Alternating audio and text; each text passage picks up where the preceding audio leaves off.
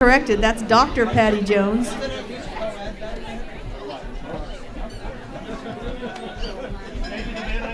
There's a big gap behind them as they approach the Elliott Bridge here. Bow number 4 in the blue hull.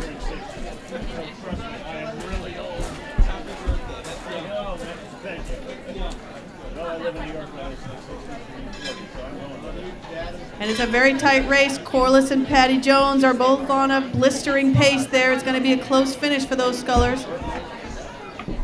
Out in front right now is bow number 5, Mary Campbell, just 20 years old, from the Narragansett Boat Club in Providence. She's a 2-time gold medalist at the Head of the Charles in the youth single, Brown University rower. And she's doing a fantastic job. She's the sister of Andrew Campbell, Olympic lightweight double from Rio, but holding her own very well and making a name for herself on the Charles course. Bow number 5, Narragansett. Bow number 6 now, bow number 6 under the bridge. Unaffiliated, Emily Farrar rowing. Bow number 2 out in front, Sam Collison, second in the Head of the Charles Women's Club singles last year while rowing for UMass. She's rowing unaffiliated today, pursuing a PhD at the University of Washington. Bow number 9 approaching, that's UMass Amherst sculler Emily Mann, just 21. She's originally from St. Catharines, and she's a senior at UMass. She's already gone through bow number 8, the Resilient Rowing Club from Burke, Virginia, Shannon Haynes. She was a bronze medalist in the Club Nationals intermediate single last year, and a Rutgers University graduate, class of 2016.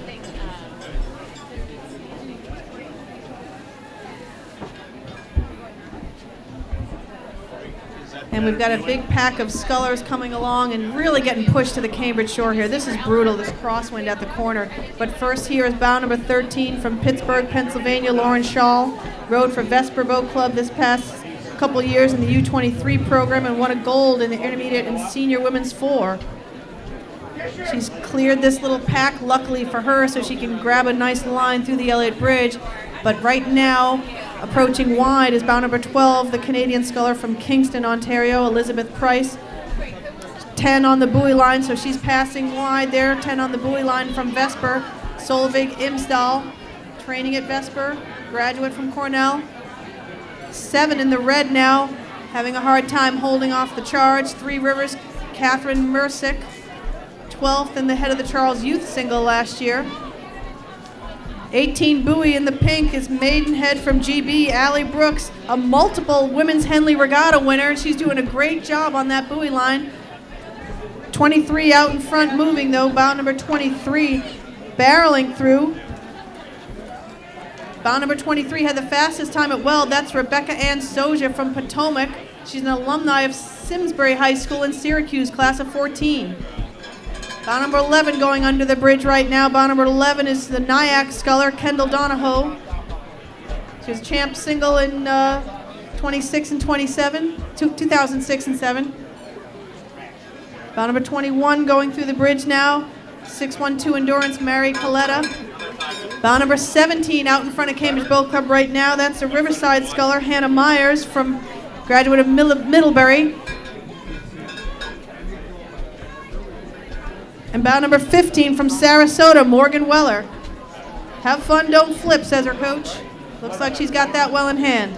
Bow number 22 now approaching in the light blue jersey, 22. That's Maritime sculler Anna Sherendikova, a member of the Russian rowing national team. More than 10 years experience.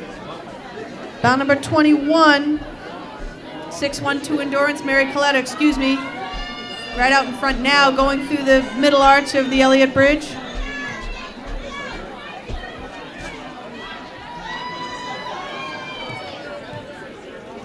Bow number 19 approaching from Carnegie Mellon in Pittsburgh, Pennsylvania, Alyssa Meyer. Sculled at the Stanford Rowing Center for a few years in high school and was 3rd at Youth Nationals in lightweight double just a few years ago.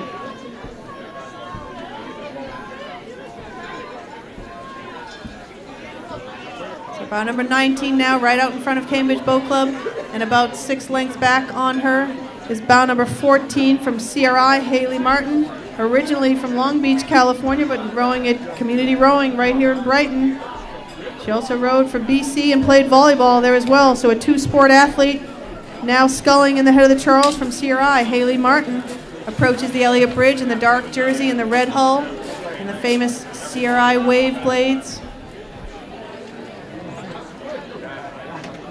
Bound number 29 now approaching, bound number 29 from Maritime in Norwalk, Connecticut.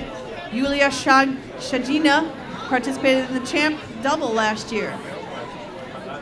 Bound number 16 now, Long Beach, sculling from Long Beach, California, Margaret Gao, excuse me.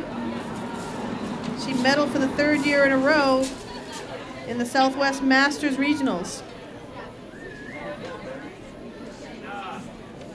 Bound number 27 from Merrimack River Rowing Association. This is Ashley Blake. She learned to row at that club there on the Merrimack River up in Lowell, Massachusetts. Ashley Blake, bound number 27 in the turquoise blades. Bound number 26, rowing for Gordon over in Wenham, Massachusetts, Madeline Hopkins.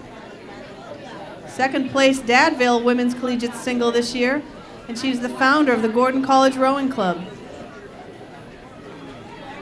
Bound number 24 from Baltimore is Emily Del Sordo, raced for the University of Maryland Club Crew.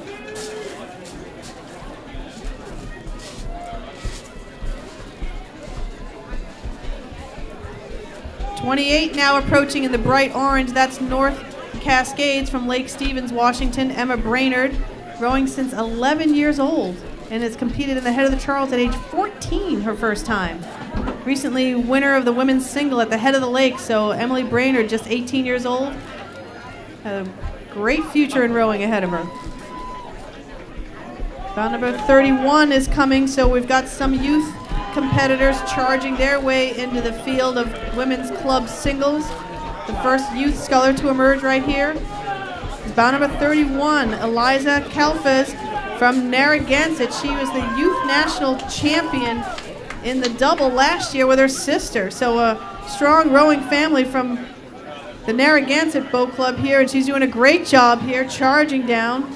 Just 17 years old, bow 31, tearing up the course. She was at the U23 Worlds also in Rotterdam this year, also with her sister. They've already passed bow number 30, who would be one of the club single scullers at age 36 years old. That is Amber Miller, bow number 30.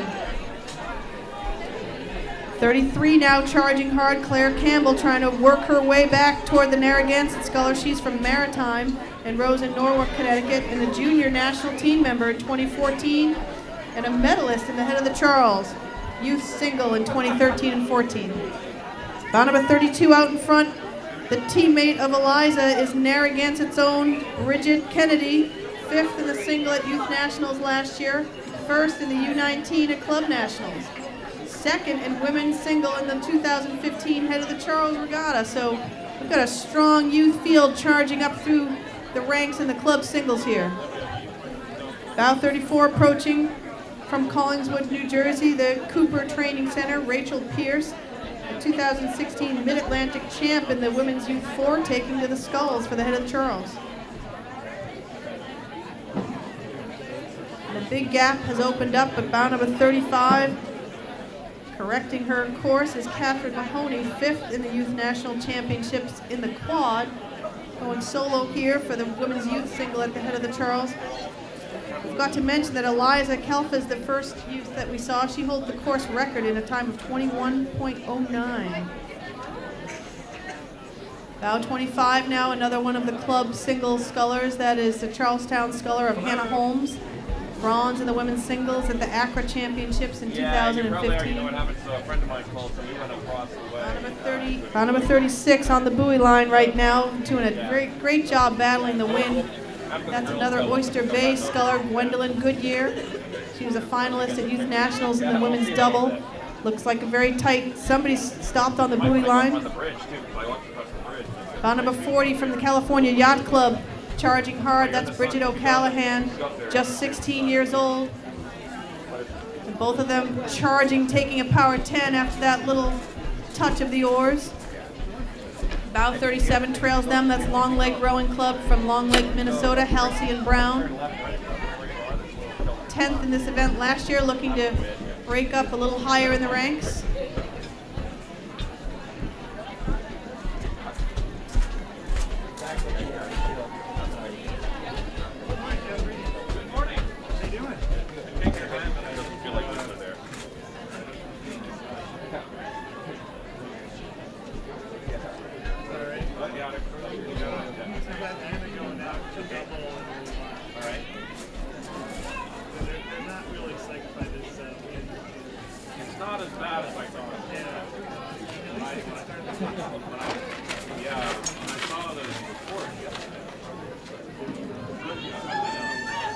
As the quads scoot across the course, we see another group of scullers coming in the youth division.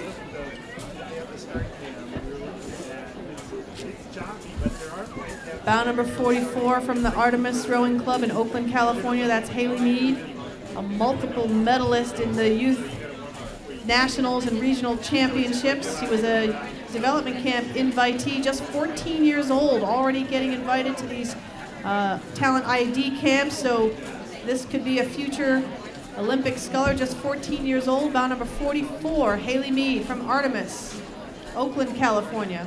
Bow number 38, she's already passed a few scullers here from this is the Weld Scullers, Elise Cho from Weld Scullers over at the Weld Boathouse here. Bow number 39 is next from Baltimore, Morgan Doak. 6th, the Philly Youth Regatta this year. Right here in front. Bow number 41 now approaching her. This is the Founders Rowing Club from Dallas, Texas. Taylor Todos, rising senior of Hockaday School in Dallas. Bow number 46, the NorCal crew.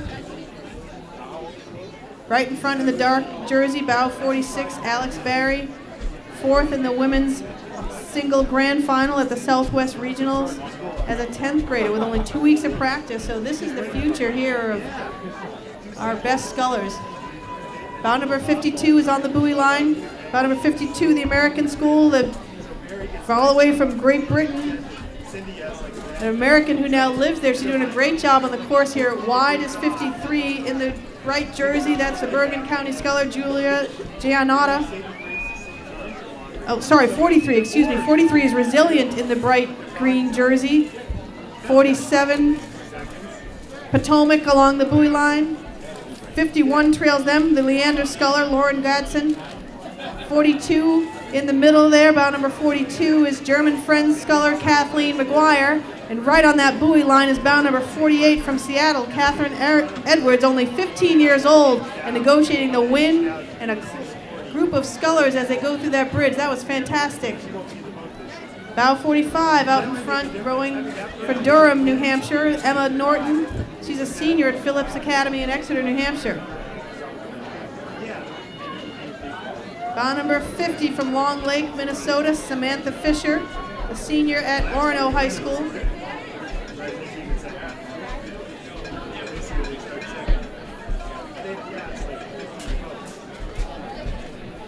Approaching a bit wide here, getting pushed by the wind in the red jersey. Bow number 49, Amaris Hinton. She was 4th at the Philly Youth Regatta this year. This is just her first year in the single, and she's doing a great job on the head of the Charles. She's from Baltimore. Amaris Hinton, just 16 years old. Got some fans here on the bridge.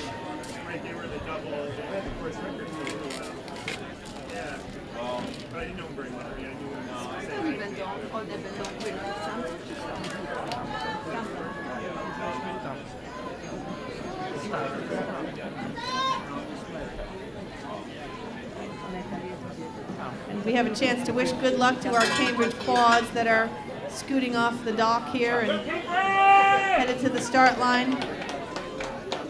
I will miss you guys, and I'll be happy to call your race as you come down. Have fun and have a great row.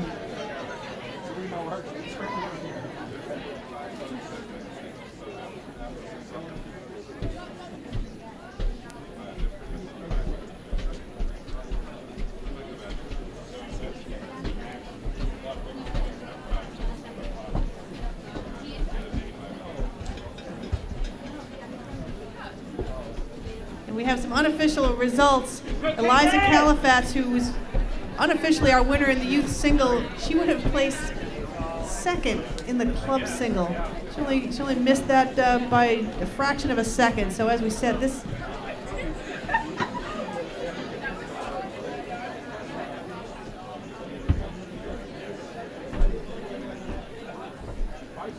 bout number 53 is now approaching. This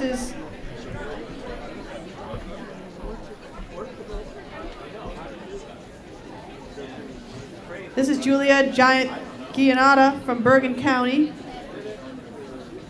She's a senior at Immaculate Heart Academy in Washington Township, New Jersey, rowing since 2012.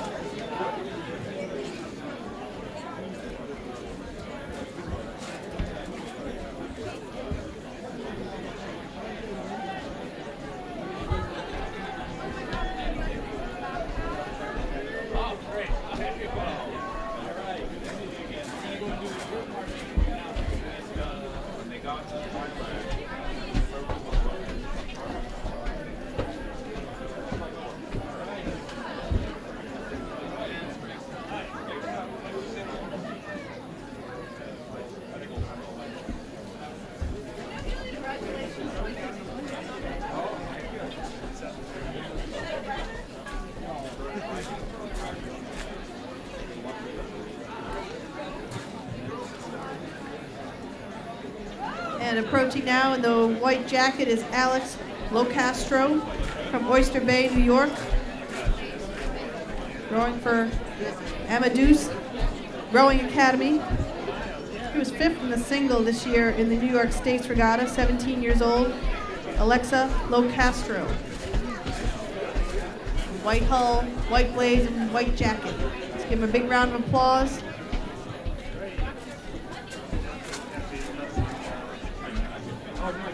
We still have a few scullers left to go to fully complete this event.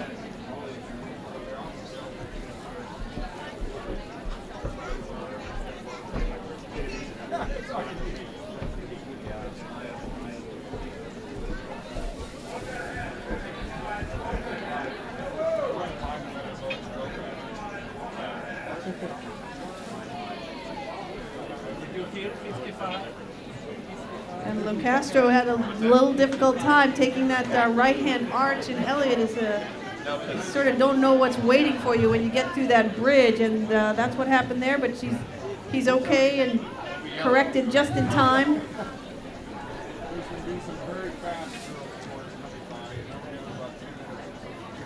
I've heard we may have some scratches in this event, so that may be the last sculler that we will see before the women's youth fours come down. Oh, nope, we still have another sculler emerging now, but he's quite a ways off the Cambridge Boat Club. And again, look at these gusts. The water just turns black every 10 minutes or so. There's a gust that just blows these singles sideways, and indeed one of the fours has already come through this last single sculler, so we will get started on the fours, and we'll do our best to identify the scullers. We've already got the sculler there getting pushed wide and letting these fours come through is bout number 52 from Great Britain, Sarah Brunsberg from the American School in London. Started rowing in the 9th grade, but here come the youth fours, and this race is always a battle, and no different today. Coming across first here is the Saugatuck crew. They were ahead of the Charles Champs in the Youth 8 and the Varsity 8 Youth Nationals. So this is Saugatuck 4 has charged through bow number 1. 1 is in the yellow. That's the crew from Long Beach. They started first as the winners of last year's event, but a new crew, Long Beach Junior, has been passed by Saugatuck and looking to hold off a charge from the San Diego Rowing Club. Average age of just 17. A young crew here from San Diego. Coxon doing a great job on that buoy line. Just a hair of open water between Long Beach and San Diego. And that sculler's got her hands full now, the final sculler. Bow number 54, as we mentioned earlier, that's the final youth sculler. Bow number 6 with the red blades. Three Rivers have passed St. Catherine, so that's a great move there by Three Rivers from Pittsburgh, Pennsylvania, in the white hull with the red blades. Bow number 4, Saratoga Springs, New York crew. We got nice aggressive stroke ratings here this morning despite the wind, and you can really hear it howling up here at the Cambridge Boat Club. But we've got a great battle going on the buoy line here. Bow number 5 on the buoy line is the crew from St. Catharines, Ontario. And bow number 7 has taken the wide corner to try and move through. That's the Bromfield Acton Boxborough crew, coached by former Olympic coxswain Holly Hatton. That's a really strong program out in Harvard, Massachusetts. So bow number 7 rowing in their blue colors, working to pass bow number 5. They're going stroke for stroke, neck and neck through the Elliott Bridge. You can see the wind sort of difficult to get the blade work clean, but they're doing a great job, those coxswains, keeping that line that they want. St. Catharines and Bromfield through the arch together. And bow number 8, the Windsor School. Nothing better than come through that Elliott Bridge where your fans are waiting for you. This is the Windsor School in Boston. All-girls school right here on the Charles River. Red-white wind fight. Go Windsor. And you can hear them on the other side of that bridge. Take advantage of the fan support. The Windsor School, coached by Lisa Stone, Olympic scholar. The alma mater of Jevy Stone as well. So a great history of outstanding rowing from the Windsor School. And they've opened up quite a gap on the crews behind them, certainly, because the next to emerge after about 7 lengths of open water is Camp Randall. Pretty much the same crew as last year, and they're doing a great job. 11 on the buoy line is the Ringden Latin public school rowing right here at the Cambridge Boat Club, and you can hear their fans here going wild, absolutely wild. Cambridge Ringden Latin, bow number 11, doing a great job on their home course buoy line. Looking to pass bow number 10 before the final corner. Bow number 14 chasing them hard though. Bow number 14 is the Pacific Rowing Club from San Francisco, California. Bow number 12 in the white shell, Green Lake from Seattle.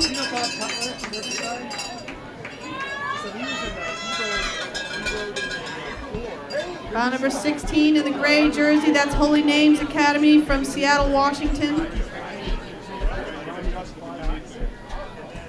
They've already gone past the Twin Cities crew, the Twin Cities 4, bow number 15 in the blue and orange. They were 12th at the Youth Nationals. Bow number 13, the orange shell, having a little bit of a difficult time with that wind, but corrected very nicely there. That's Manhasset High School from Port Washington, New York. Bow number 9 in the black, closer to the buoy line. Bow number 9 from Connecticut Boat Club. First time competing for all these young athletes. Average age just 15 years old.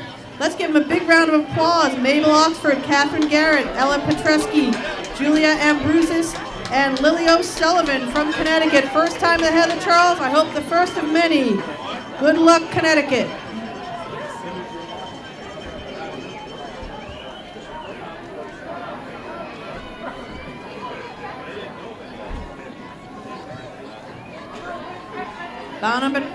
Bow number 20, all the way from Austin, Texas, is the Texas Rowing Center Juniors.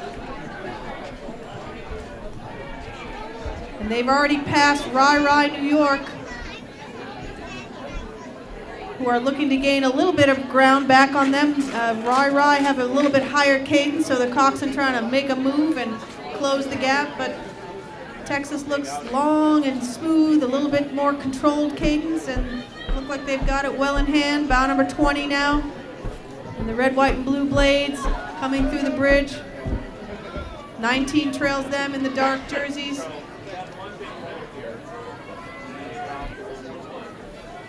Bow number 18 now in the red jerseys, just a bit wide. That's Emma Willard School from Troy, New York. They're looking to re-qualify and guarantee their entry right now. There's going to be a tough tangle here along the buoy line right Behind them is bow 22, Greenwich Crew from Coscob, Connecticut. And they are just ahead of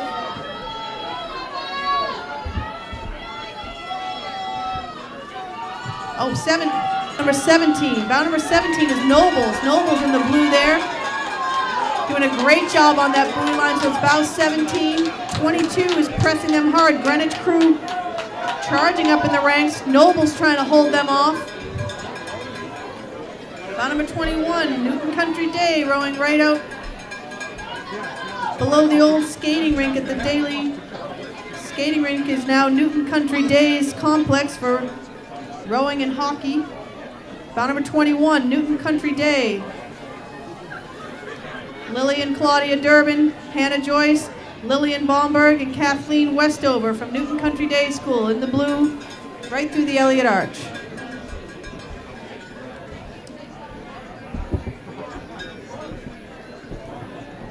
'27 on the buoy line is Los Gatos, and they're charging hard ahead of bow number 25, who are a bit wide, as they should be, for that charging Los Gatos crew. Los Gatos is such a strong program on the West Coast in California. St. Mark's School from Southborough, Massachusetts is wide and now correcting. Los Gatos charging through. This is Stella Hoyden, Alexandra McHale, Tiffany Lee, Jenna Bearden, and Hannah Payne rowing 27. Los Gatos doing a great job on that buoy line, but holding off hard is St. Mark's in white and dark blue, I think there. White and dark blue, 25 now right up in front of Cambridge Boat Club. St. Mark's from Southborough. This is their second year competing in the head of the Charles.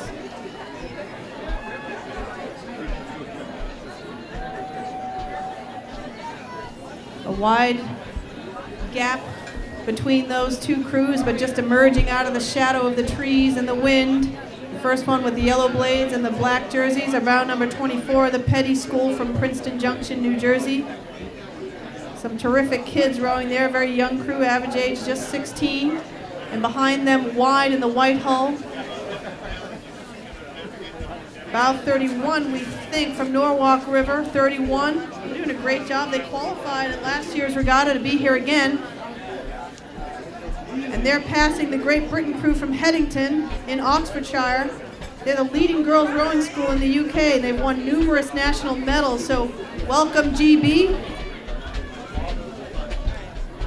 Bow number 30, though, pressing them hard. Resilient Rowing Club from Burke, Virginia, giving the Brits a run for their money now. Bow 32 on the buoy line is the NorCal crew from Redwood City.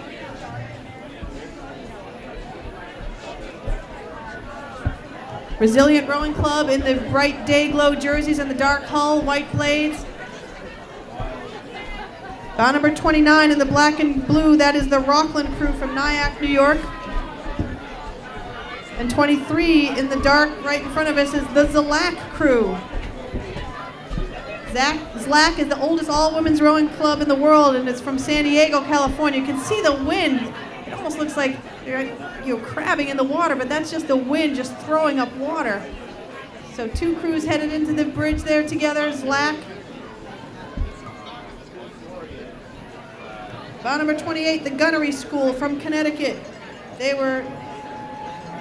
finished 31st in the head of the Charles last year, looking to guarantee their entry and move up in the ranks. This is the Gunnery School varsity crew. And about number 35 in the white hat on the buoy line, Northfield Mount Herman.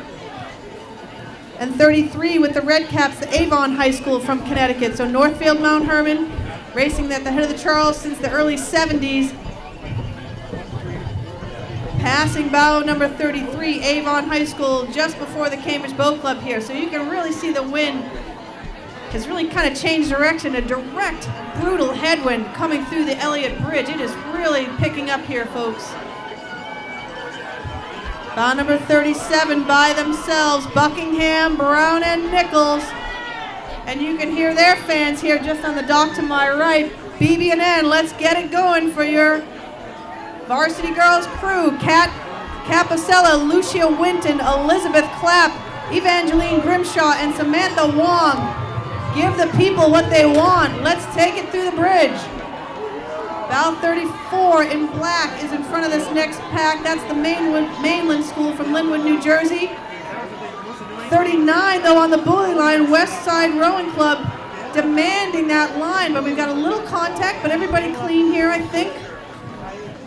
36 in the white looking to clean up on that pack. That's the Concord crew from Concord, New Hampshire. Just their second appearance in the Youth 4. This is a brand new young crew, averaging just 16 years old from Concord, New Hampshire. Coxswain's doing a nice job untangling there just in front of the Cambridge Boat Club. Bow number 38 in the black shell, another hometown crew here. This is the Boston Latin School from Boston, Massachusetts, the oldest public school in the country. Their first graduating class made up the first class at Harvard University, so a strong tradition in education here in Boston and a new emerging powerhouse in the Boston high school rowing scene, Boston Latin. 42, though, is giving them a run for their money from City Island in the Bronx. Excited to be back at the Charles. They have a 13-year-old coxswain, Lucy, doing a fantastic job on that buoy line, Lucy.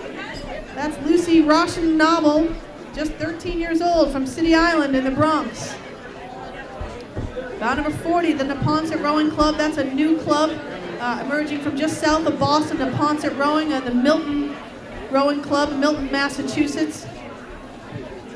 And bow number 41 in the orange is the Mount Lake School in Mount Arlington, New Jersey.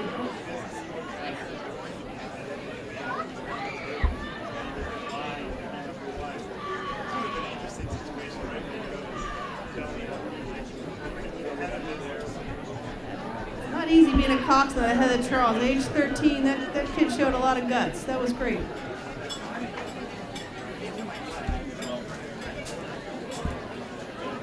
And skill, so he'll be around for a long time.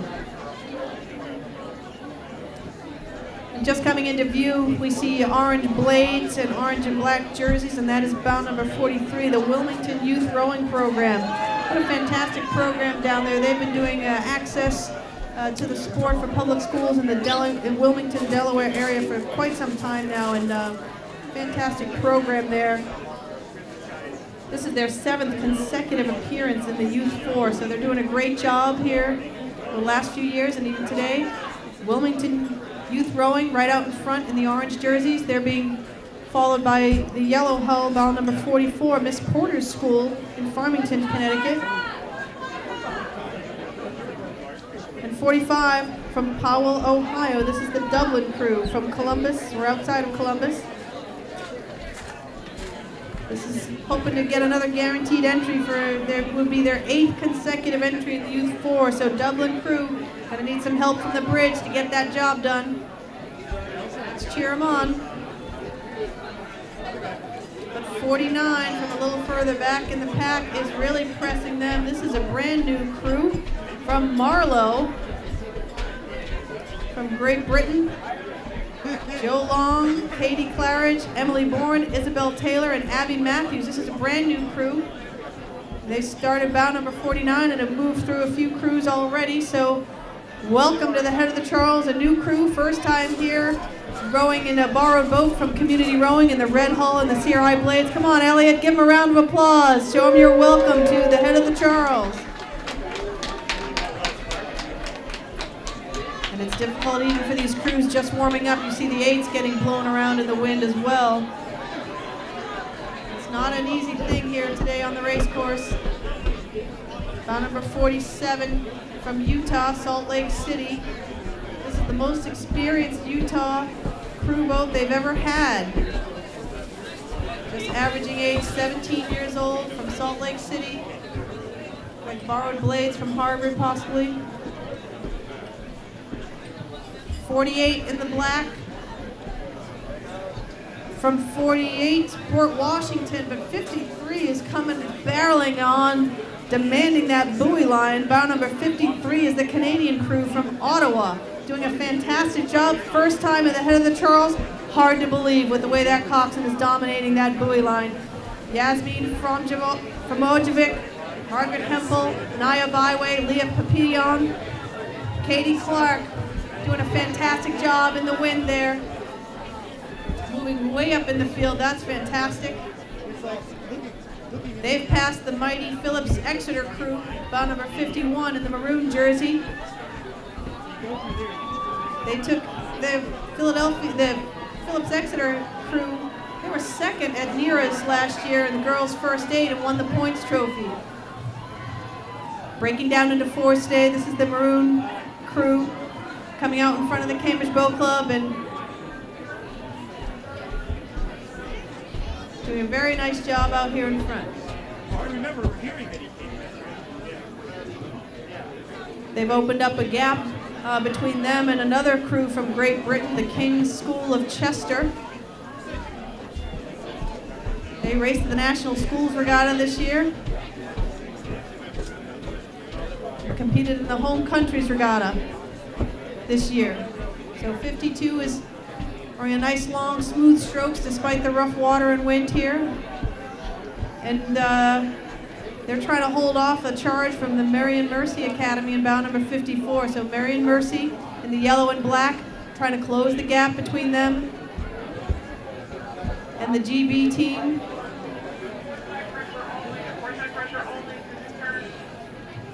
And 46 having a difficult time with the conditions here, having been passed by a few schools already. This is the Brighton Rowing Club from Rochester, New York. They're just sophomores and juniors. Had to drop out a rower for a minute just to correct that course, but they're doing a great job back on course in the white jerseys. Bout number 46, Brighton Rowing Club, just about to enter the Elliott Arch.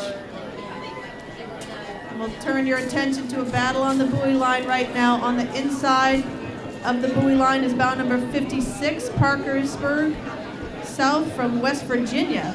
And wide in the orange is bout number 57, another crew from Manhasset High School in Port Washington, New York. But they were neck and neck on that buoy line, and now they're about a boat length ahead. So you can see what steering and how difficult these corners really are. One false move and you're off by a length. So right now the order in front of Cambridge Boat Club is 56 first, 57 trying to reclaim their position after taking the outside of the corner. They've got a bucket rig there, which means two rowers on the same side there on starboard and the Manhasset crew. They've opened up a big gap behind them, and up approaching next is another crew with orange blades. Bout number 58 from Albany. Albany Rowing Center's Junior 4. They've already passed bout number 55, the Colorado Junior crew from Boulder, Colorado. This is the Colorado crew's first time in the head of the Charles.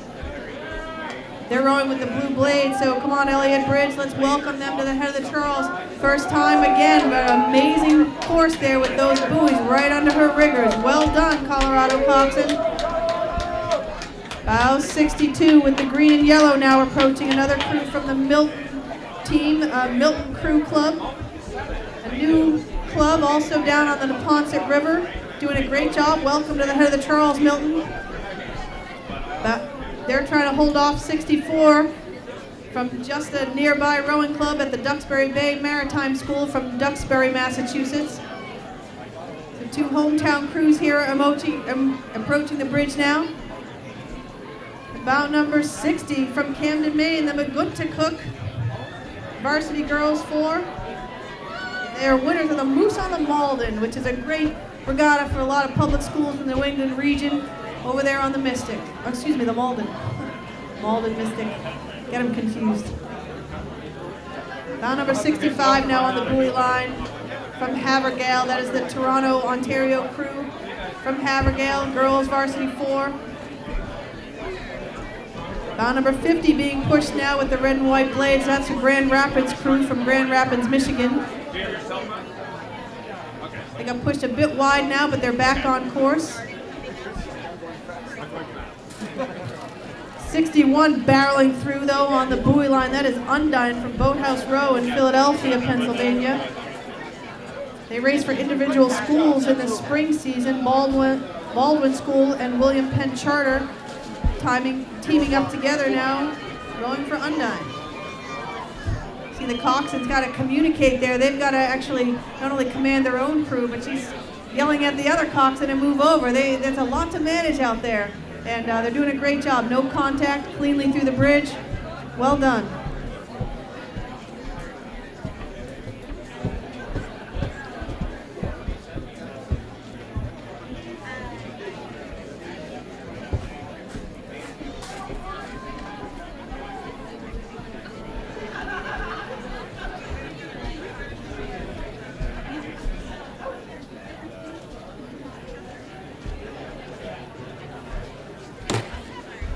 right, on the white shell, being pushed a little bit wide now.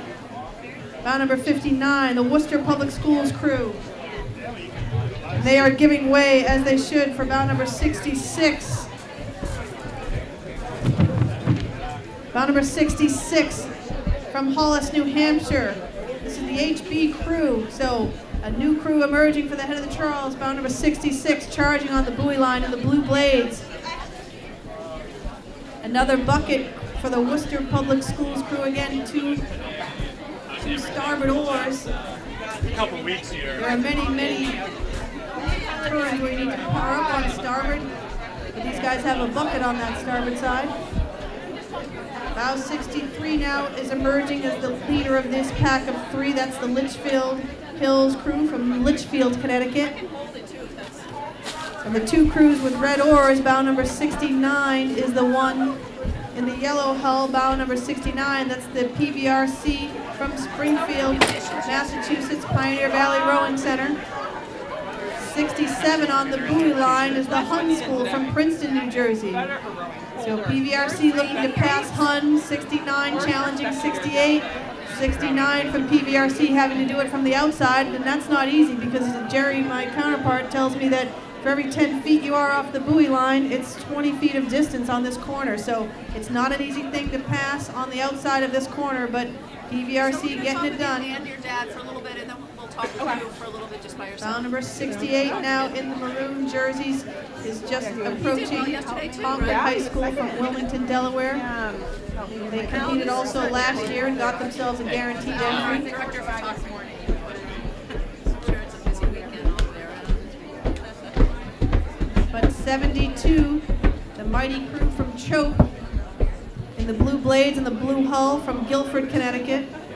Gabby Latore, Libby Wilson, Antigone Nataganakas, excuse the pronunciation, Mary Kirchhoff and Archie Sekon, just 15 years old.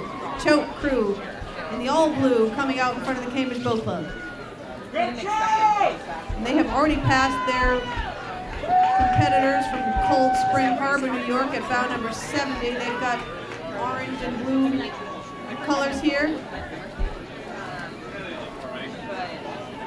They have been waiting 4 years to row in this, and they finally got their entry. So get it done, Cold Spring Harbor. Go get yourself a guaranteed entry for next year.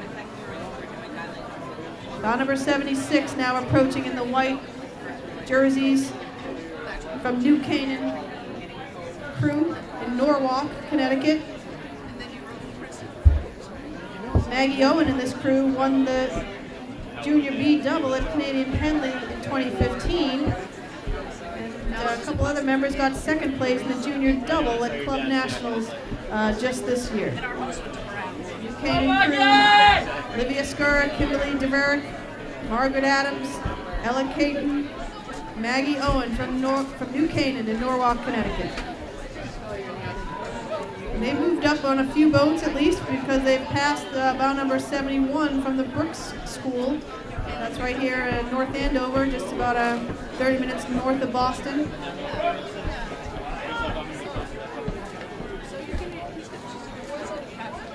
Bow number 75 in the stripes, rowing as Riverside Boat Club, but they actually host the high school crew from Brookline High School, so these rowers rowing under Riverside are all members of Brookline High School crew in the spring.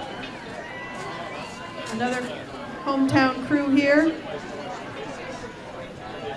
There is no number on the first crew next to approach on the buoy line here.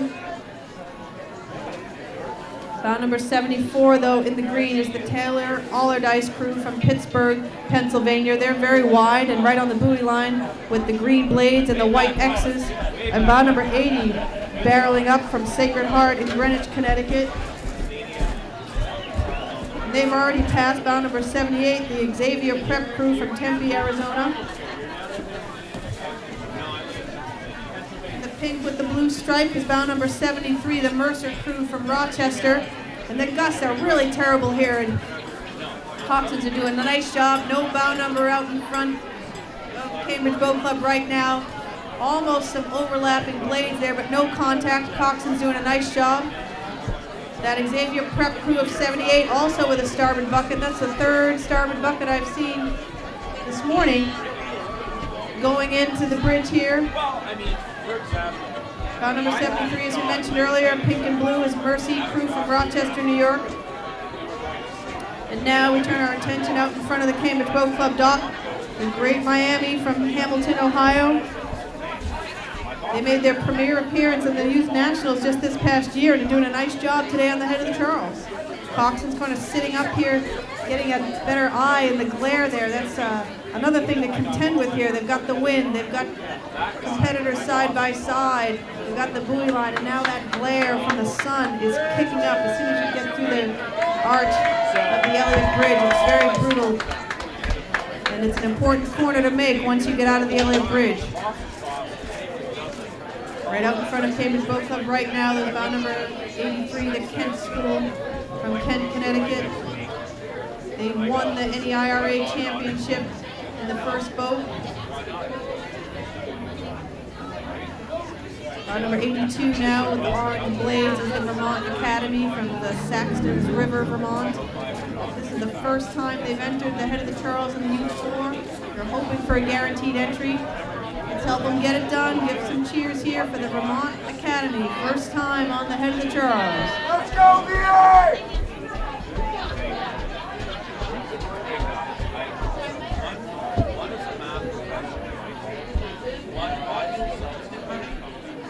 Another is an investment banker.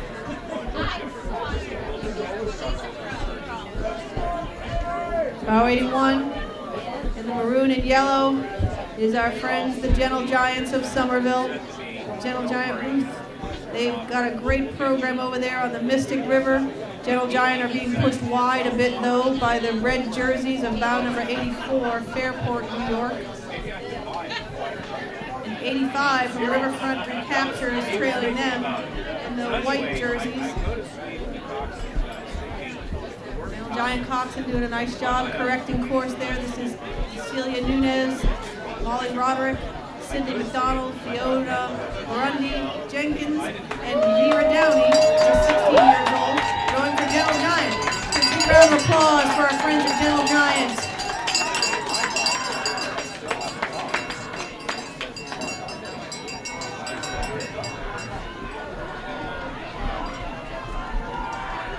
You see Riverfront Recapture trying to respond here to the screaming fans here. They take the cadence up just as they came around the bend.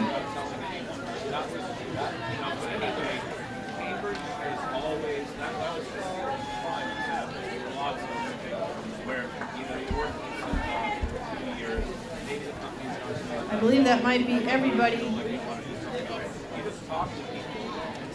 All crews have completed that event.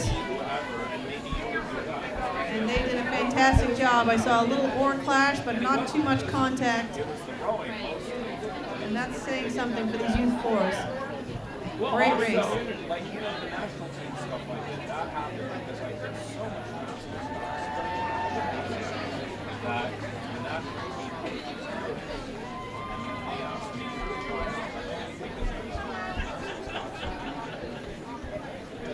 In college, Terry used to yell.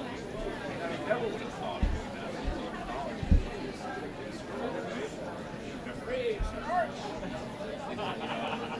or at the time trial, Harvard Yale race, 83, you know, in the fog, and there was buoys missing, I thought, missing the flag. So the flag was there, and I saw it, test goes out, it's more, stop, time trial, here he comes by. Ruin a piece! Oh my God, I bet you. Well, backstory. Okay, so it was my 23rd birthday. I was the JV coxswain, and my real mother was mentally ill and tried to kill herself. You know, it's private health. I got a call that morning that she was in the hospital. You remember how foggy used to get a red top? It was very, very foggy. And they didn't always have all the flags up and all the alcohol. Anyway, so we go out there, and at 1.5 miles,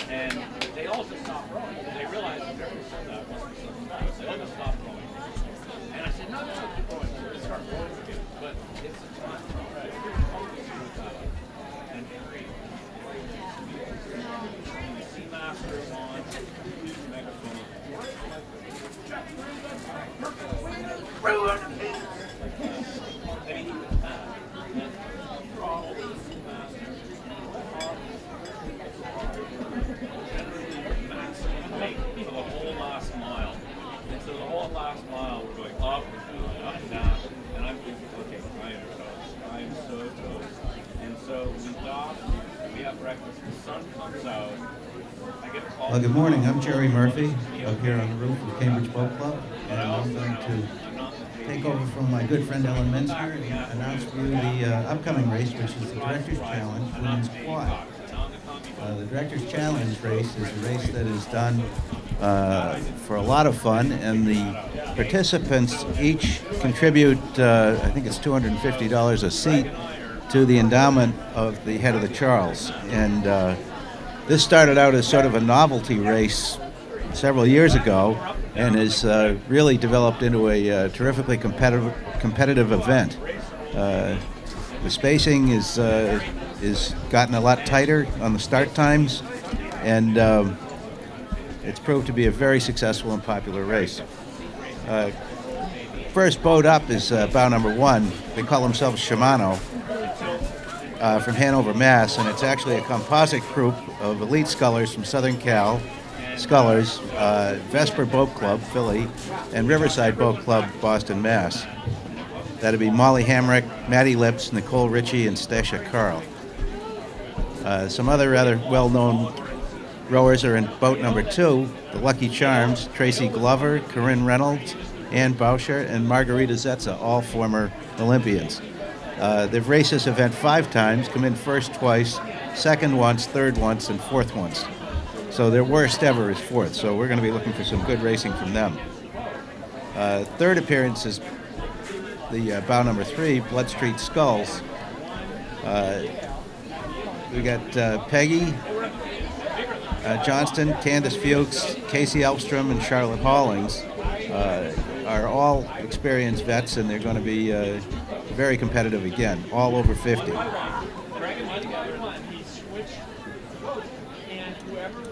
Cambridge Boat Club has a few entries in this race. Ellen Mensner unfortunately had to scratch because of health problems, and she was very gracious in filling in for me earlier on the announcing. She is scratched and being replaced by Molly Watkins. Also in the boat, Allison Shaw Thornton, Kelly Pierce, and Christine Collins. The latter 3 are all former World Championship racers. They raced at the World Championships in Vienna as a lightweight 4. Christine Collins is also World Championship with Ellen Mensner in the lightweight double, and an Olympic silver medalist in the lightweight double with her partner Sarah Garner. Second Cambridge entry is Allison Sanders Fleming, Kate Bryant Boyd, Beth Mooney, and Nina Streeter.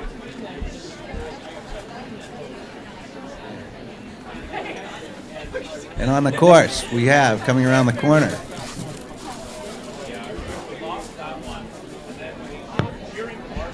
Marlene's spotting for me. This is bow number 1. That'll be the Shimano boat. Molly, Maddie, Nicole, and Stacia.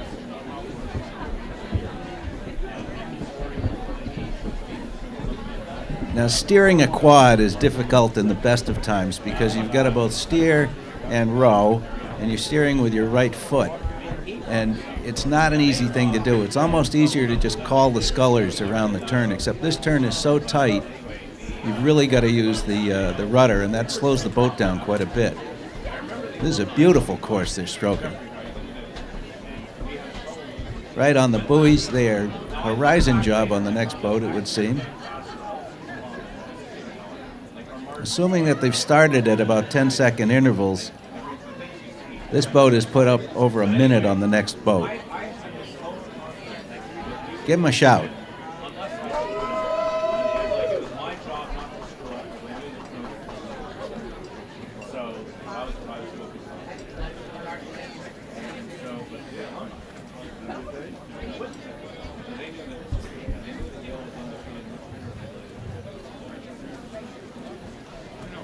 Literally, that's what we were all doing.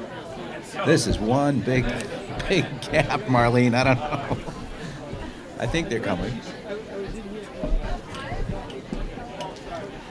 I think they did. I think they give a little bit of extra time on the start time on the quads, just because passing under bridges is extremely difficult with quads. The steering is tough, and with the gusty and blustery conditions today, in the name of safety, you might have given them a little extra time. But no, here we come.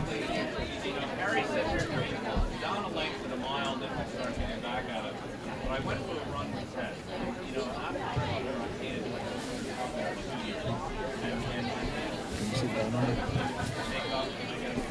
it. Okay, this is the Lucky Charms. Bow number 2, coming around the bend with the white blades. Okay. Now look at this bow number 2. That is very aggressive steering right on the buoys. Great job. Tracy Glover, Corinne Reynolds, Ann Boucher, and Margarita Zetza. 3 in the red, also on the buoy line. Blood Street Skulls from Old Lyme, Connecticut. And I remember they were out there, and then I just saw them wobble. And I told my crew, now! And I told them why. And then they charged. Pushing them hard. The Blood Street Skulls are coming around here in the red, and pushing them hard is the Upper Valley boat from Hanover, New Hampshire, and Maritime from Norwalk. It's a combination boat.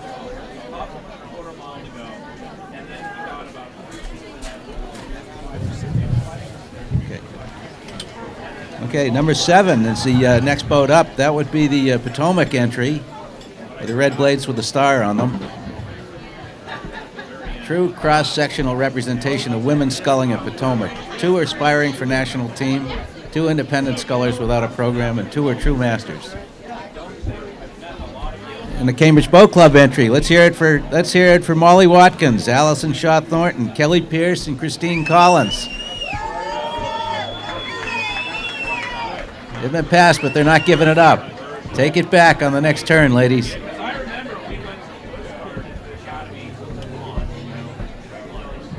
Molly steering a beautiful course. And they were gigantic.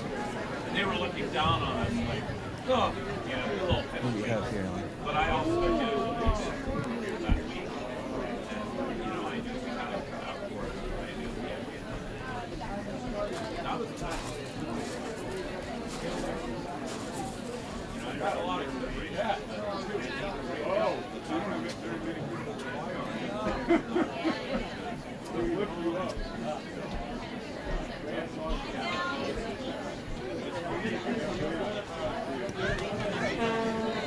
In the Riverside blades, here's a Riverside entry. Sarah White, Ashley Lanford, Tina Vandersteel, and Kate Ackerman. Rowing beautifully. Lost their bow card somewhere along the way. You have to lose that when you're passing a few people closely. In the Dayglow is bow number 9, Row America from Greenwich, Connecticut. Susan Schmidt, Megan Gradick, Joy Nix, and Kate McFetrich.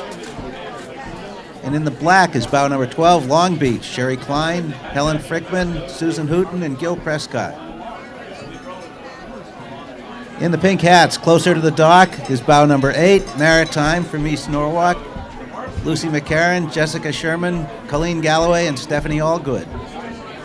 Going very smoothly. Right on the buoys, bow number 10. In the blue and red is Whistler Rowing from British Columbia, Fran Tweet, Ingeborg Steckel, Vera Kornhoff, and Maureen Harriman. Bow 6, CBC. Allison Sanders Fleming, Kate Boyd, Beth Mooney, and Nina Streeter. 25-year anniversary of their row. Yeah.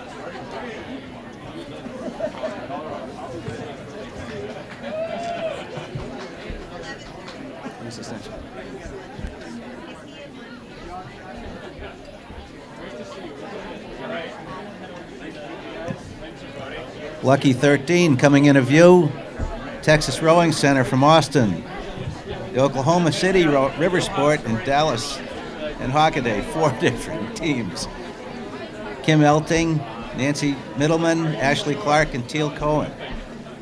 Teal Cohen is 17 years old. It's a mother and daughter. Bow number 14, Sarasota crew. Rosa Kemp, Diane Desmarais, Beverly Galley, and Ann Marischal. 15, a Chinook entry, Rosemary Witten, Megan Brundage, Roxana Dagan, and Terry Walters.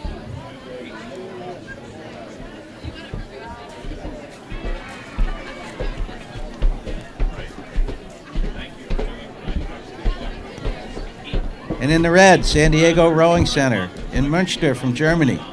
Lisa Roth, Jutta Deuschel, Alexander Foster, and Elizabeth Dinsdale. They're styling their way down the Charles in Betsy's boat. I also remember one time we were doing masonry, and the boat I was in, we weren't doing especially well. We were doing the and people were grumbling about, oh, the rigging and this and that. Harry's just listening. And then at one point he said, why don't you just try pulling harder? And everyone's like, whoa, like that. And the next piece we won by like 10 lengths.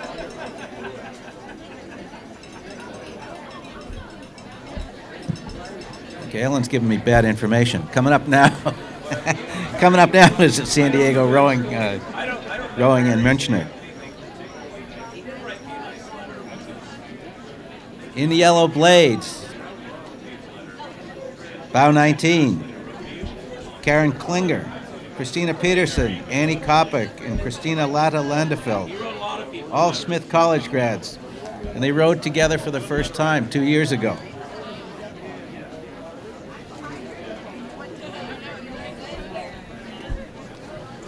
In the red, sporting the spiffy waves of CRI, is a CRI entry.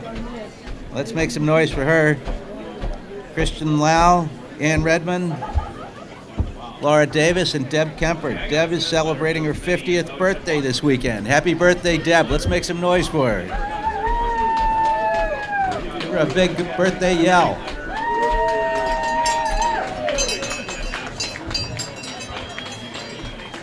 This is the head of the Charles entry, bow number 21 with the CBC blades.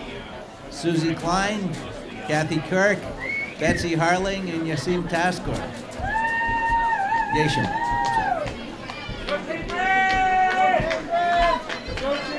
That's Kathy Kirk in the engine room. Crank it on, Kath. Looking good. Go, Betsy!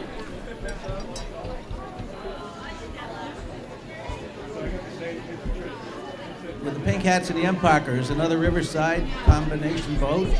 Riverside, Quinsigamond, Cambridge, and Saratoga Springs. Ashley Amos, Amy Mayer, Rebecca Amos, and Natasha Strong. That's Natasha stroking that boat very nicely.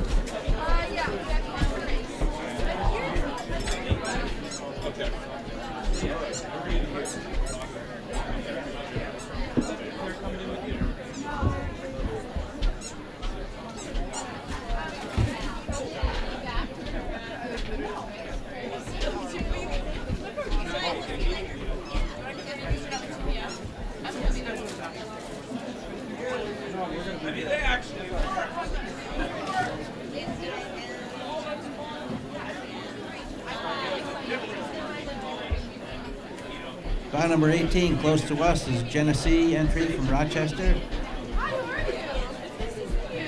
24 in black on the buoy line, and there's a boat trying to get around them. It's really hard to steer these sometimes. Number 18 is Genesee right in front of the club now. In the orange is number 23. 23 is the Saugatuck entry close to us.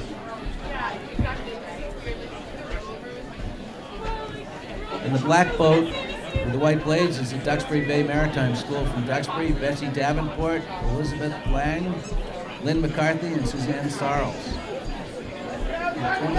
25 out in front of the club now, Duxbury Bay, second Duxbury Bay, Mary Fran Grossman, Liz Connors, Lauren Compton, and Weatherly Barnard Doris. All in the Masters competitive team, pressing their brethren, sisters.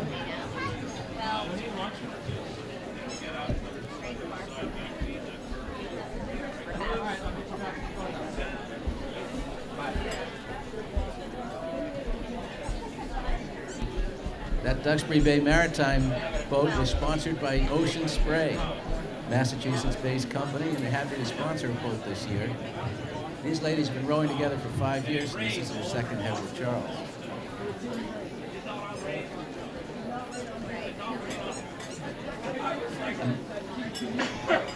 Number 27 is another Duxbury Bay Maritime School entry. This is 3 entries they've got.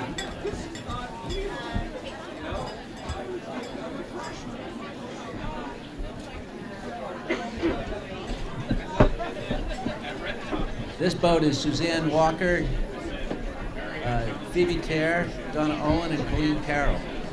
Next after them is in Austin, Texas, pressing them very hard. Bow number 30 has gone by a couple of boats.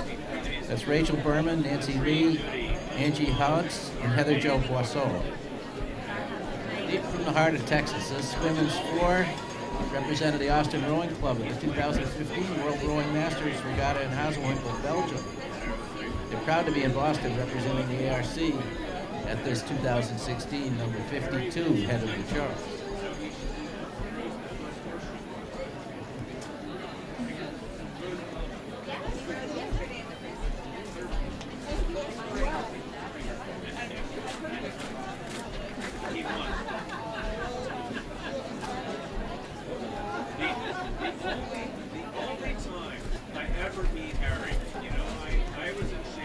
Oh dear, the Austin boat just got caught on a buoy. And if you can see under the bridge, you can see the buoy that's dangling way out of place just by the far side of the Elliott Bridge. They picked up a buoy right out in front here in the boat club and took it with them, and that is what you'd call a sea anchor with a 5-pound weight on the bottom. That buoy is in the way, and perhaps we could get a course boat out there to take care of that.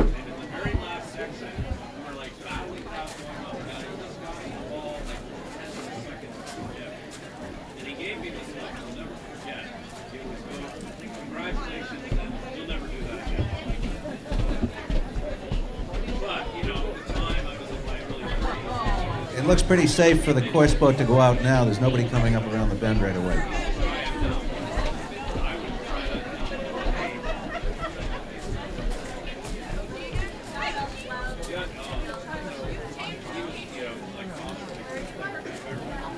You know, as Ellen was saying before, every 10 feet off the buoy line, every 10 feet the hull is away from the buoy is nearly 20 feet of extra space coming around this turn. So there gets to be some real strategy moves, whether you want to save your horsepower for the time when you can actually pass a boat, or do you want to expend it getting around the outside of a boat coming up through this turn when you can't get the buoy line sometimes.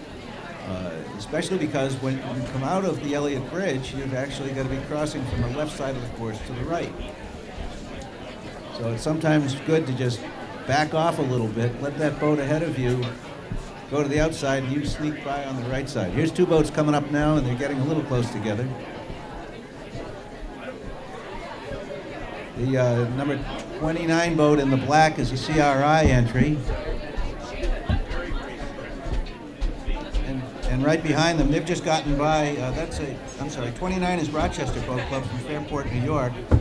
And they've just passed bow number 28, the North Cascades entry from Lake Stevens, Washington. So this coming up now is Rebecca Marusi, Meredith Kaiser, Debbie Parker, and Kathleen Vosberg.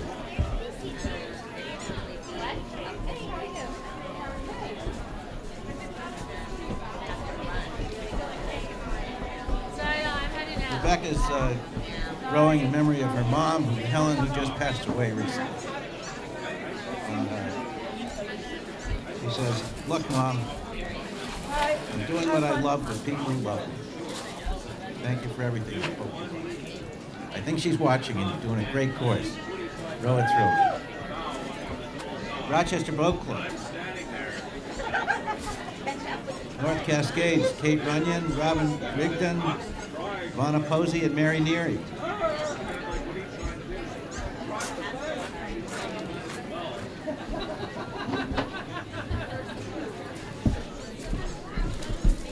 Try to land it well. She missed the knock there. Bounced off the shore. And, beach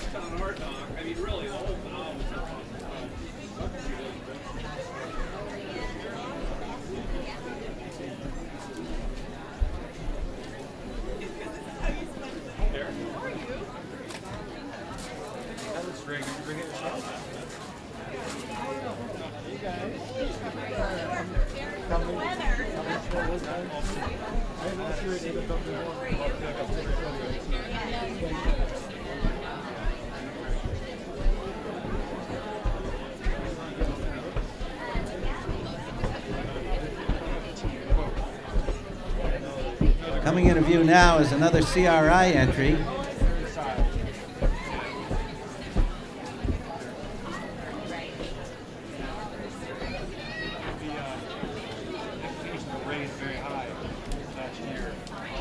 See the CRI entry coming up now. All alone, David Tykold, Susan Yohalam, Lois Ashcroft, and Jennifer Hochschild. This quad's been rowing together for the past several years, and they all came to rowing as adults. They're deeply committed to rowing as a lifetime activity.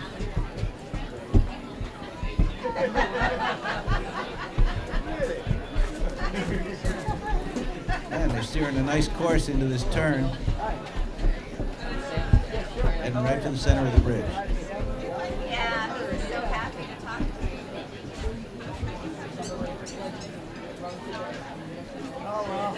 Let's hear it for CRI. Make some noise out there, Elliot. Bring them home, last half mile.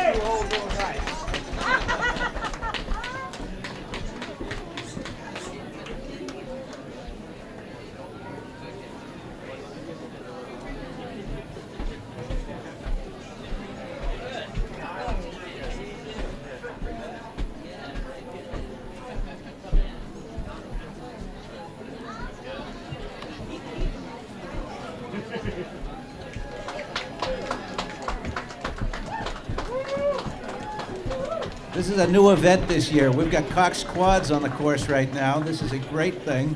Bow number 3 is coming in first. This is Marlowe from Marlowe, Bucks County.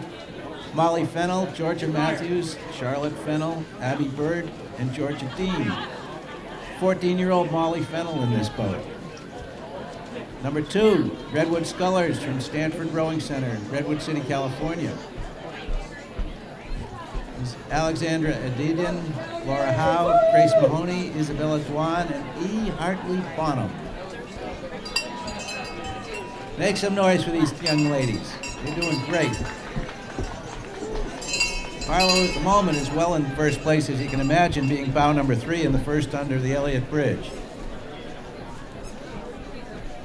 But look, we've got 5 coming up right on the buoy line, running a nice course in the blue blades. Dark hull.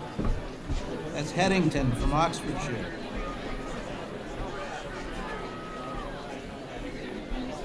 On the shoreline from the past race, number 31, the White Marsh Boat Club from Conshohocken, Pennsylvania. Susan Herman, Jane Voss, Linda Chisholm, and Rebecca Katz.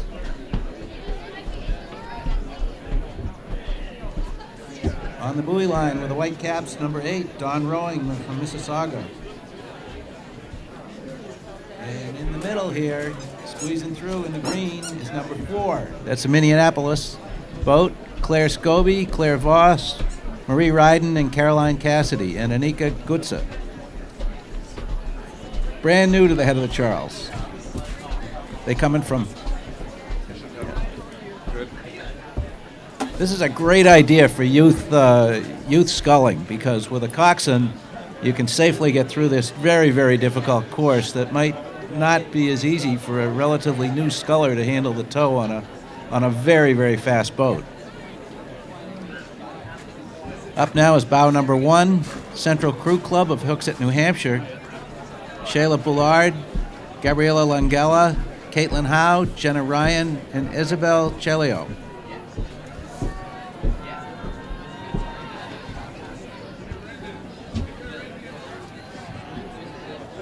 Central Crew Club up in Manchester was established just in 2001.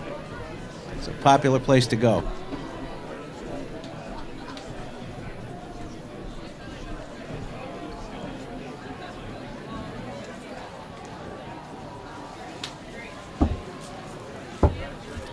Bow number 7 coming up from Welland, Ontario is the Notre Dame Rowing Center. Sierra Rasso, Gillian Jansen, Nicole Hare, Rhiannon Sahorchak, and Jessie McKee.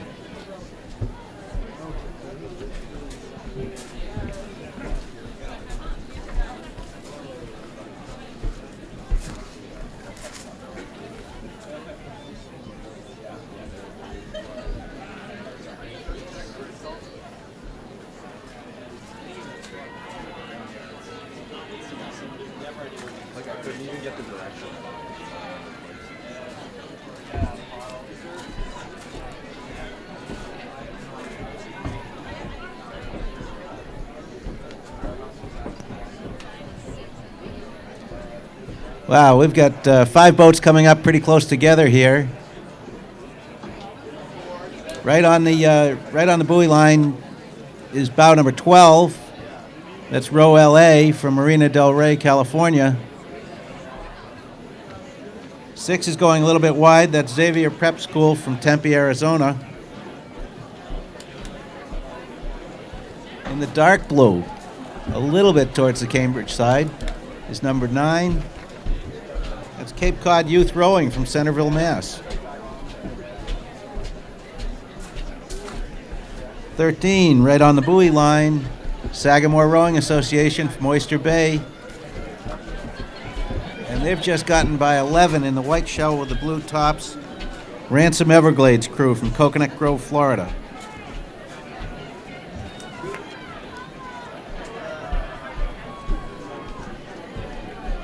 This is some good steering. Well done. Make some noise. They are spacing themselves just about perfectly going through this bridge. Nicely done. Good coxing.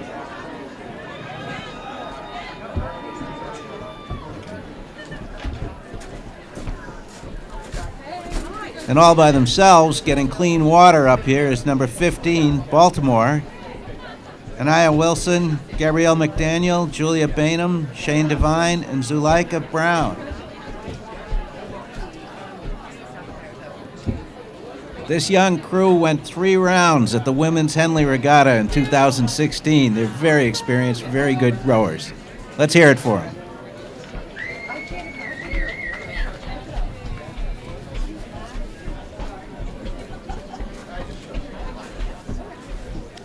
Bow number 18 on the buoy line is the Accra entry from Nyack, New York. Grace Kellogg, Kelsey Marin, Natalie Kreusch, and Tanisha Karana. This is their first time at the head, and they've gotten by bow number 17, the Wayland Weston hometown crew here with Amanda Mosier, Alexis George, Catherine Williams, Claire Herney, and Zoe Ketchling. I don't really like being famous. Things you shouldn't say on TV. And they've gotten by number 14, who has not given up. 14, Methuen, is pushing back again. That's Victoria Tarduno, Jessica Breer, Hannah Ferretra, Kylie Bell, and Julia Carter. Other side of the river, so the Boston side of the river. Okay. When do you do that? 1:30? We'll put it in at like. Now we've got some more pretty exciting passing going on coming up. How are you doing? Do you row social? No, my cousin got married yesterday. We were in Philly. Mom and I just got off the boat. And by boat, I mean plane. I figured. I had a Mexican dinner with your brother and James Lyman on Thursday night in San Francisco. I can't identify this boat with the blue. Is it 19? It is. Okay. You're such a hippie, Ross. That's Ridley. That's the Ridley School from St. Catherine's. Natalie Brown, Aaron Broski, Aiden Mitchell, Boudreau, Natalia Wellenreiter, and Bronwyn Prince. 16 on the buoy line. That's Nobles. Let's hear it for Nobles from Dedham, Massachusetts. And then in the Riverside boat, I can't identify. It's Saratoga. Okay. Saratoga is Christine Wiedenhoff, Sophia Fleischer, Sarah Richter, Grace Doran, and Carolyn Doran. Pushing up on them right now is the Groton School from Groton, Mass. Olivia Potter, Nayla Pierce, Rochelle Lovell-Smith, Layla McDermott, and Sophia Conroy. No, I'm happy to do it. They have to tell me where to drop it off. So. Right in front of the boat club now is the Medford entry. Hannah Chan, Maya Gomez, Emma, I can't even say that one, Stella Heliopoulos, and Casey Avenel. Unofficially, the Dawn Rowing Club entry, which is bow number 8, has absolutely crushed the course by how much, Ellen? By 40 seconds over the second boat. Fine rowing. They're the only crew so far to have finished under 20 minutes. It's funny because everyone's like, oh my god. I'm like, oh. No, but top of the field. We've got several boats we haven't seen yet, and it's possible one of them could come up on Dawn.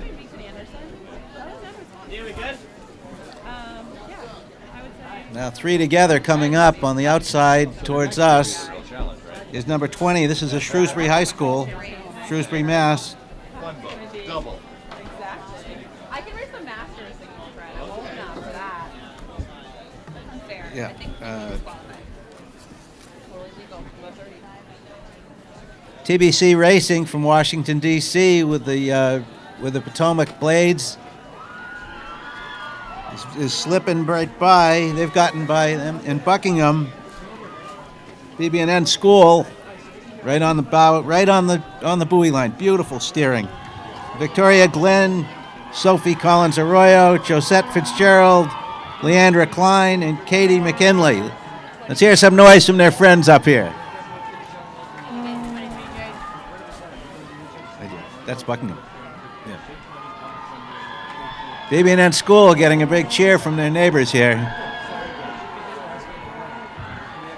Now right here is where the coxswain's got to decide whether to back off a little bit and then get to the right. It looks like she's going to stay outside and pass to the outside. Long way home.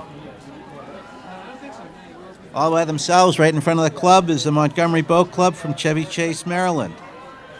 Isla Kashishian, Anna Mergignelli, Lindsay Hutton, Rachel Newman, and Holly Smithberger.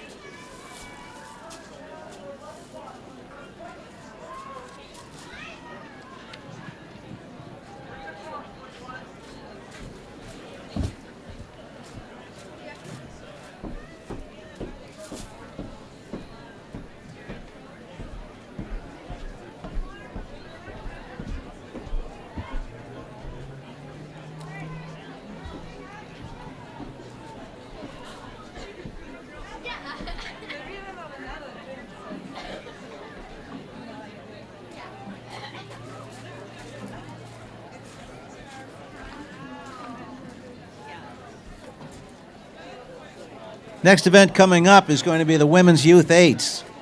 Course records held by Saugatuck Rowing Club in 1646 in 2015. I don't think we're going to see that record broken today, but there will be 85 boats on the course.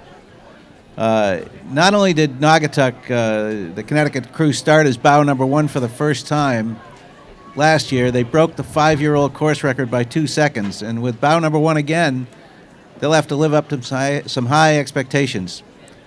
They're going to be chased by the West Coast powerhouses Marin in bow number 2 and Oakland Strokes in bow number 4. Saratoga Rowing Association has doubled the chance at the podium with 2 entries in the top 20. They've got bows 6 and 15. Now, in an event dominated by the U.S. crews, Godolphin may prove to be the international dark horse at bow 51. It's really fun to see these entries way down in the start order come through very difficult circumstances. They have to pass a lot of boats, and they have to have cooperation from the boats ahead of them to get by in order to really realize their full potential. The crews have been very well instructed by the umpires and their coaches on etiquette, racing etiquette in the river. I mean, racing is racing, but when you're being passed, you've got to give way or you're going to be assessed a 1-minute penalty. There was a boat yesterday that was exactly what happened to them. They got a 1-minute penalty for interference going around the Belmont Hill turn.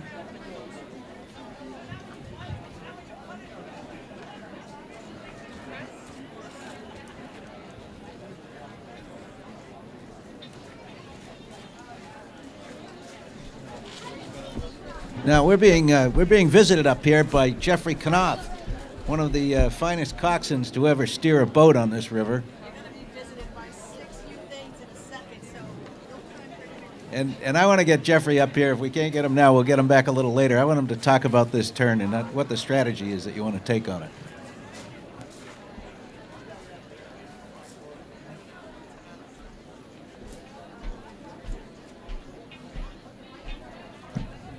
We got to send a good shout out, a hello to Steve Lynch, who's listening online in Moscow. Steve, wish you could be here. And glad you're watching.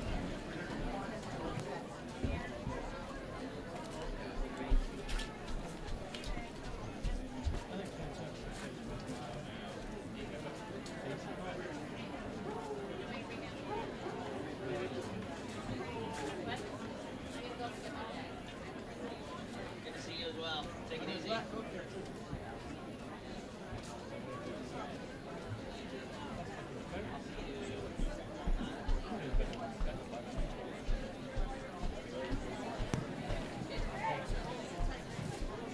This is going to be a very tight race. Ellen's reporting to me some of the split times at Weld.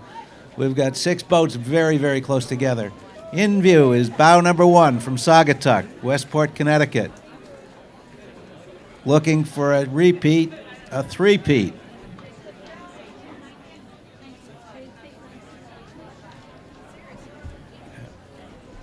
These catches are beautiful. Rowing a nice course, a little bit off the buoy line, but they're rowing a beautifully smooth course in clean water. And they have put some distance on bow number 2, just coming into view, which is Marin.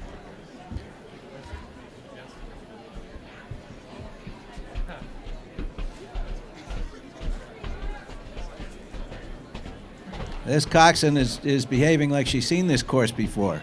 And she indeed has. She was here last year. Cranking it up, making it through Elliott. Perfect course to get into the Belmont Hill turn. And here comes Marin. Marin is not giving it up. They're hoping to get it back in this last half mile. Rowing very smooth and long.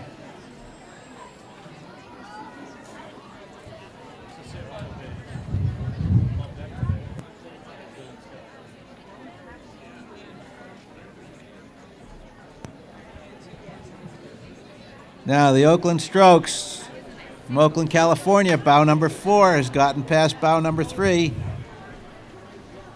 That's PNRA Mercer from Princeton.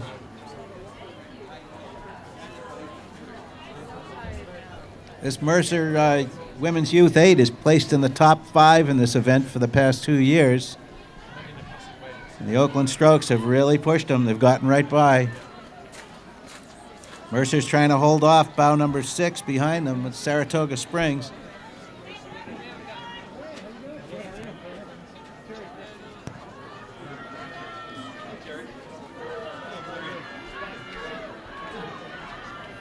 Okay, so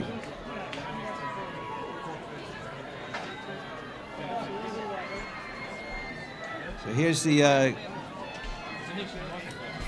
with the strike. This is right in front of us now, Saratoga Springs, and they've gotten past Connecticut. Caitlin Kinnest and Julia Cornacchia represented the Team USA at the 2016 Junior World Champs, bringing home a bronze medal in the straight pair.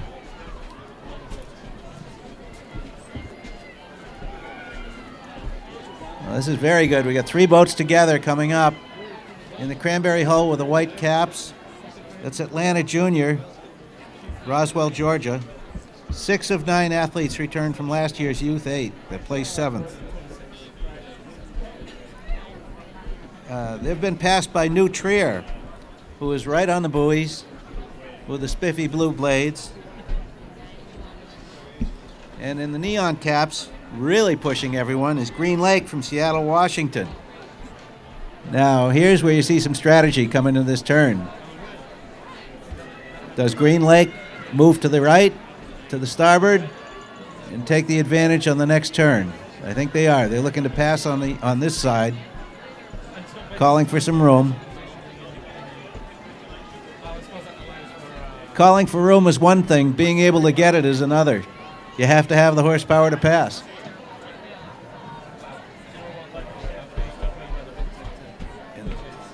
And as I see them coming out of the bridge, they lost the advantage. They lost the advantage. New Trier held them off, and they're moving out.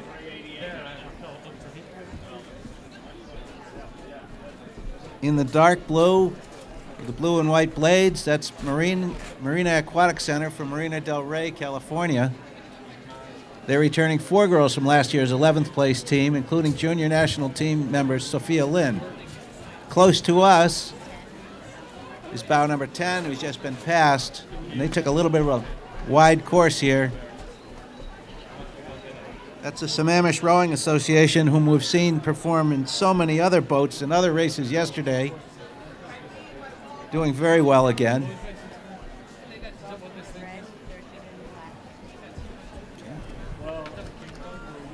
Okay, coming up, we've got number 13, Mount St. Joseph is really pushing CRI. It's our hometown friend, CRI, in bow number 12 in the in the red and white blades in their bright red boats. They've got to put away Mount St. Joseph in this turn.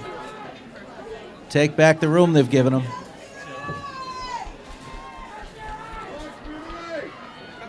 Let's hear some noise for CRI.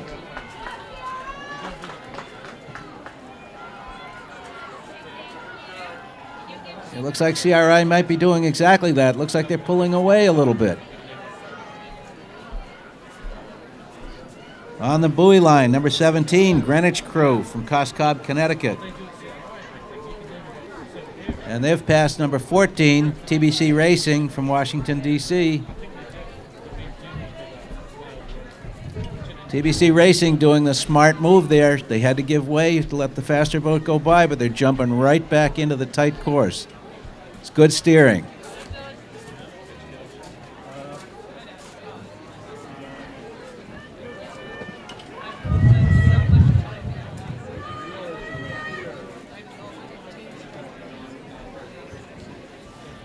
Taking it a little bit wide with the Riverside blades. It looks like Saratoga, from Saratoga Springs, New York. And in the orange boat, OKC River Sport from Oklahoma City, Oklahoma. Sarah Ondak from the U.S. Women's Junior National Team 4, who won a bronze medal, is in stroke seat of this boat.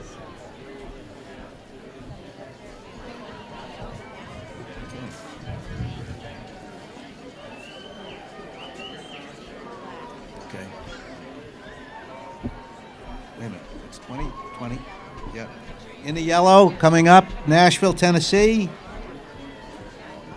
And they've passed bow number 18, Detroit. And taking it a little wide, giving respectful distance to the bit faster boats is Mount St. Joseph's from Pennsylvania.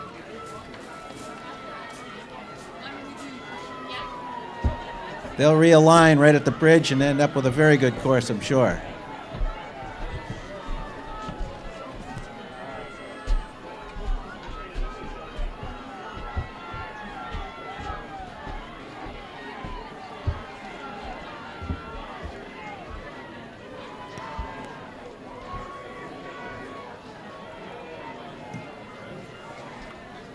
Coming into view now is bow number 22, Old Dominion from Alexandria, Virginia.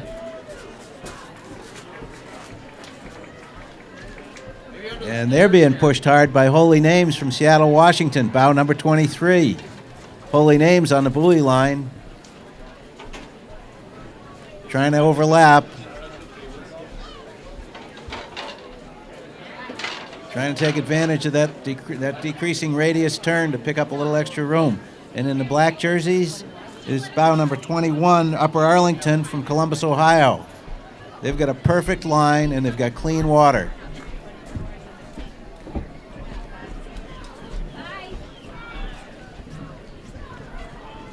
In the pink, Miami Rowing and Water Sports Center from Miami, Florida.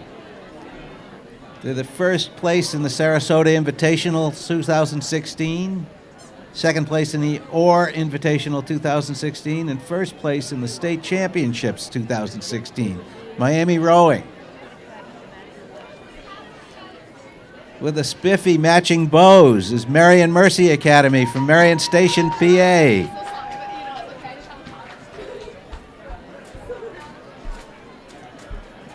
And visiting us from Oxfordshire is Headington.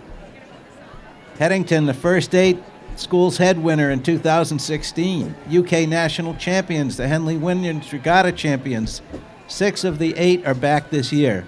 4 of these girls raced internationally for Great Britain and 1 for Switzerland.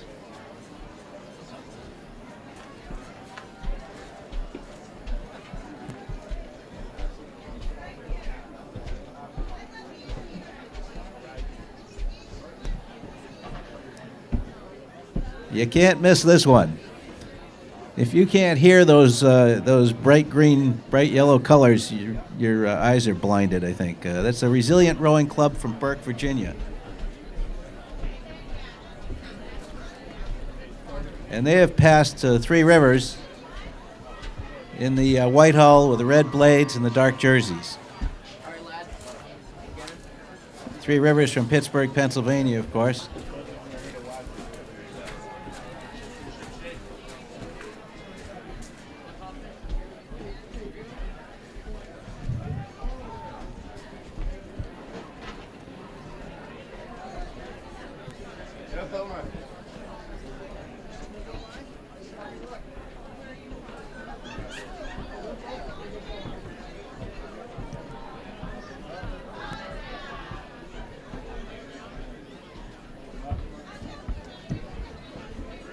Coming into view now, we've got bow number 31, Sarasota Crew, who's squeaking past Vashon Island from Washington. And there's Sarasota looks like they're moving out a little bit on the buoys, where instead of staying in, it's going to get very close here. And in the red boat, with the familiar livery of CRI, is another CRI entry. It's the competitive girls, second 8. Let's make some noise for these girls.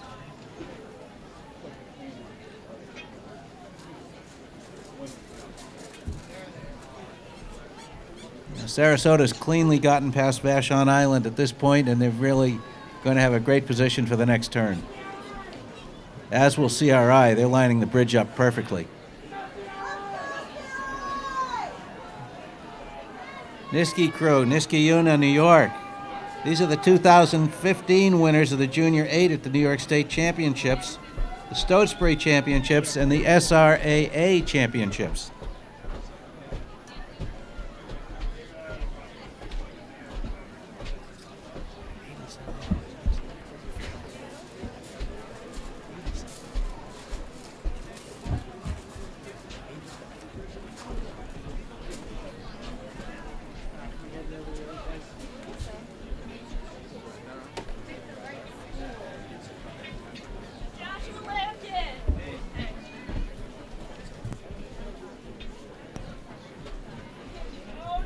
Bow number 34, rowing with the Radcliffe blades, is Rose City out of Portland, Oregon.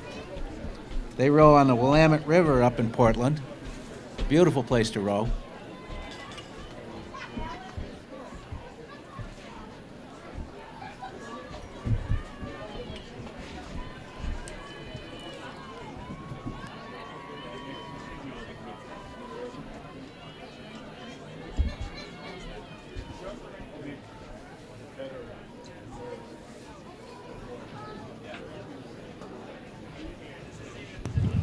Well, I thought we were going to have a little respite from the wind, but it's really picking up again and getting very blustery. In the dark oars, coming around the bend now is another Saugatuck entry. They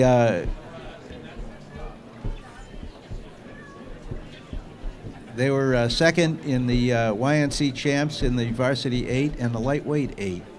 They're two-time head of the Charles champs in the youth 8. This boat, rowing very nicely, number 38. They've gotten by number 35 in the white shirts.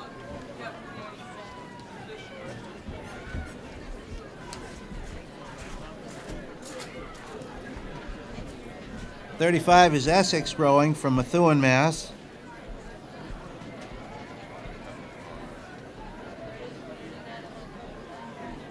Okay, right on the buoy line is bow number 39, pushing Essex hard.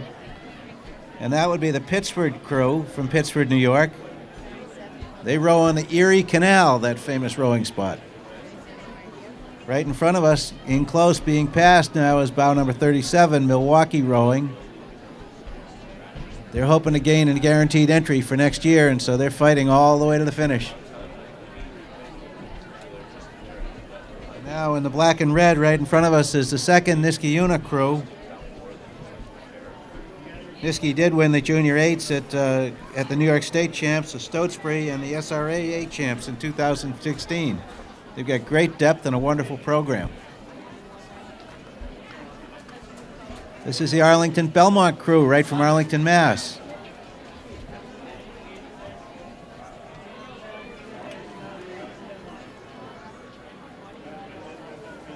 38 taking a little wide. Long Beach making some room for the faster crew. The faster crew on the buoys is Dallas United from Dallas, Texas.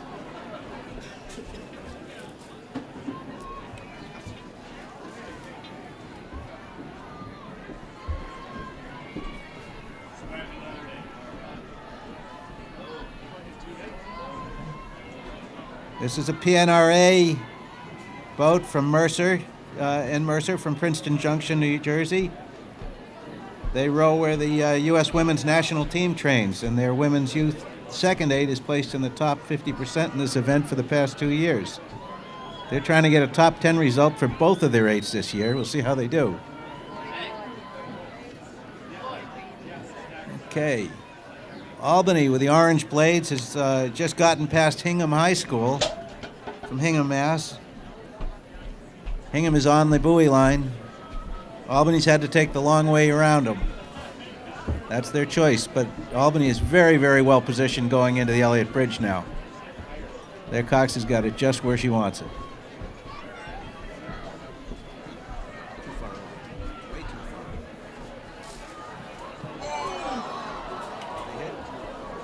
Well, we just have a girl catch a launching crab. She's back in the boat. It looks safely.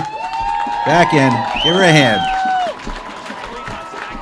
45, Waylon Weston in the orange right here on the buoys. Look, and they got that boat going again. They lost, what, 15 seconds. Great move.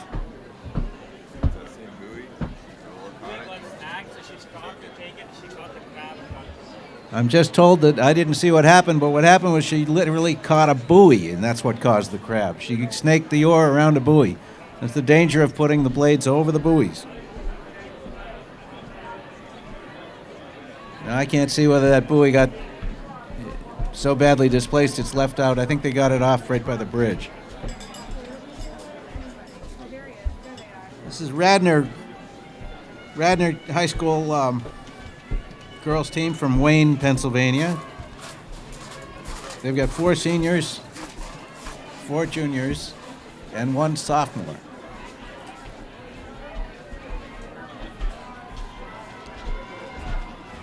Abigail Frischman in this boat is only 15 years old. Radnor's got a good batch of friends up on the bridge making some noise. Bring them home, ladies.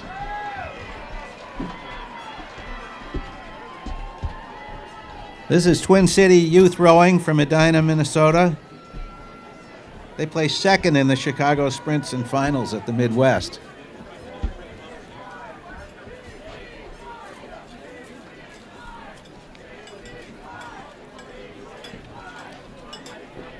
Twin Cities has some friends on Elliott. Make some more noise for them. TCY.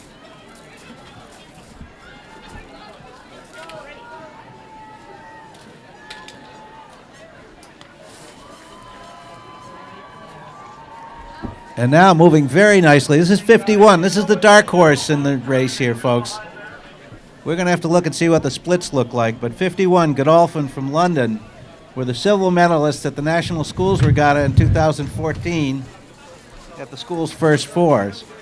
Quarterfinalists at the Henley Women's Regatta and the Women's Junior Cox Fours, and they won the Junior 16 Fours at the school's Head of the River race in 2016. So they put those champions together in an 8 and watch them go.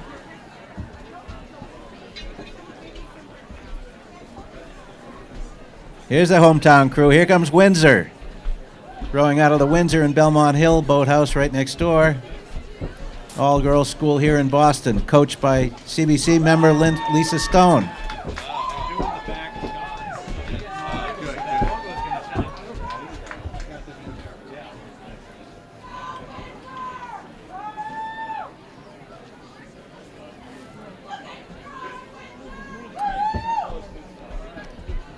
Windsor's put a little distance between themselves and Upper Arlington, bow number 49, coming up behind them.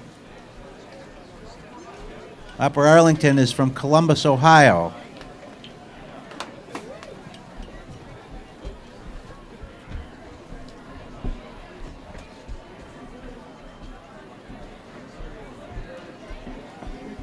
Well, Marlene, that's the first time in a long time I've seen someone actually get out of the boat in the middle of a race. But I did see a women's crew, I think from Vassar, many, many years ago, had a girl launch right down by Magazine Beach, out of the boat, into the water, back into the boat, and nobody passed them. And that's how close they were at Mag Beach. It was just after the start. In fact, Lisa Stone flipped out here one time, the coach of Windsor. She flipped right on this turn in her single, got back in the boat, got going again, and I think she didn't lose a place.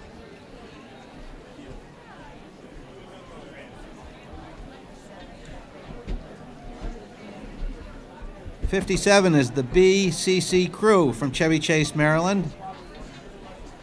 They are the Maryland State champions. Bow number 57, followed. Okay. In the teal is the Manchester Rowing Alliance from Auburn, New Hampshire. They're formerly Row America in Manchester.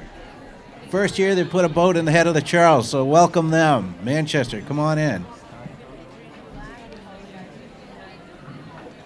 In the black, from Marion, Mass., Tabor Academy.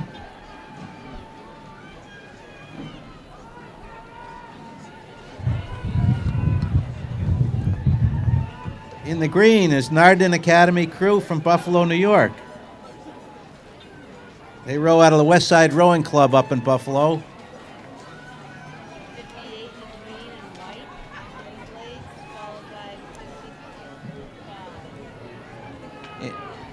In the green from Barrington, Rhode Island is East Bay Rowing.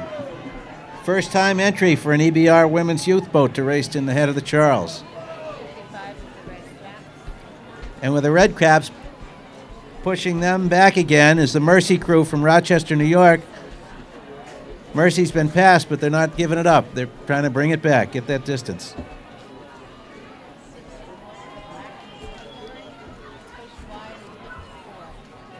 Okay, 54 is the Westford area rowing. They're on the outside, giving a little bit of room to the faster crew, which is number 61, Capital City Rowing out of Tallahassee, Florida. Capital City doing a nice job passing. It's getting a little close, but I think they're going to get by safely. It's that decreasing radius of this turn makes it very tough to not get pushed wide. And in the pink caps, trying to get it back again is bow number 56. Okay, 56 is the Mercy Academy crew. Who that? Two in the red.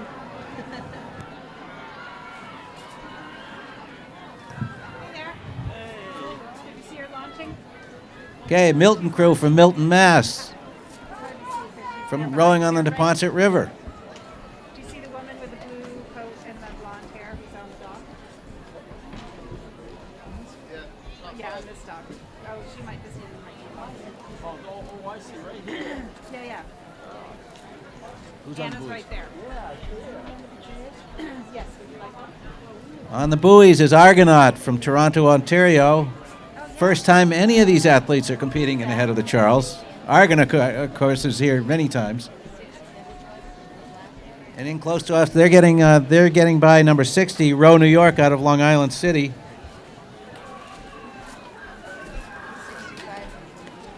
Yep.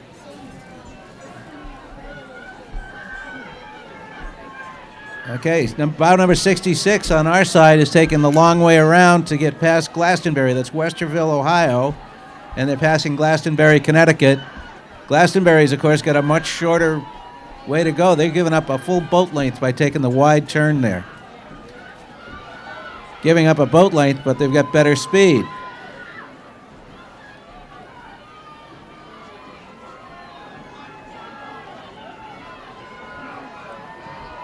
You spend a lot of gas going a long way around this course.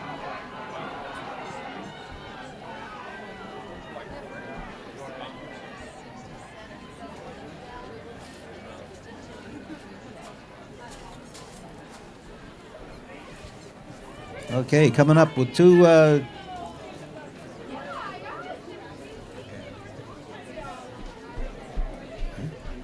Greenwich Academy, closest to us, with the Yellow Blades, Greenwich, Connecticut. It's a 14-year-old crew, and they row on the Mianus River right under Interstate 95 in Coscob, Connecticut. And then Saline High School from Saline, Michigan. Some of these members of this crew won the 2016 Hubda Cup.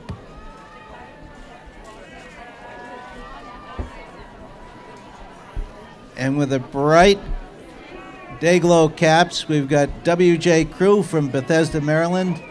Many members of the semifinalist Junior 8 at Stotesbury and SRAA National Championships. And along the buoy line, it's Westerville, Ohio. Oh no, I'm sorry, that's St. Mary Bay, Bayview, East Providence, Rhode Island. Bayview's first chart at the Charles in 3 years, and looks like they're trying to make the top half, doing some good passing. And in the black and white, taking a little wide, is Eustis from Pennsauken, New Jersey. And they're being passed by Montclair, who is on the buoy line. Two New Jersey teams duking it out.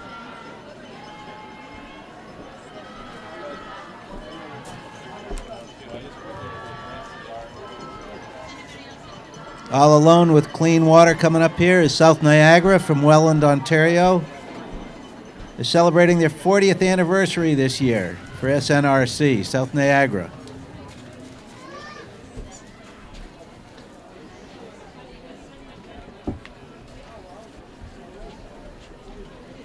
Okay, in the blue, on the buoys is Pelham CRA. And they've gotten by number 69, which is Hilliard from Powell, Ohio. This is the second team's trip to the head of the Charles. They have only one senior in the boat.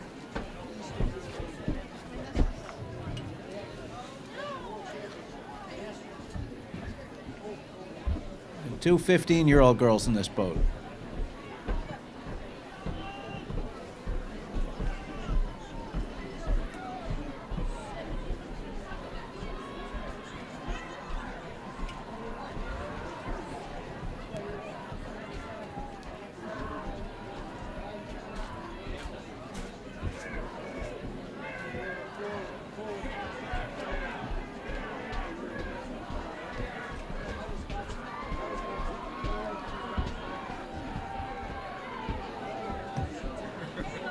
This is Concord Crew from Concord, New Hampshire, bow number 73. They're a young group, but all their veterans graduated. And this is Pacific from San Francisco, California.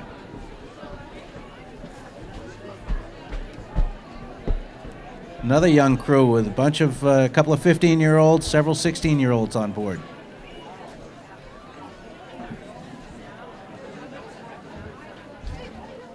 And with the blue and yellow tops is number 77, Annapolis Junior rowing.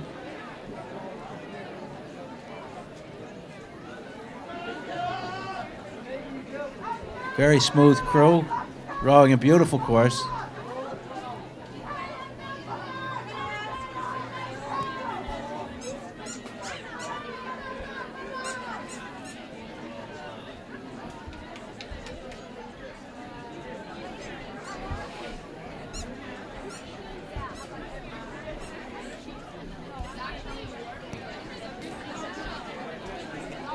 In the gray tops with the pink caps is the Mounties. They're from Montclair, New Jersey.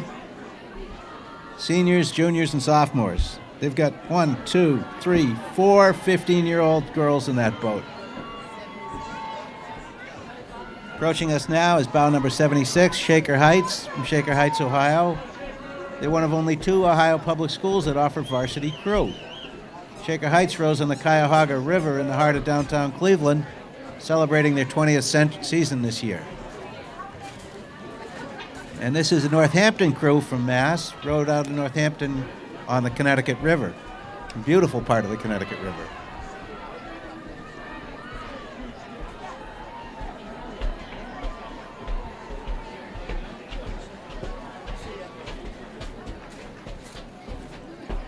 Another young crew coming up, number 82, Mountain Lakes from Mount Arlington, New Jersey, with several 15-year-old girls on board and several 16 years old. They have over 70 team members to pick from, so it's a lot of depth in Lake Hopatcong in New Jersey.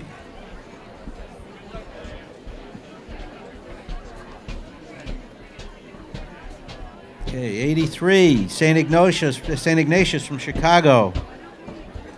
I think yesterday was the birthday of St. Ignatius. It's their first Youth 8 for the St. Ignatius Chicago women in the head, so welcome them.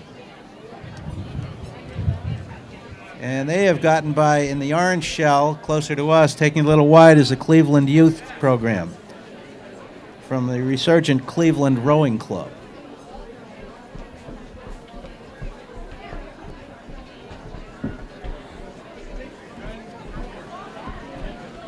And with the maroon and white blades, that would be Farmington High School crew from Farmington, Connecticut, bow number 84.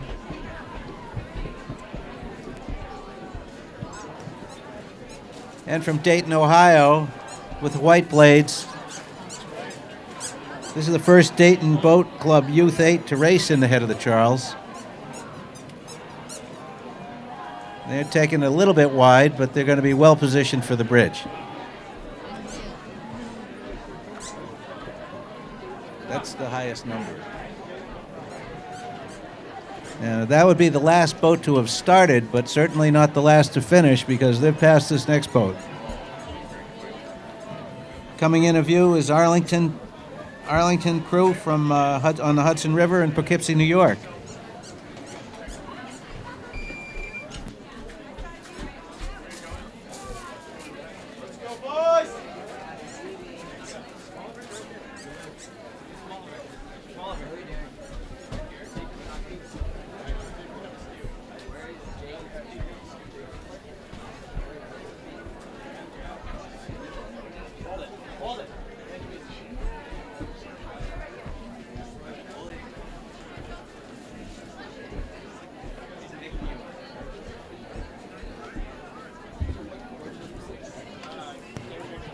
Let's give Arlington crew a big hand. Get them under the bridge for this last half mile to go. Sit up and row long. You're doing great.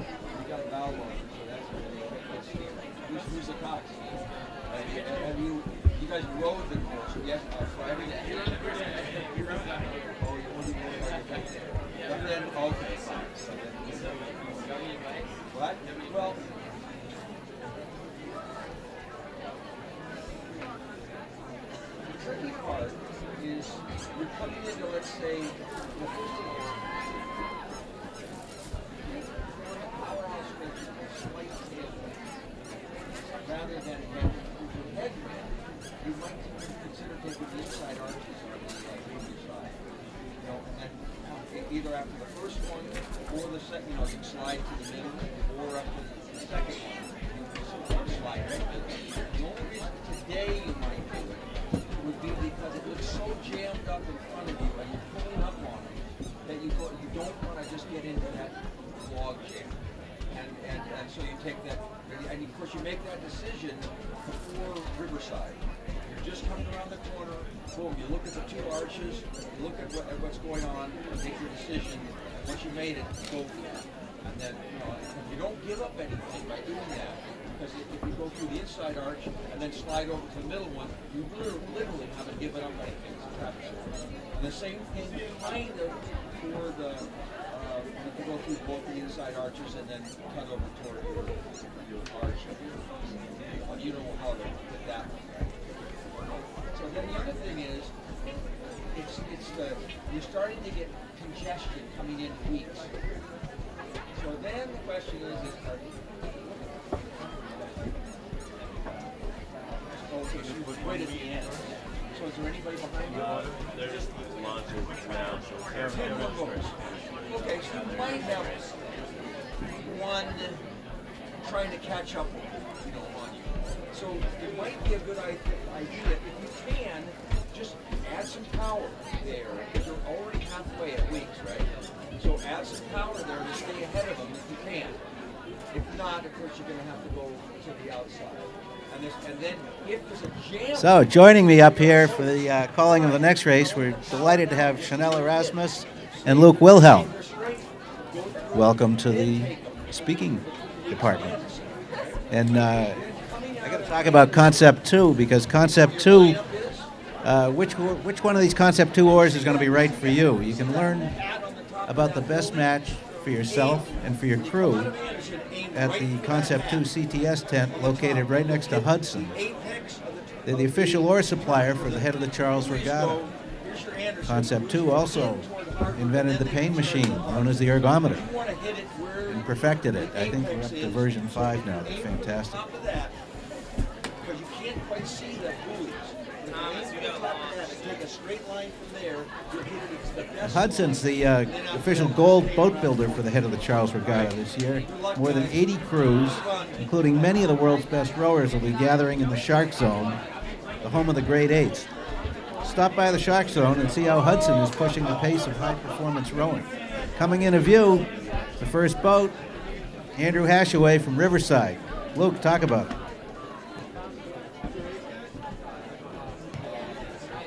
Hash is a local from Riverside Boat Club.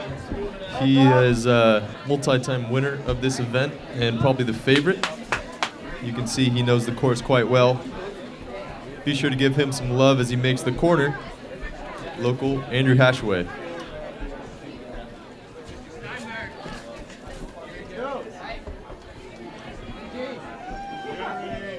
He's just rowing the head of the Charles so that he can eat his donuts year-round.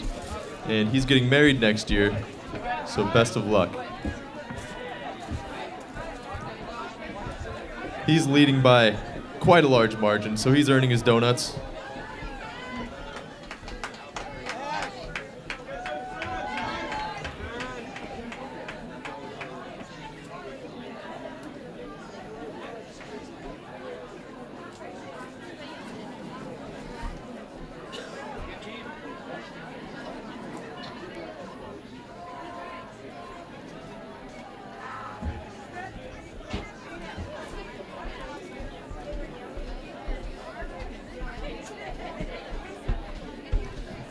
We can see he still has a large lead on whoever's coming around the corner next.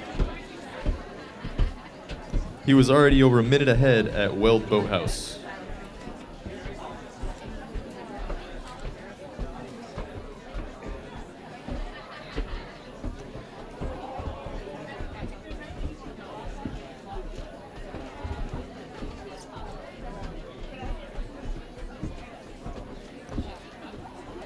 We see a large pack rounding the corner now. It might get interesting as we make our way to Elliott Bridge. Here comes bow number 2, rowing out at CBC. Dave Ringham, local town favorite. Head of the Charles legend. He's rowed this river every day. Give Dave some love as he makes the corner. And we can see things are getting interesting right behind him. Bows 3, 4, and 5 right here, all in a tight pack. Bow 3, that's Mike Ferry, also from Riverside, another local guy. 5 is overtaking bow 4. That's Andrew Niles from Virginia Rowing Association, passing Drew Tennant, another local river legend. A lot of local guys here racing the Masters single. Very tight race coming through Elliott, very tight. Last push through here. Get loud, crowd. Andrew Niles was a 2014 USA lightweight national teamer.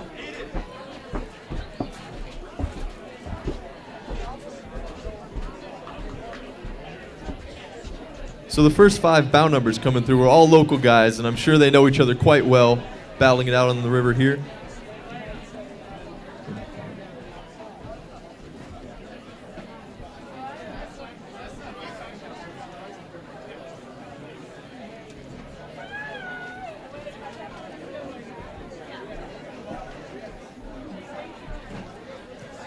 This corner can get very tricky because the winds shift as you come around, and it turns from head to tail to cross all at once. And you can see in the singles, as you make the corner, the bows get blown around.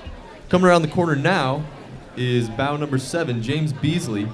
He rode at BB&N, and he's excited to come back to Boston for some hometown racing. A lot of hometown guys. Let's give him a cheer.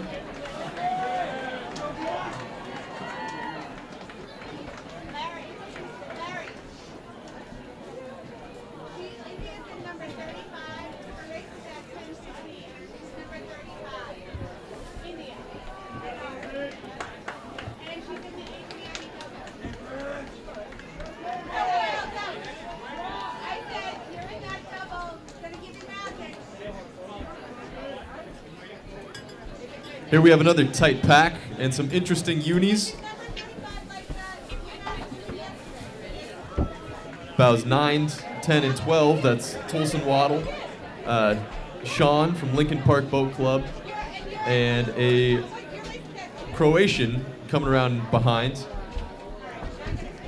We see 9 taking the tight corner, 10 right on him. Very tight racing as always. And bow number 12 sneaking her in the inside. Visitor from Croatia, coming a long way to race here. He's a multi-medalist at the Masters Nationals Championship, World Championship. And he got 8th in 2014 here at the head of the Charles. We see another tight pack of 2 coming around the corner. Mike Dolson out of Philadelphia and Pablo Tesbro. Both are HOCR veterans, and bow number 13, Pablo, is rowing in the Detroit area. So people from all over the world coming through here. We got a tight race. 2 blue boats battling it out through Elliott Bridge.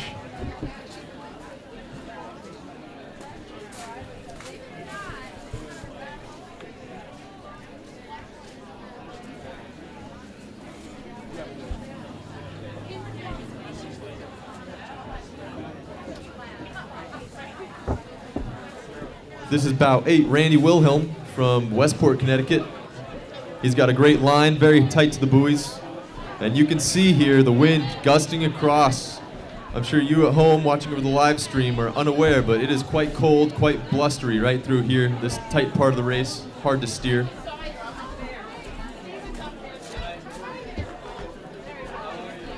We have Brian Tyron in the yellow boat on the outside. That's Brian Tyron, and he's out of Los Gatos, California. He is battling down in the white with Samuel Batchelor at a Union, another local guy. Learned to row at Brookline, rowed at Yale. So we have some great pedigree here coming through.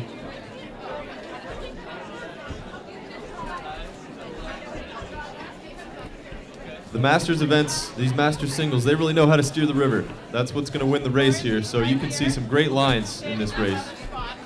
This is bow 18 out of Cascadilla, John Trousel. He is excited to be back racing after 2 years of a break. And this is his second time at the head of the Charles. Another great line coming through.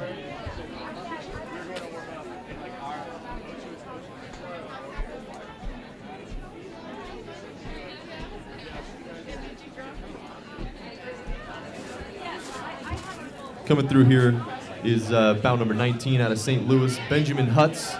He is a professor at St. Louis University. He must be analyzing his course as he goes around. Give it up for Benjamin Hutz.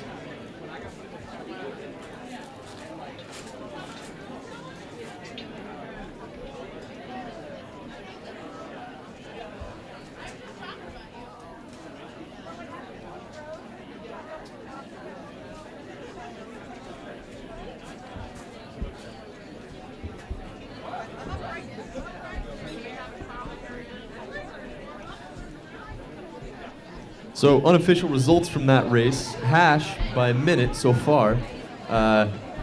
Local guy blew it out of the water. The top 6 bow numbers are finishing. We'll see some other people come and change the order, but it seems like no one's catching Hash today.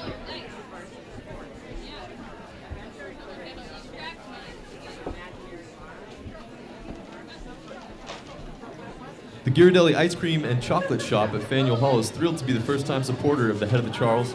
Stop by their booth at the Weld exhibition for complimentary chocolate testing all weekend. Warm up with premium Ghirardelli hot cocoa for sale at the Ghirardelli Booth now.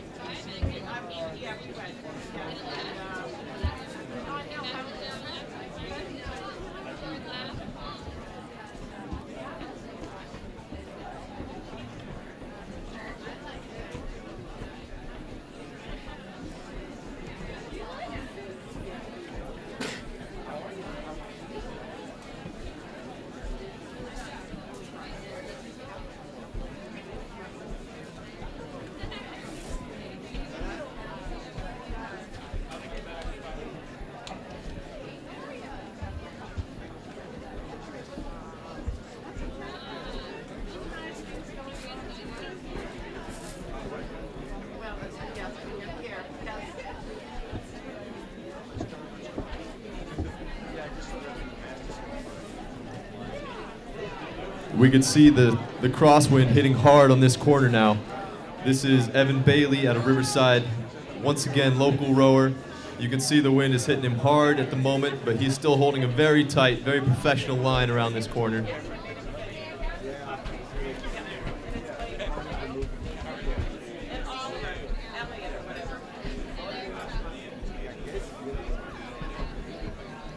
Go Riverside.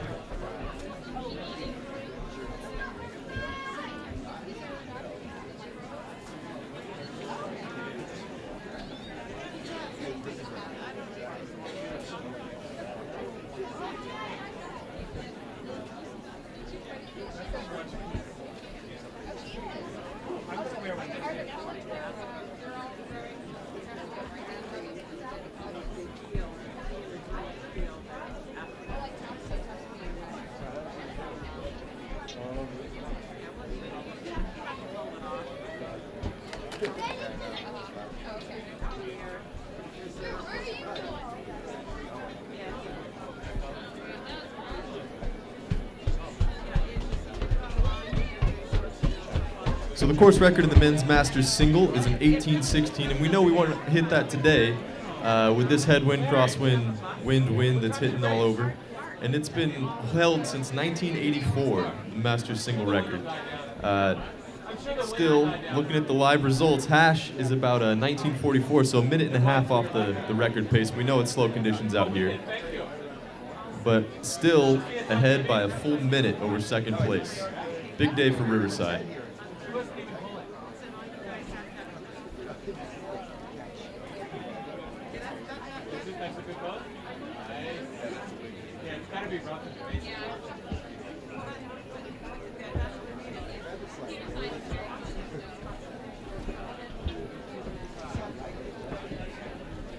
This is Brandon Millardo coming around the corner. He's a northeastern guy going to Middletown High School and graduated from UMass.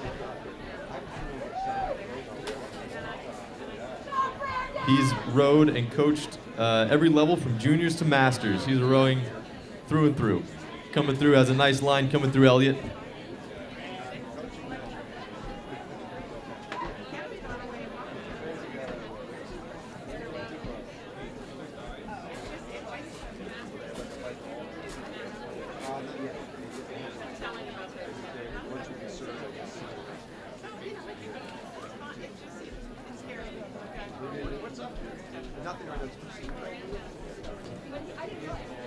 So next up we have event number 38. That's the Women's Masters singles, and the course record is held by Cynthia Matz. It's 1955, and it's been in effect since 1997. And so here we see, with 2015 top finishers not returning, Lori Criado will lead the field at bow number one, and we will be seeing her coming down shortly. And chasing her down will be Leon Keister, who looks to be on a mission here. Here we see it's bow number one, from Alexandria, Virginia, that's Lori Criado, and she's bound number 1, returning the Charles after welcoming her third child in August, and honored to be competing. Following her shortly is Leanne Keister from Riverside, also a local rower, and she's a volunteer coach of Riverside High Performance Group and a 6-time U.S. national team member. So she is close on the heels of bound number 1, that is Lori Criado.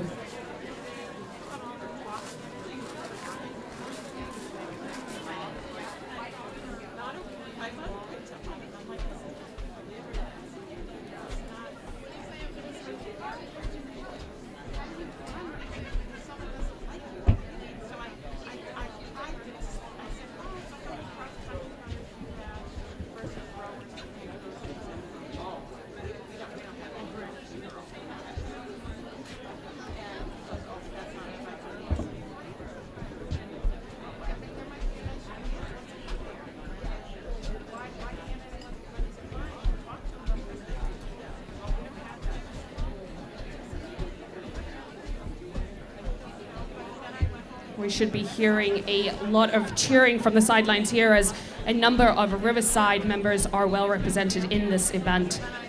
And coming up now, we have bow number 5, that is Rebecca Armenta from Redwood City, California, and she is from San Francisco and first started rowing in 2001, and she seems to have made up some of the gap that was being set by bow number 1 and 2, and has overtaken who we see coming here now in the black shirt. That's bow number 4, Jessica McAleer. And she is closely followed by bow number 3, Bryna McCornertree from Riverside.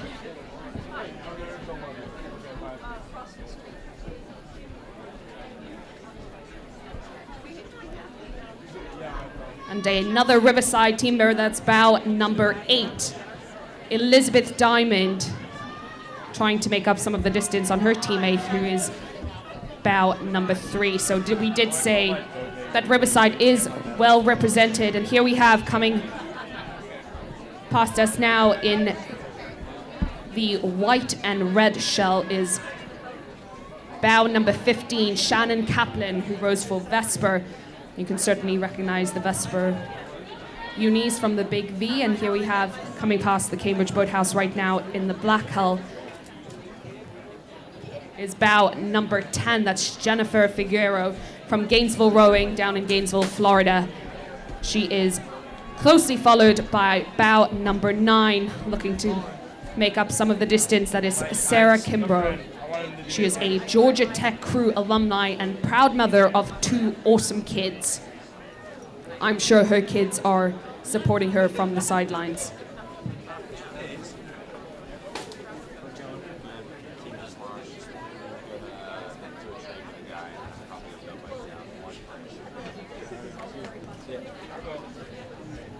Here we have bow number 11 in the white hull with the green uni suit. That is Allison Chase from the Maine Rowing Association, and she only started rowing in 2015.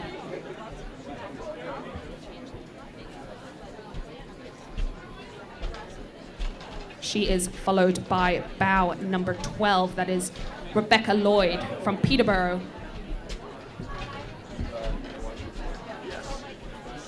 Coming past the Cambridge Boathouse right now is bow number 12, Rebecca Lloyd.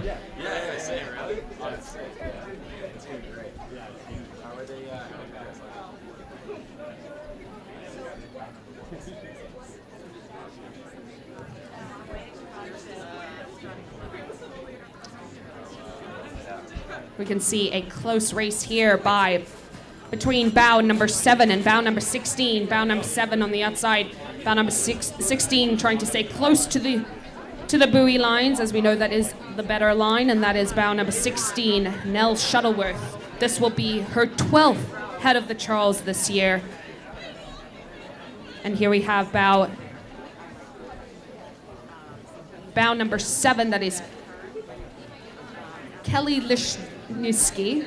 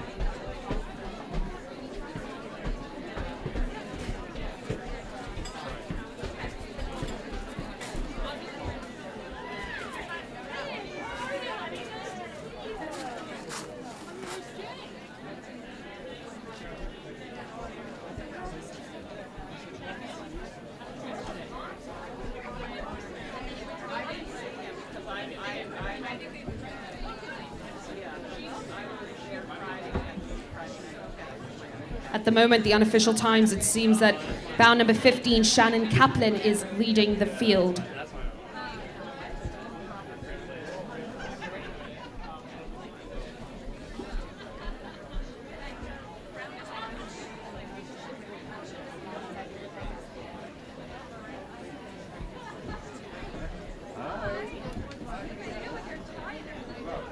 Here we see coming past the boathouse in the red hull and the white unisuit, another Vesper member is Jennifer Macio.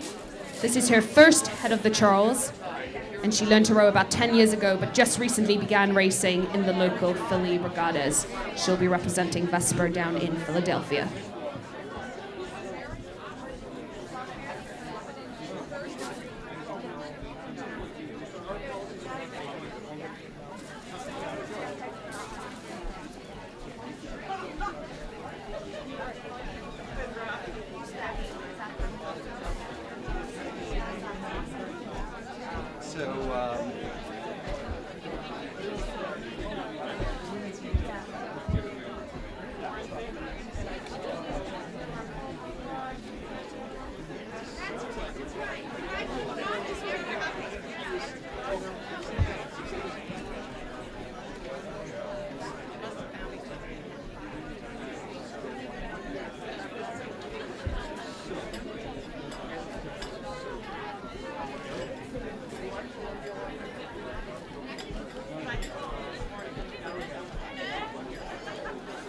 Coming past us here in the white shell, all the way from Houston, Texas, is Mickey Imanivong from bow number 14.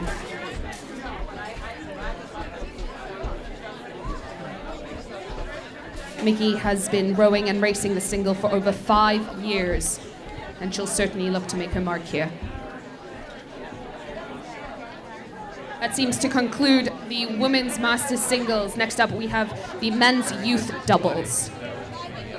Event number 39, men's youth doubles. This is a large event. This is a huge event with 36 entries. Bow number 1 coming through right now, Seattle Rowing Center. This is Nick Angelino and Reese Schultz. Last year's double placed second. And this year with the new crew, they're looking to improve. They seem to be doing that.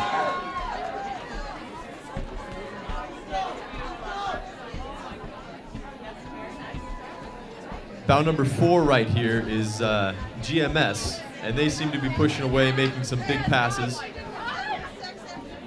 This is the U.S. Rowing Junior National Team double. And here's Seattle Rowing Center, sorry for that. Coming through, they have a nice line. GMS is setting up on the next dock. Apologies, the first boat to go by was bow 3, Narragansett. They made some giant moves early in the race, it seems, and they have clear water to the finish line. This here is bow 2, New Canaan. Cole Dorsey and John Byrne. As you look through the field of this event, you can see a number of the podium crews from U.S. Nationals and Scholastic Nationals, Seattle Rowing Center, New Canaan, Narragansett, GMS, always very well represented on the junior national team level in sculling events, doing their part for sculling in the United States.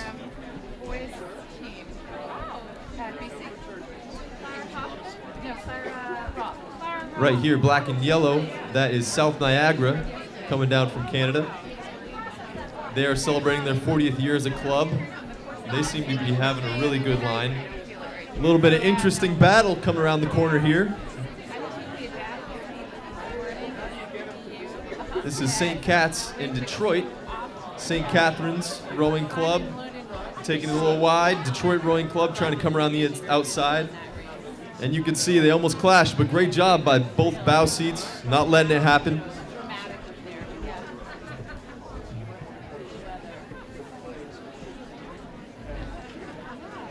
This is always the point in the race where the crowd starts to really help some performances. And we can see that as these guys make the corner, the wind is getting ugly, very ugly right here. Here we have bow 10 out of Norwalk, Connecticut, another Northeastern crew, and they competed this year at Youth Nationals in the quad. They have a very tight line coming through Elliott. You can hear the crowd getting cheered up for them.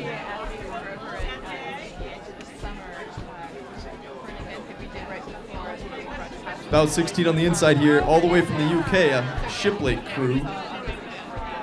They row on Henley-on-Thames. Everybody knows that river. And they seem to be smoking. They're posting fast times through Weld and Riverside. On the outside is another GMS crew. You couldn't tell that they lost their bow, but they are pushing on the outside, not letting the pass happen. And as we go through Elliott, we're seeing a very, very close call out of these doubles. More passing coming through this corner. We got 9 out of Miami Beach. They have a whole host of HOCR and Youth Nats medals to their club. And on the outside in the black, that is Malvern Prep. Again, some great sculling experience and some medals out of this crew. And it seems they just pulled the pass, both in white boats. You see Malvern Prep getting their line through Elliott. Very tight. On the inside, 15 out of Bellin Jesuit. We know that their lightweight program has been unstoppable the last couple of years. These are 2 of those guys from the Youth Nats crew that went last year, and they just made the pass over Conshohocken. Both athletes, very successful seniors in high school. And here's bow number 8, Riverside locals, Brooklyn High School rock stars.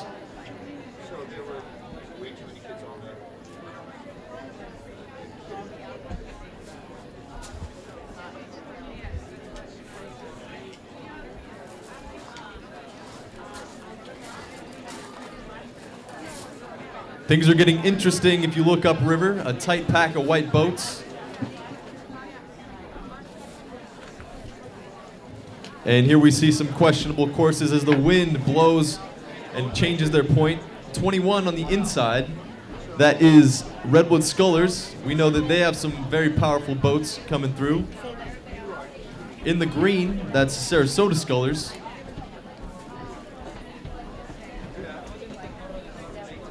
Another local crew, Bromfield Acton Boxborough, right out of Harvard, Mass, here in bow number 12, and followed closely by North Jersey, Benjamin Sarks and Ewan Walker. Great River, just north of here, just south of here in Shelton, Connecticut, in the red coming through. And we can see everybody takes a different approach at this corner, some more successful than others, but these gusts are making it very challenging.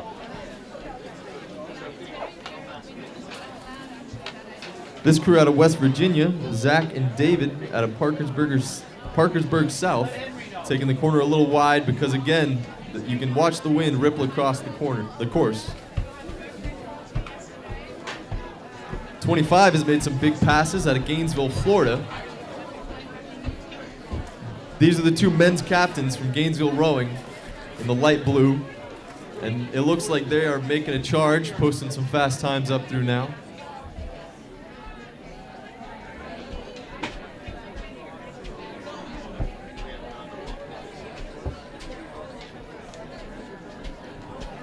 '28, another crew that's made a lot of passes, Ridley out of St. Cat's, all the way coming down from Canada. We know that these guys made their trip worth it, and they're making some passes on bow 22, Long Lake Rowing crew. A couple of sophomores with long HOCR careers ahead of them.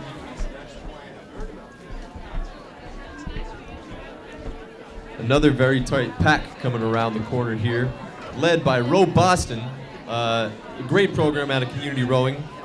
Row Boston is a year-round athletic and academic support team for Boston Public Schools, boys and girls. And you can see that they're making their bow 26. They're making big passes, and they're coming through Elliott Bridge. Give them a cheer. Bow 23 coming all the way from Texas. They're looking to finish their turn.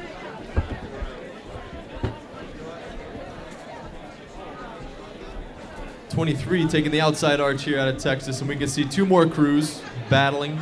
27 is Ransom Everglades crew, another Florida crew, followed closely by Austin, Joel McGuire, and Jacob Cox.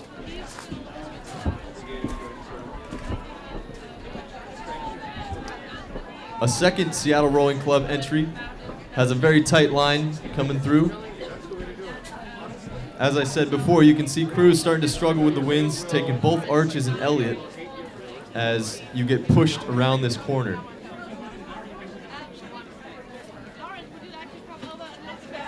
Dayton, Ohio, right here, a couple of 16-year-olds rowing at a Dayton Boat Club.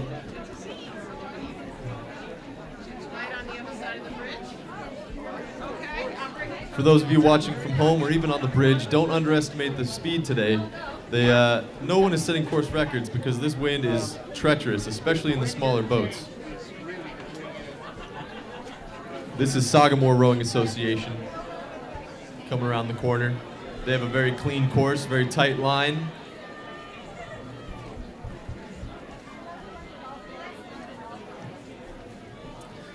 Leaders unofficially up to this point is Narragansett Boat Club. I'm not going to say I'm surprised, having great sculling pedigree coming out of there. Followed by GMS and Shipley. Your last bow number on the course, 36, has made some passes. Y Quad City, they're coached by Peter Charis, and both these guys won bronze at Youth Nats. UC Manchester Rowing Alliance coming through. They're from Auburn, New Hampshire. And 35 is California Yacht Club. They've come a long way to row. And this is first time HOCR for both of them. They have a great course through Elliott Bridge. Great job out of them.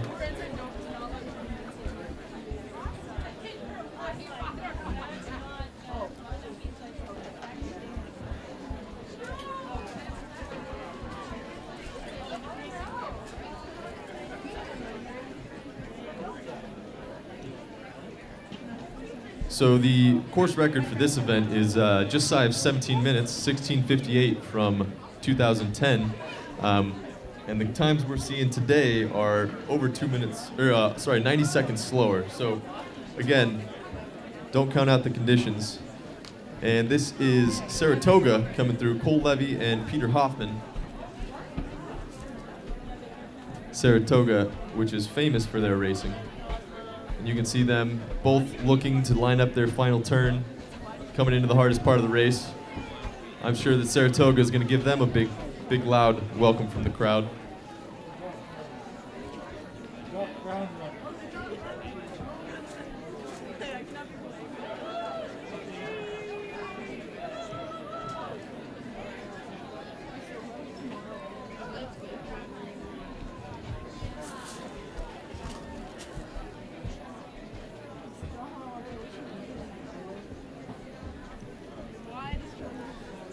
BNY Melling, presenting sponsor of the Head of the Charles, is the global leader in investment management and investment services.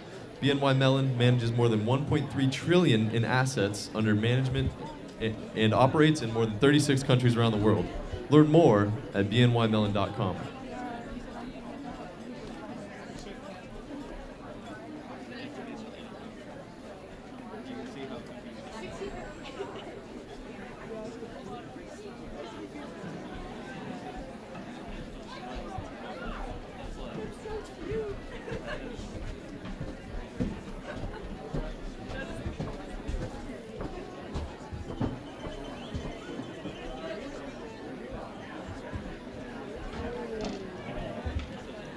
We're thankful today that it's not raining. Yesterday's storms also changed the times and conditions. These wind gusts were forecasted up to 50 miles an hour. Who knows what they're actually doing? But coming up next is the youth women's doubles. And here's Chanel.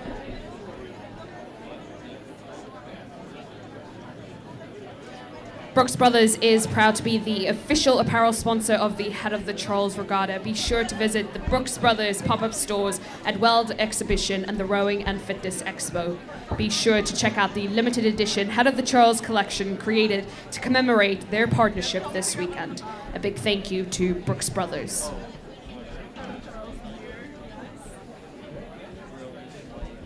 And next up, we do have event 40, that is the women's youth doubles.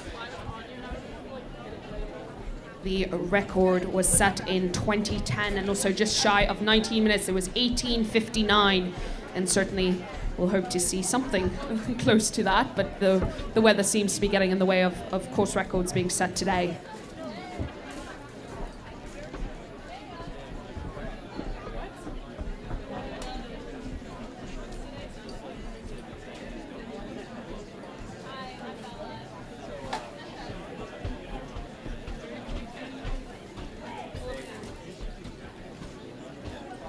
Bow number 1 is one of the favorites to win this race. Their crew is highly decorated at the national and international level, and they'll certainly be looking to live up to those standards.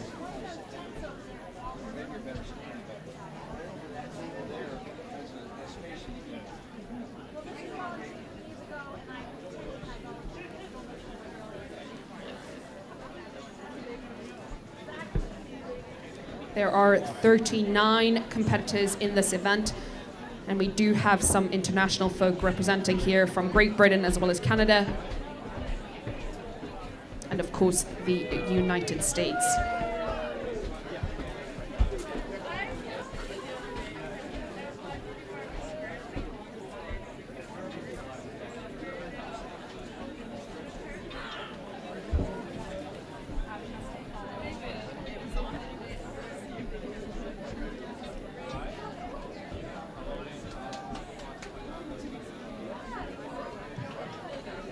We do have a sight of 2 boats coming around the bend now and making their way down the course.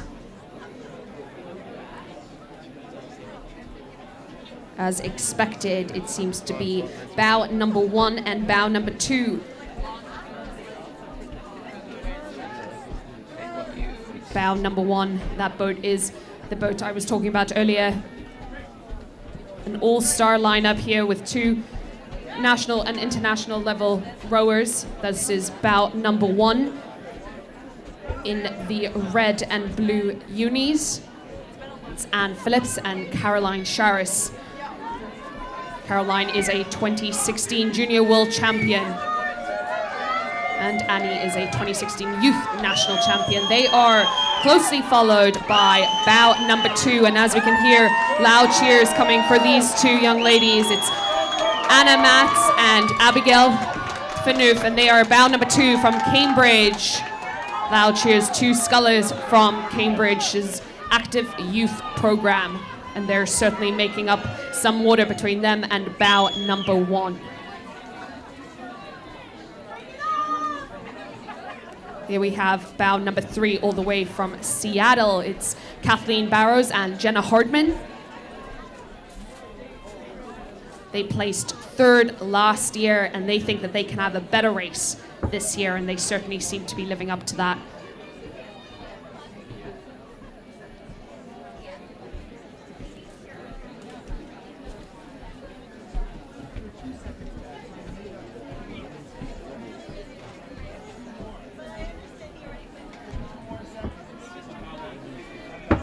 Coming past us now in white unis with navy blue stripes is from Narragansett, that is Grace Faye, and Lucy Hamilton, that is bow number 4.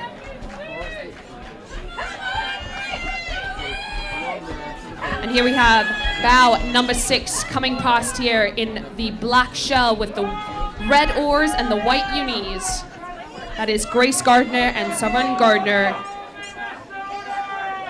They are 16-year-old identical twin granddaughters of CBC's Will Ryman, and they are seniors at St. Paul Public School, St. Paul, Minnesota.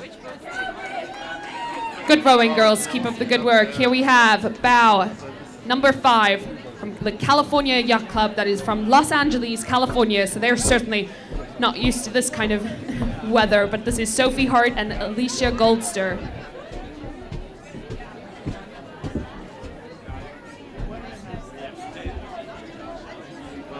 Here in the yellow and black unis is bow number 8, South Niagara, from it's Peyton Learn and Rebecca Kaplan, and they are closely followed by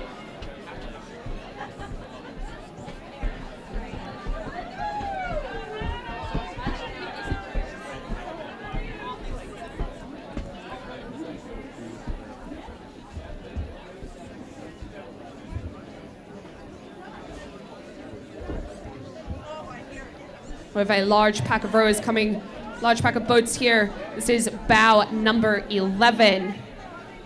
All the way from Great Britain, so they've certainly made their trip worthwhile. This is bow number 11 from Headington Club, that is Louisa Butler and Georgiana Townley. Headington are the leading girls rowing school in the UK, winning numerous national medals in the 2015 and 2016 season. And following them closely is Miranda Nicolin and Lauren Sanchez from Long Island. Here we have bow number 10, City Island from Bronx, New York.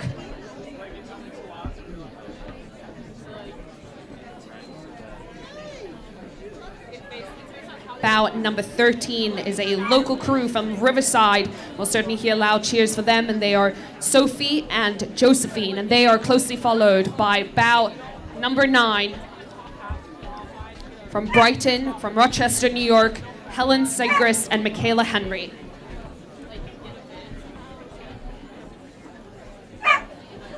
In the white shell, we have bow number 17. The GMS rowing from New Milford, Connecticut, so not too far away. It's Elizabeth and Ella, and they are being closely chased by bow number 15, Fiona and Hannah from New Cannon Crew from Knoll, Connecticut. So 2 Connecticut crews battling it out.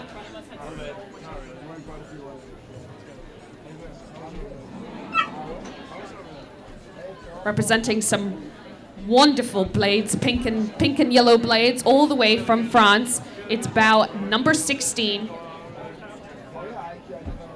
That's Morgan and Delphine, international rowers in 2016. They were 6th in the World Championships and had a silver medal in the National Championships. They've also traveled a great distance to come here and row in the Head of the Charles in this event.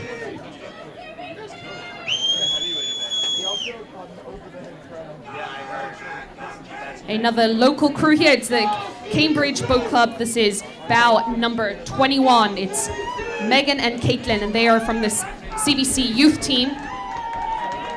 We'll once again hear loud cheers for these 2 young ladies.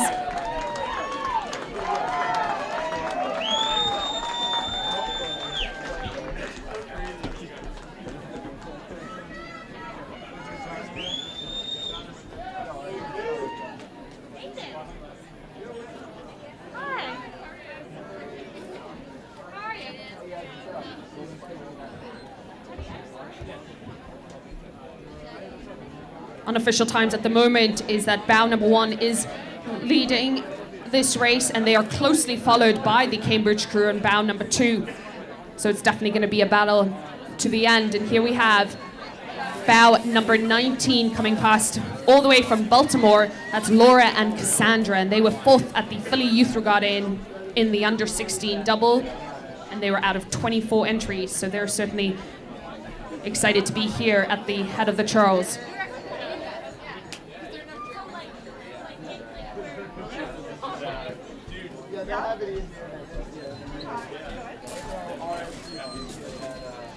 We had mentioned earlier that there are rowers coming from all over the world, and here we have a Canadian crew all the way from Niagara Falls. It's Callista and Katarina here in bow number 23.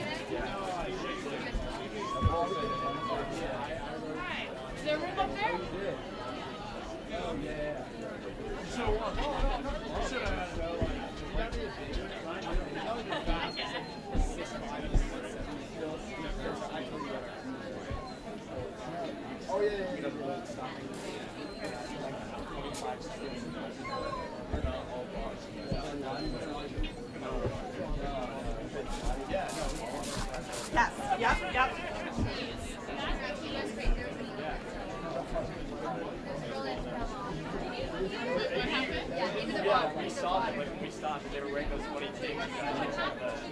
For your kids.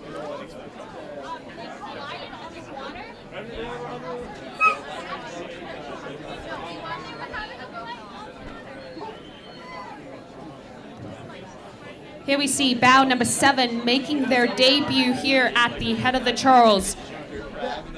They are also from Canada, and it's Danielle and Addison. First time here at the head of the Charles. This is in bow number 7 in the red and white unis and the red and white boat.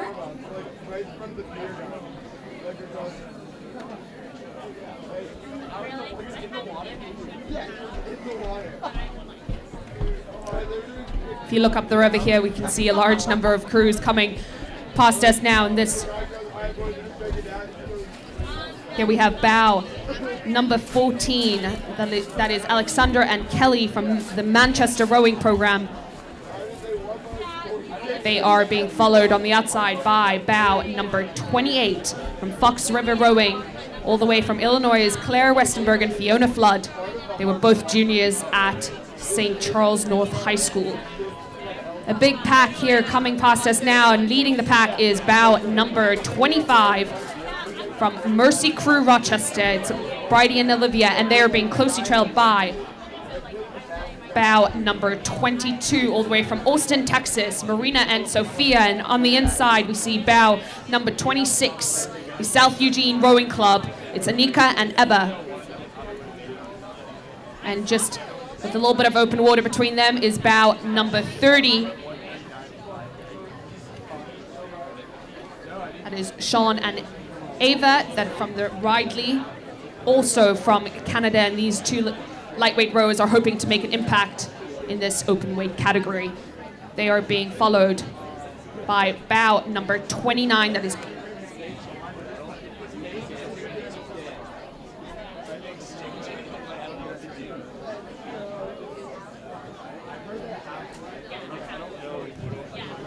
another large pack of crews coming past here, and this is expected as we get closer to the finish line.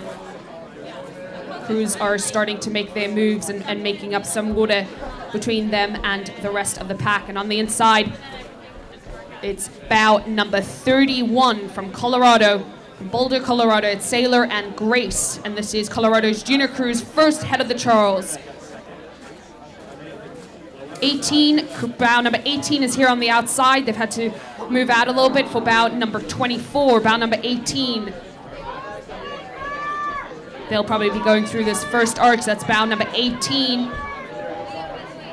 from Shaker, New York. That is Olivia Merlot and Tara Bryan. And then we have bow number 24 following them through that arch is Maria and Brianna from Ransom Everglades crew, all the way down in Florida, with a very nice line and rowing in this red shell is bow number 20, Row Boston. So also another local crew, that's Shannon and Katie.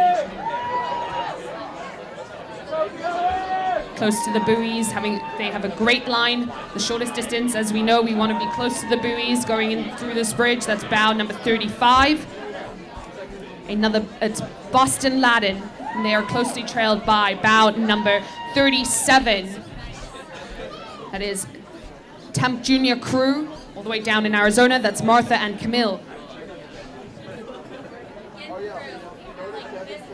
Coming past us now here in the black shell is bow number 32, Rosalind and Sydney. This is from an all-girls school down in Philadelphia. It's Agnes Irwin, and they're being closely followed by bow number 33, Amadeus Rowing Academy down in New York. It's Hannah and Madison.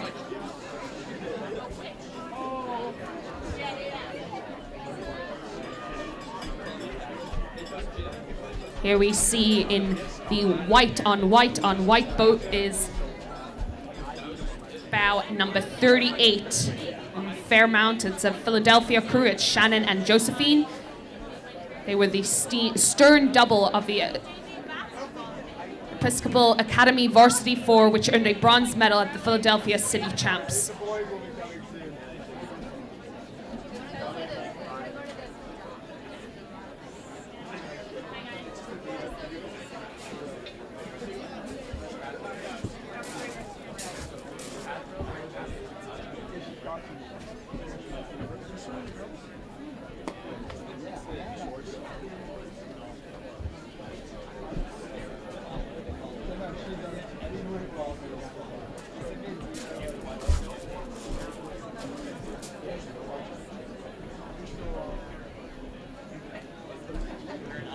We are still waiting for a few more crews to come by, and the conditions seem to be the same. A few gusts of wind, and it doesn't seem to be dying down, but we'll see a few more boats coming past us in the next few minutes.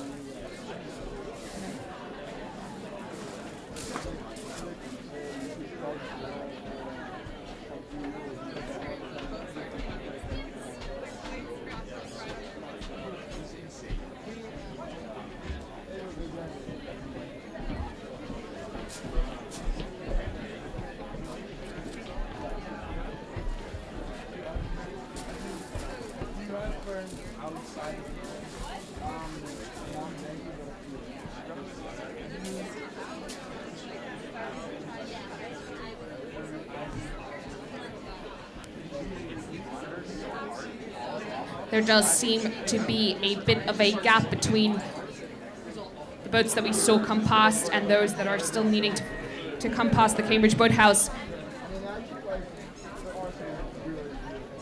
But they do seem to be in sight. We can see two boats making their way down the course.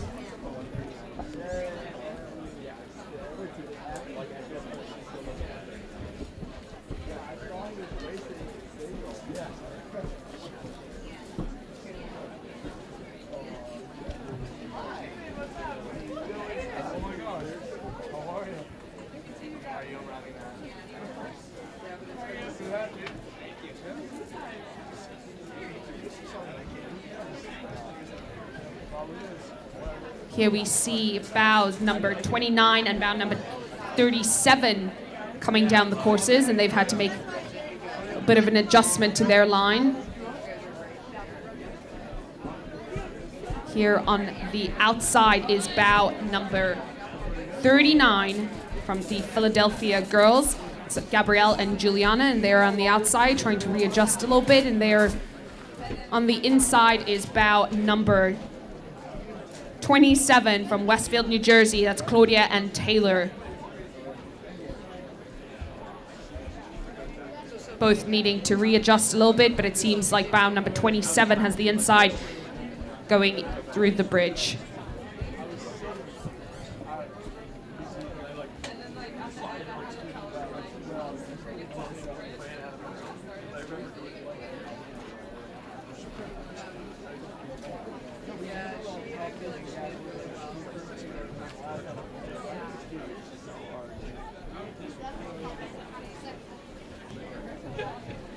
Here in the blue shell, we have bow number 36, another Westfield crew. That is Zoe and Pamela.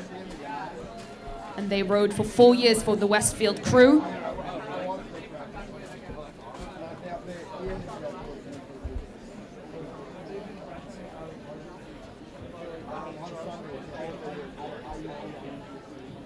And that seems to be the last of the women's doubles coming past us here. We have the next race, which is the event number 41, which is the men's youth fours. We can see the crowd on Elliott Bridge is starting to grow bigger in this truly massive event. 85 bows in the men's youth four. We have a whole mess of crews already on the course, and we have another 40 who have not yet even started the race. 2015 saw a major shakeup when 7 of the top spots were taken by crews holding 37 or higher. So this event is one for late bow numbers to come and make a charge. Right here, a very local crew, Nobles, is leading, and they had one of the faster times through Weld. We all know that doesn't mean it's over, but they are making a great line rounding into the final quarter. They really earned bow one. Here, already an upset coming Bow 4 making some passes. They made their trip across the pond worth it from Radley in Oxfordshire. They are really shaking things up in their bucket rig coming through Elliott Bridge right here. We see some overlap here as Salisbury School making the pass around one of the women's doubles that's still on the course.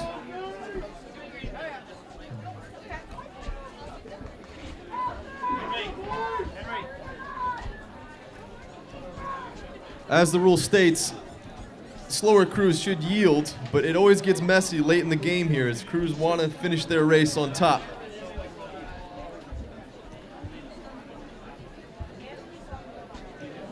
Here's Choate coming around the corner in their blue shell, and they have one of the top bow numbers this year. They started 85th last year, and they really earned their spot to come back.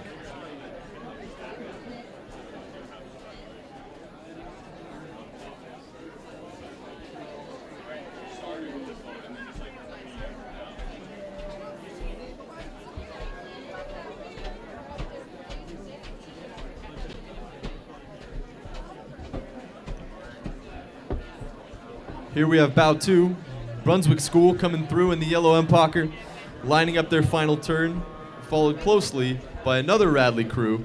Both those Radley crews have already made their impact on the race, making some passes and really throwing down some speed.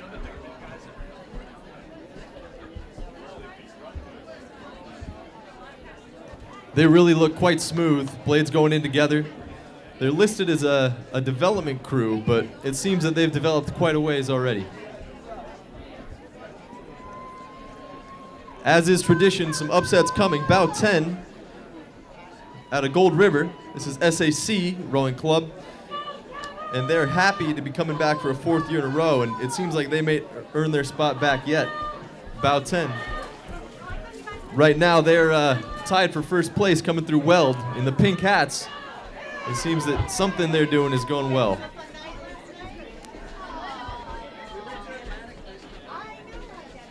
And here with the parade starts, bunch of crews with just maybe a boat length between them. This is bow 11. Belmont Hill, everybody knows Belmont Hill, perennial powerhouse. These guys really only have a spring season, so this boat here is guys who are extra dedicated, training year round. I'm sure they're about to get a big cheer from the crowd at Belmont Hill. Seems like they made a few passes themselves. Upper Canada out of Toronto. These are various members of the Toronto Rowing Club in the secondary school championships up in Canada. They're making their trip down worth it. Long Beach crew, always seen at Youth Nats here in the yellow, bright yellow jerseys, white boat. And another West Coast school coming through, Pacific, in bow number 13. They're playing chase on Long Beach. Now this is where stuff starts to get exciting with the large pack, people making passes. Leading this pack is Los Gatos, varsity men. West Side Rowing Club, who had a great summer out of Buffalo. They have some dock speed with their matching hats on the outside. And in between them, another West Coast school, Marina Aquatic Center.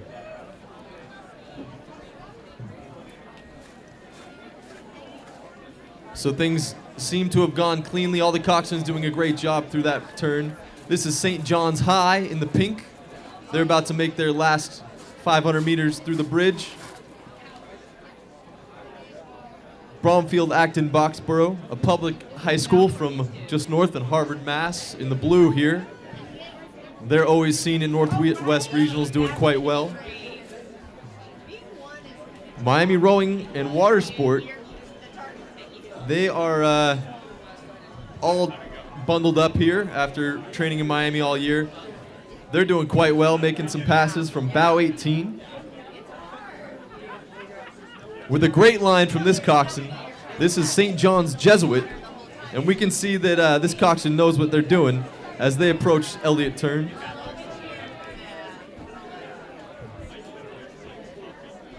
They have a 4th place finish in the Junior 4 a few years ago, and it seems like they're trying to reclaim that kind of presence. Shenandoah. Every time you go to regatta in the Northwest, you hear shouts for Shenandoah. These are 3 returning members from last year's boat, and their coxswain is a veteran, and you can tell as they start to make passes and they're eating up the field.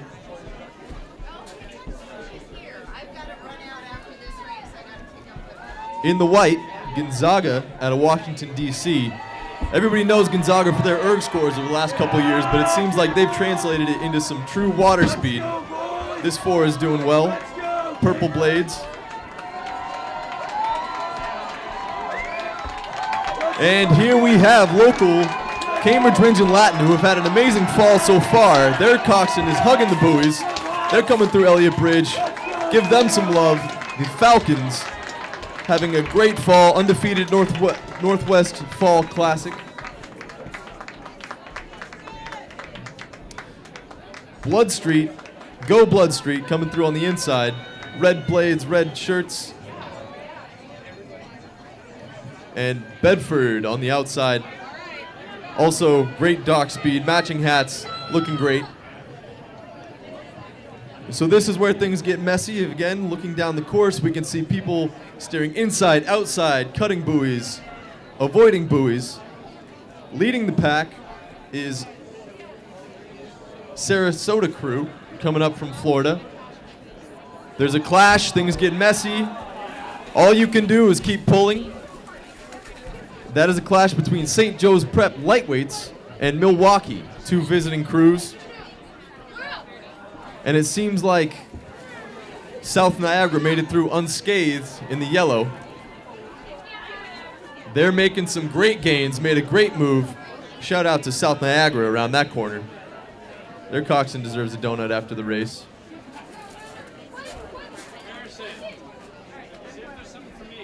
This looks like Texas Rowing Club. Everybody can recognize those blades. Again, the coxswains are great showing in this race. They're hugging the turn. Port Rowing out of Washington, New York is making a great pass here. Very clean. And they're going by, in the blue boat, Pelham CRA. Some nice rhythm coming out of 31 here. That's St. Paul's in London. You know they wouldn't come unless they meant to do damage. You can see those bodies moving very well together.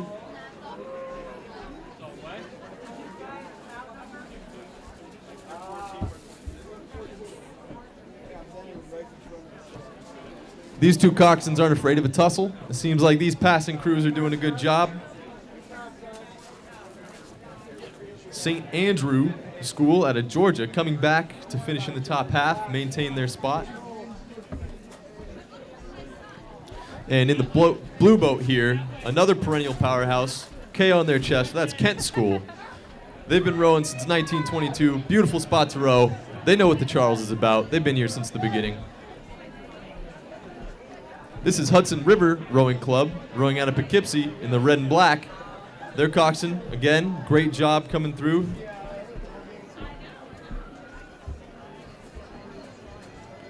Arlington Belmont crew, very local. Their coach has done well in the last few seasons, leading these guys. And they're just in front of King's Wimbledon, another London school coming across. Seems like the schools from London have been rowing in Harvard boats, Harvard blades. And a late in the pack charge from Rye High School in the white. Another boat that looks pretty smooth. So it's hard to know who's leading or who's doing well in this event while it's all going down with 85 boats on the water. All boats are on the course now, and early leader, unofficially, has so far been Radley, followed by Nobles. We know that some of these late pack crews will give an upset, but I know spectators are doing what they can as these boats approach the final mile. This is CRI, coxed by Maya Kaplan. A bunch of returning competitive boys, local town favorites, hopefully recapturing a spot for next year's race.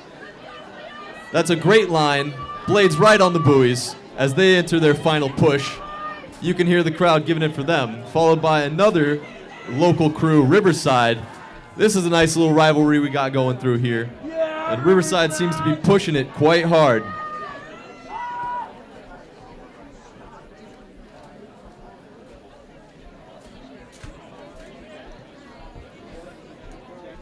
So here we have Riverfront Recapture, a community rowing program that serves 650 people in Hartford, Connecticut. And these guys are doing their part to represent that big club.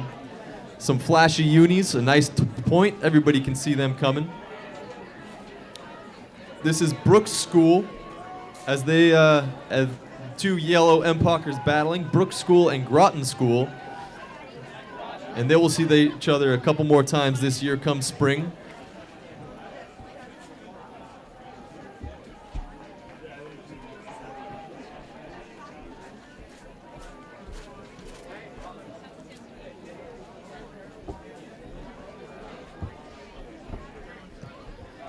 This is another Belen Jesuit crew. They've been rowing together for 3 years. They're state champions, regional champions, and they are really trying to make some pushes through this pack, make their mark on the head of the Charles.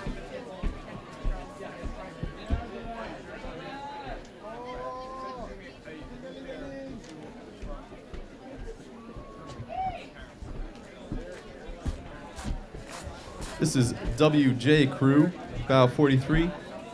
They are grand final at the Stotesbury Cup in the green and white.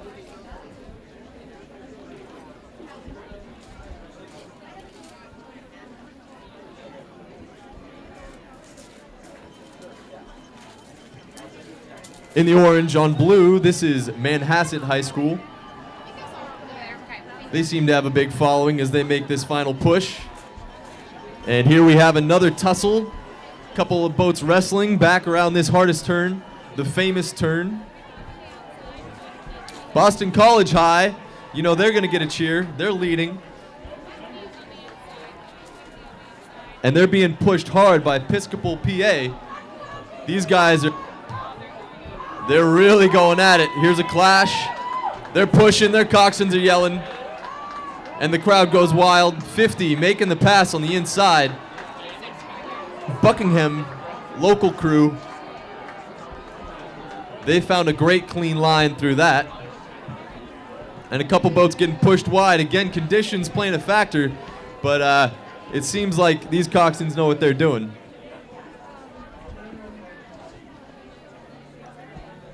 Marlow, another school coming from the UK, rowing Harvard Blades. They're coming through on the inside, and on the outside, it is Stanton Riverbank Rowing. So this field is huge. Again, 85 schools. A lot of schools are left out, obviously, and we see all different abilities, all different skill levels. People coming for their first time, for their fourth time. It's just a great event to see the breadth of rowing in the U.S., especially on the junior level. And it's also fun to see where crews are now. From across the country, you can compare West Coast, East Coasts, middle of the country, and then see them again come spring at Youth Nats and see who closed the gap and who pushed away. This is a great line coming from the red boat. You can see their blades over buoys. This coxswain has got to know what they're doing. And that's Kearney. This is a crew from Kearney, New Jersey, just outside New York City. They have a couple Olympians to their school's history, and they're followed closely by Twin Cities Youth, another huge program out of Minnesota. I know some coaches who have coached there. That program is doing great.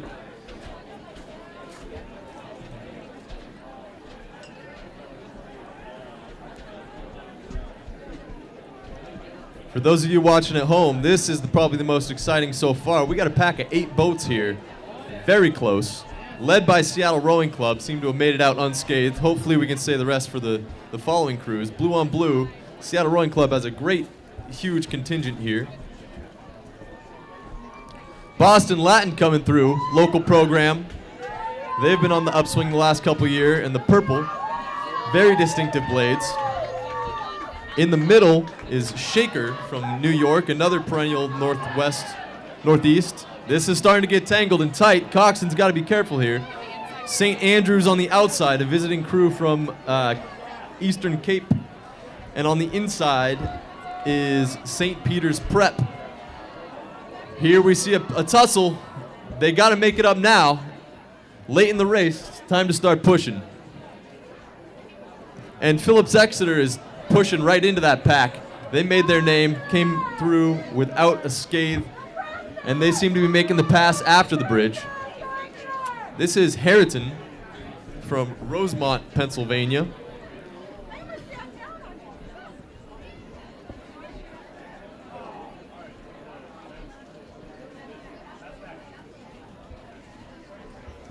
Bishop O'Connell on the outside, and we have South Niagara, who also is another program to bring a whole mess of people.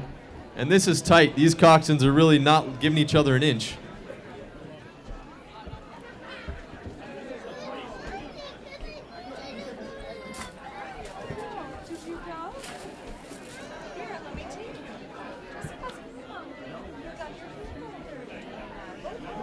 This is Xavier High out of Connecticut.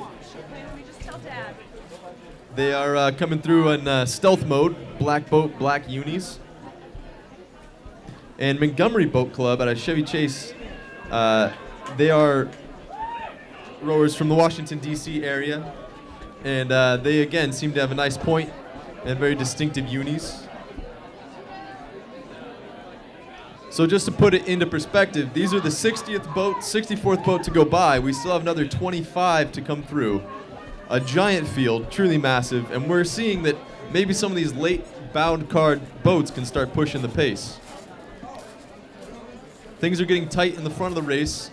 Radley still leading, unofficial, obviously, with an 18:04.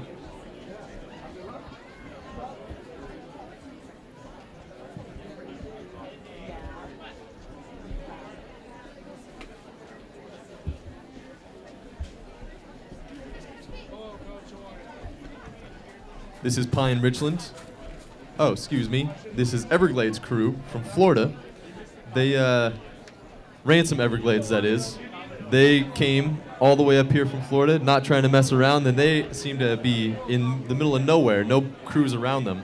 That's either great news or bad news, depending on what happened behind.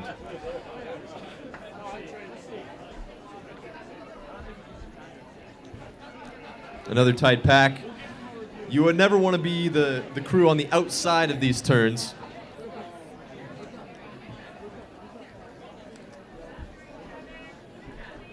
This is Row New York coming through. Their bow card got lost in the tussle. And Mills right behind them from Connecticut. In the stripes, this is Christian Brothers, not Riverside. They are a Christian Brothers Academy. They seem to be making a couple passes. In the orange, that is Wilmington Youth.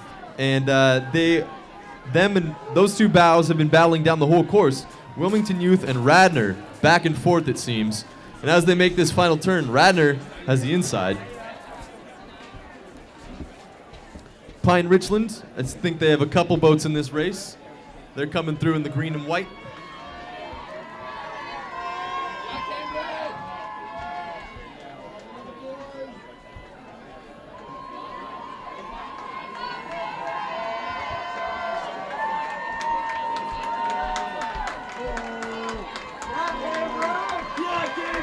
And again, you can hear the crowd going wild for the Falcons. Their second boat coming through, bow 75. Last year they had unprecedented success for high school, public high schools, winning all 4 events earlier this fall. Cambridge Religion Latin, doing great, looking very smooth, well coached.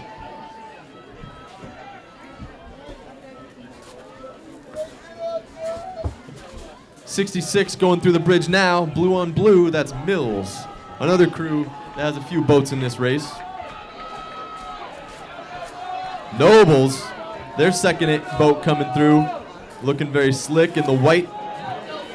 You can see these guys starting to really pour it on as they make the final turn.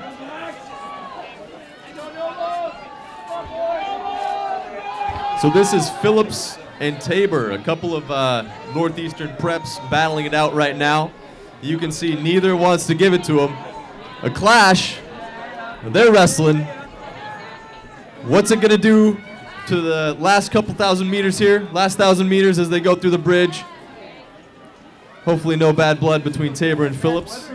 This is New York out of Ridgefield, New Jersey.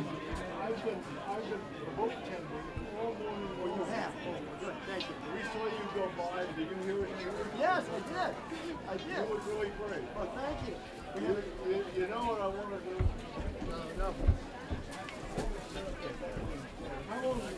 How long does it take to go 1,000 meters? Peterborough, one of our many Canadian crews visiting down here. These rowers have had a great summer season through Canadian Henley, and they come to cap it off down here. Followed closely by Dublin, returning 3 out of the 4 who had a great spring last year. They're trying to start a new tradition of winning at Dublin.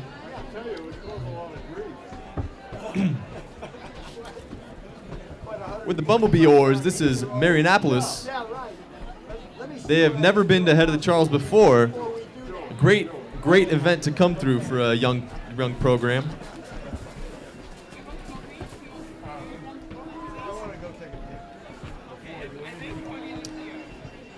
In the green here, this is Taylor Alderdice, a crew, again, crews from all over. And this is Litchfield Hills, a couple of Princeton and Connecticut.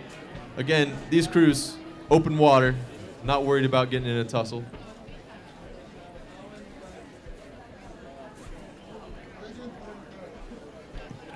Another young program they seem to be spotting up all over the country. This is Unionville, another Pennsylvania crew. They're only 3 years old. And in the last year's spring season, for a young crew, they were winning multiple medals in the city championships. It's their first time ahead of the Charles, and they hope to come back next year.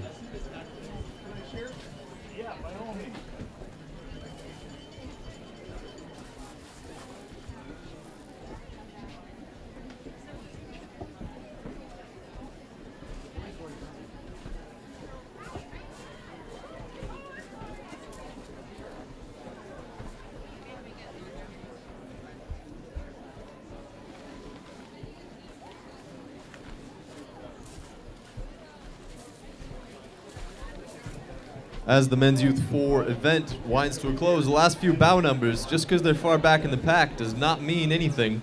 Our leaders, however, are 2 Canadian crews. Radley, still about 8 seconds ahead of South Niagara, posting the 2 fastest times so far. This here is Colorado Junior crew. It's their first Head of the Charles. And they have Middletown chasing them down.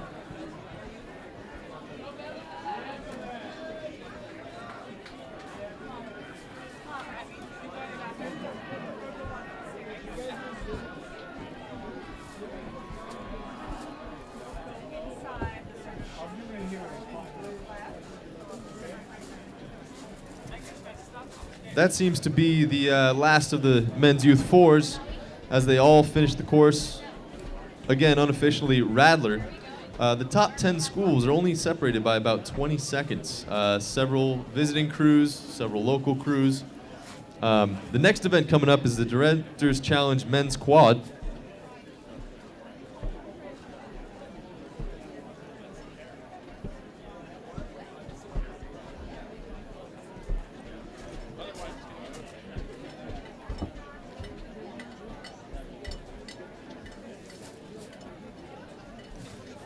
We're about to be joined by National USA Team legend, J.R. Reed, and here he is. Certainly not a legend. Good afternoon, everyone. Welcome to the Head of the Charles. A beautiful afternoon in Cambridge, Massachusetts. I've got Whitney Powell here to my right, an all-star coxswain and Ironman from California, who came here today to cheer everyone on. We've got an all-star cast up here in the booth, and it's going to be an exciting afternoon of racing.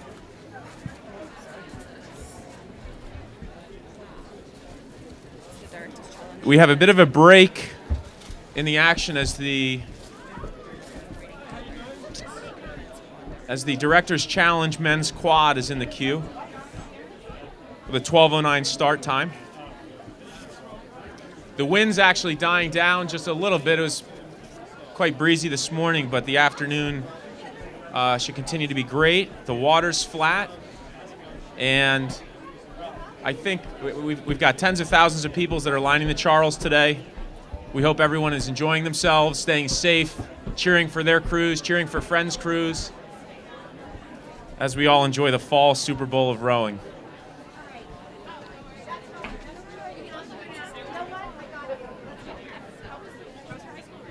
Well, they just went by. Yeah.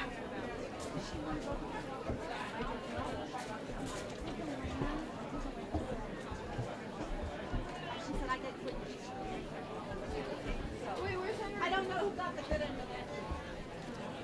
Hi, how's it going? Not bad. Beautiful day. Want to see the coast?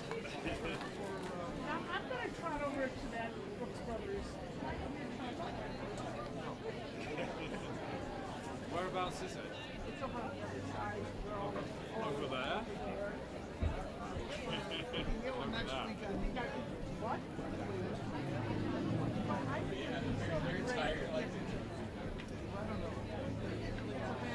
He's pretty happy with the Patagonia.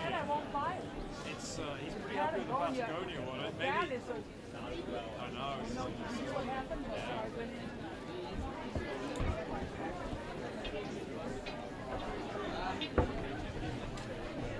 It's amazing what gets left. So JJ gave this to me. This was left in the kitchen, and it's actually Levi made a bike light. So enough, it's the bike.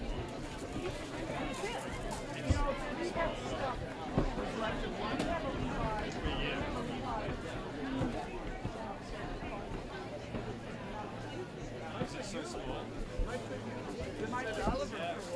And actually might fit. Oliver's big, I mean that's not surprising. But he's bigger than you think he is. I was shocked. What is it?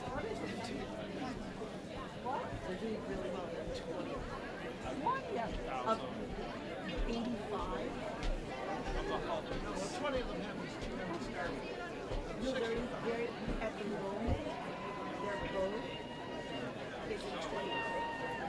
Their time is 20.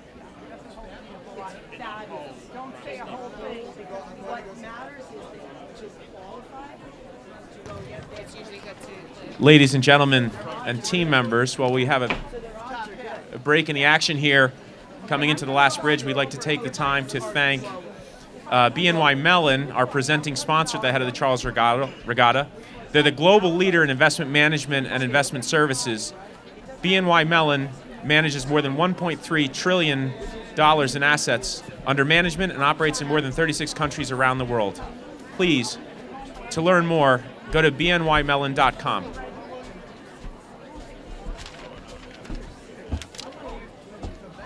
We'd also like to thank all of our emergency services, our fire and rescue and EMS and Massachusetts State Police, Cambridge Police, Boston Police, the Park Service, and all of our volunteers who allow this great event to happen.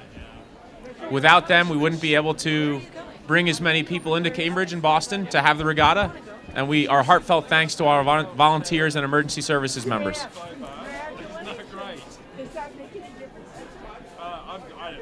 It's exciting enough, but I heard the vice president was 5. Another great sponsor who are helping our Olympic athletes and our national team athletes and many people who train in distance sports is New Balance. New Balance has a great tent in the vendor area.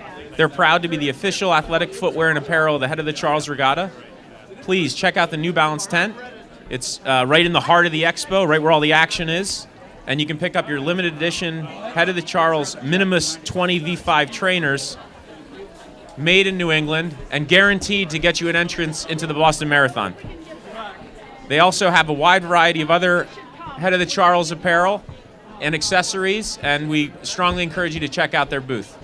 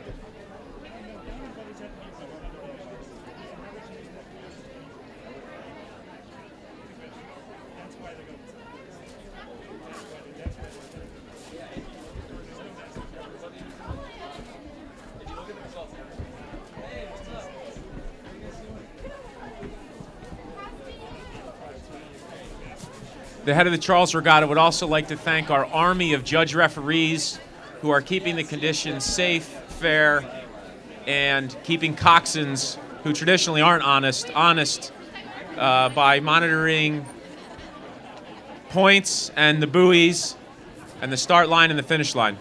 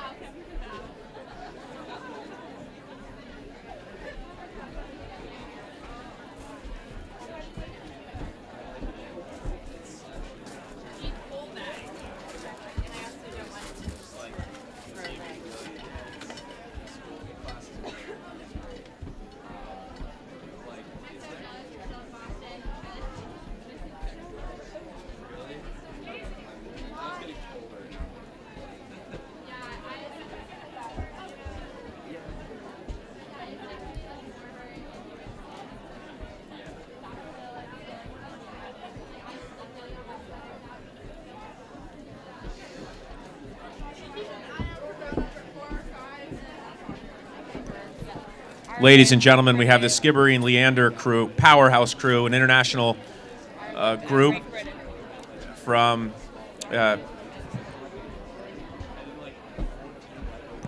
Irish lightweight double of Gary and Paul O'Donovan, and the great British, the British heavyweight double of Jonathan Walton and John Collins, all of whom competed in Rio, are screaming down the course, looking good, excellent acceleration, bow one, pushing through. The boys are about to go hard left to starboard, doing a great job, lots of swing, lots of underarm hang, technically rowing very, very well. Bow two coming through, Maritime out of East Norwalk, Connecticut, loaded with American heat. Andrew Campbell, Brendan, Dan Walsh, Benjamin Dan Walsh, a multiple Olympian teammate. They play second and third with Andrew Campbell leading the charge, looking very strong in the engine room of this boat with about 2.5 minutes to go. These two crews pushed out and created quite a bit of real estate between the next crew coming in. Bow number 4, also known as the Fruit Loops, based out of Boston. Dan Guerrierian, Russ Cohn, Big Greg Benning, and Mike Smith. Mike's wearing the color purple today as they're coming in, putting a very hard charge on the last segment of race. Here comes bow 6, Occoquan out of Virginia, and bow 5, Cambridge, Mass, are followed by OA Portland. The Cambridge, Mass crew, Jay Manson, James Pierce, Tom Darling, Jonathan Grant. These gentlemen have raced in every Director's Challenge Cup and are looking very smooth and very long.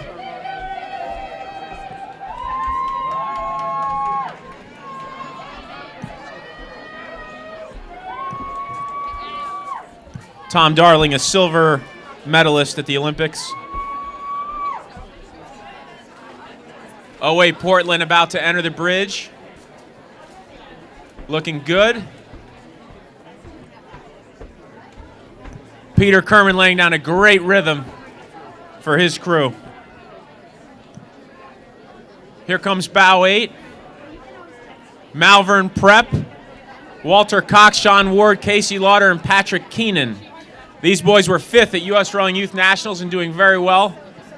Their coach, Craig Hoffman, arguably one of the best sculling coaches in the country. And they've created a little bit of distance between the next crews as they round the bend.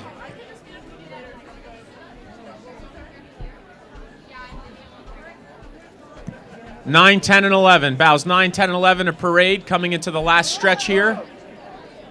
Shiplake crew from Henley, England. Ben Pogmore, Ollie Newton, Ben Grucho, and Fred Peck. Shiplake College is a British school only about 3 miles from Henley-on-Thames.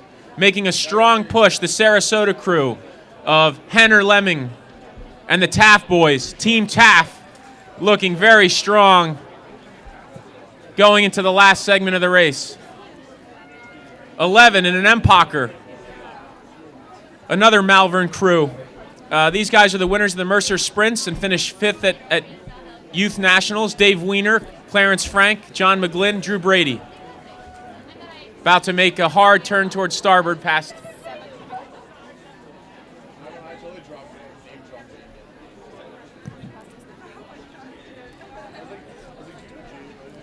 Bow number 7, Navesink River, Red Bank, New Jersey, the Garden State, Mark Demon, John Sanders, Mark Malone, and Charles the Hitman Winnecht. Bow 12 making a push into the last segment from Cambridge, Mass. In a beautiful Philippi. Patrice, Russell, Adam, and Charlie, the usual suspects. Looking very good and about to round the turn in front of Belmont Schools Boathouse.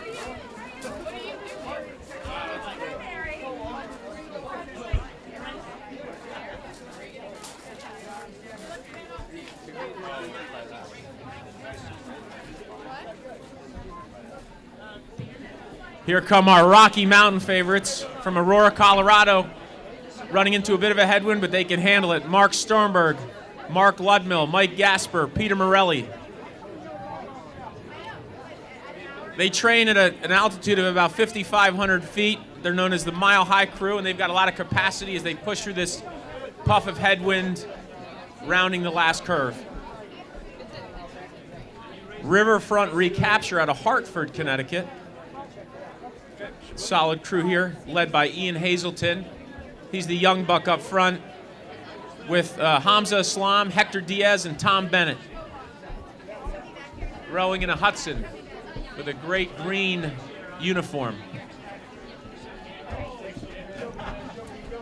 Bow 19 out of DeLand. Which is a great place. Many crews train there in the winter. Many U.S. collegiate crews. The Canadian Olympic team comes down. Bow 19, All-American crew with Mark Wilson, Chris Summers, Willie the Thrill Castle, and Robert Hannon.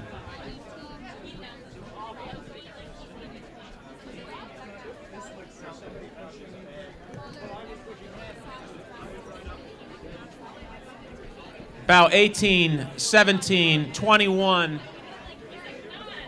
We have the potential for a traffic jam, but looks like the guys in the wigs, or either a bad hair day, in the Hudson with bow 18. Bow 16 really putting on a push.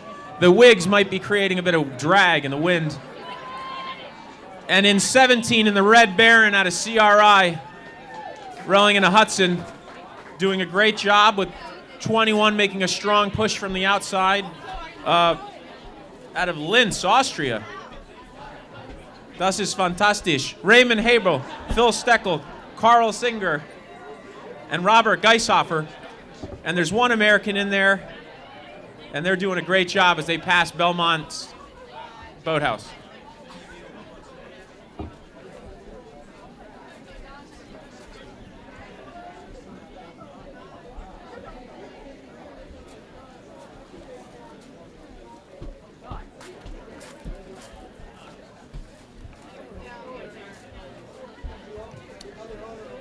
Our friends from Hamburg traveled across the Atlantic to be with us today. Andre Niederdorf is celebrating his 30th birthday today. He's joined by stroke Andreas Cleve, three-man Stefan Kostrua, and Ansgar Hines making the calls in the bow. Looking very good, a little bit to port. They can come to starboard. They'll have a good line. They're rowing a Wintec. And they're going through the bridge right now. Holy catfish. Here comes an orange crew, bow 22, out of Charlottesville, Virginia Rowing Association. 3 out of the 4 rowers are the same as last year's Charles entry. Chip Magid, Daniel Mudd, Paul Knight, and Eric Myers. And here come the boys from Dartmouth out of Hanover, New Hampshire. Kurt Somerville from the 1980 Olympic team. Bill Kawert, Bill McNabb, and Tom Hall. This is a group of Dartmouth class of 79 alums, and it's the 41st year that they're rowing together.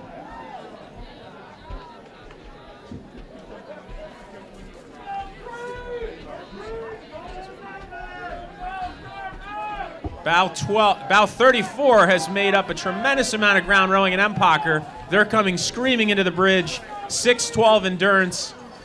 They won the at Masters National. They won the quad this year. James Dundon, Roman Lesnow, Steve Faber, and Pat Johnson doing a really nice job in closing ground very fast on the crew in front of them. Bow 23. And a Vespoli quad, Duxbury Bay Maritime School, followed by 26 in the red, a hometown crew. CRI, James Hadley, James Quirk, Andrew Millia, Dan Stevenson. Masters rowers from CRI have competed in this event for several years, and they're looking very strong as they go into the bridge.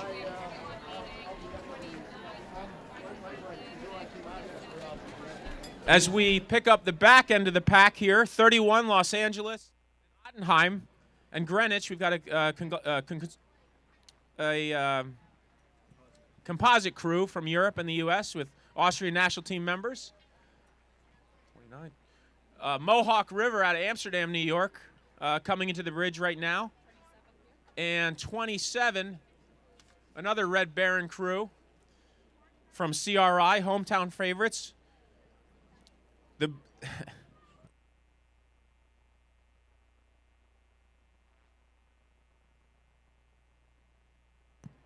A really exciting Director's Challenge event. No crashes, no collisions, nobody ejected, so that's a successful race as they push on for the last couple of minutes.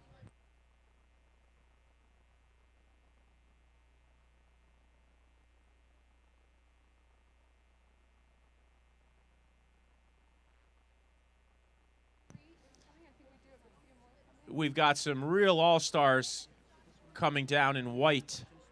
Harvard University Boat Club, Bill Braun, Joe Bracewell, Rob Baker, and Monk Terry.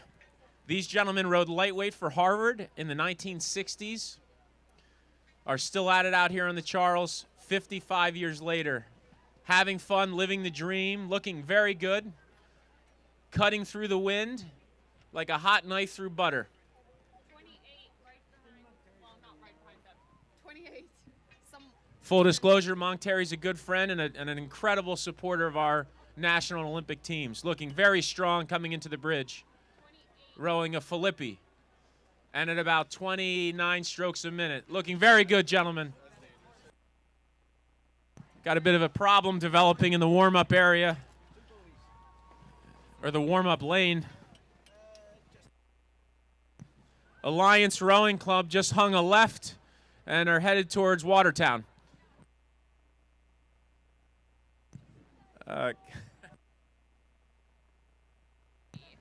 Followed by bow 30 in the purple, rowing an Empacher. Bow 28 going to port side, good. Gentlemen, that bridge has been there since 1870. You got to get through it.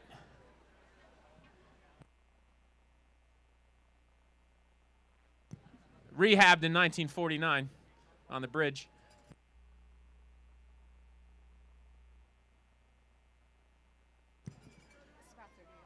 We have the Groton School.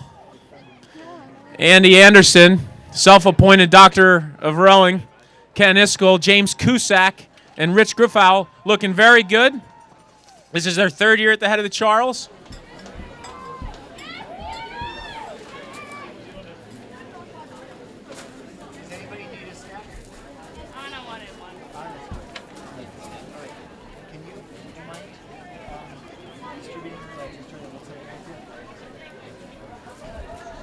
Snacks just under your jacket.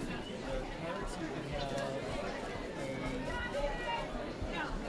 have a crusher.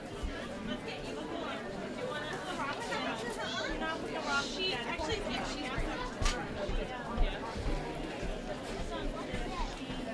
jumped and land like jammed onto the chair. So let's put this on top of you. No, the other one. So she kind of broke it a little bit, but you need to do chili. They said if she was like an adult and that happened, you wouldn't do anything. But she doesn't know how to stop. She's a friend of mine from college. All right, so for that, this would just be, you know, let's go for something a little niche. There's something. No, that's more.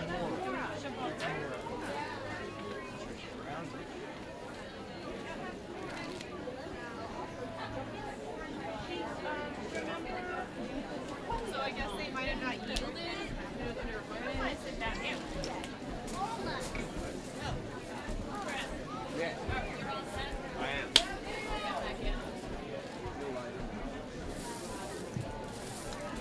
Our expert meteorologist up here in the booth is Whitney Powell. Just informed me that the temperature is currently 54 degrees. UV index is 2, ladies and gentlemen, so I strongly encourage people to put sunscreen on, Alex Morse, and wear hats. If you need a hat, or if you're a little bit cold, head down to New Balance, head down to some of our other Brooks Brothers. Brooks Brothers have tremendous deals right now on these beautiful vests. But it's a little chilly with the breeze, and we've had a balmy week here in Boston, and some of us were caught off guard with the wind, a bit of a chill in the air. So we head down to the exhibits and find some clothes that are good for your active lifestyle, for rowing, for walking in the park, for training.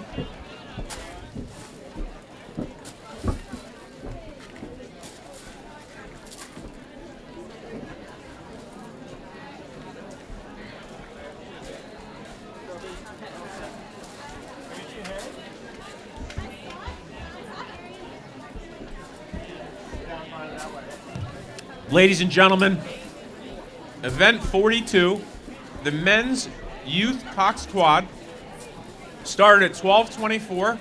By the way, the judge referees are doing a great job in keeping the regatta on time. That's a critical piece, and the volunteers. We have 27 boats. 2016 marks the debut of the youth cox quad event. This race will feature a mix of crews from around the world and galaxy, starting with bow 1, the Marlowe quad from Great Britain, followed with New Canaan crew. The Marlowe boys are looking very good. Coxswain's got a great line. Really nice job, solid effort. The Marlowe crew has Joseph Wolfen, Sam Long, Ben Simon, and John Cooper. It lists John Cooper's age in here as 0, but everyone else is 17 in the crew. 2, we've got New Canaan coming into the bridge, rowing a little bit lower. They're at about 29.5, rowing a Wintec, looking good. Coxswain's got a strong line on the bridge. Ladies and gentlemen, these Marlowe and New Canaan crews have pushed away from the field in a spectacular fashion. We can't see anyone here. We've got the drone up for heightened vigilance, and we still can't see the next crew coming around the corner.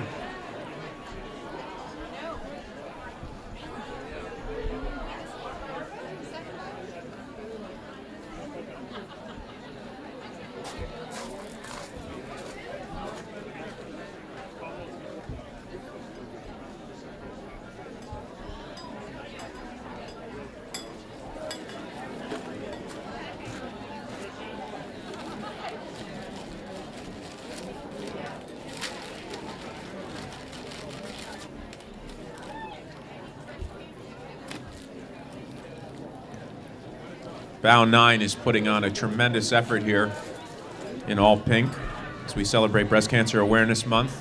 Rowing a bit higher than the New Canaan crew.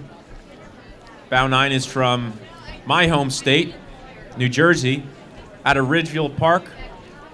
The Bergen County Bombshells, Angelica Castilla, Tom Murray, Richard Sundin, Alexander Fallu, and Connor Lebazita holding down the bow. Those four have been rowing for 3 years and are doing a great job. King's Wimbledon out of London. First time competing in this class of boat. This crew has clicked as a unit in training and on their native tideway, the home of the Oxford-Cambridge boat race. Bow 5, the Argonauts out of Toronto, Ontario, just to the north. And folks on the bridge, I draw your attention to this race. We're going to see some action here, I think, in a minute.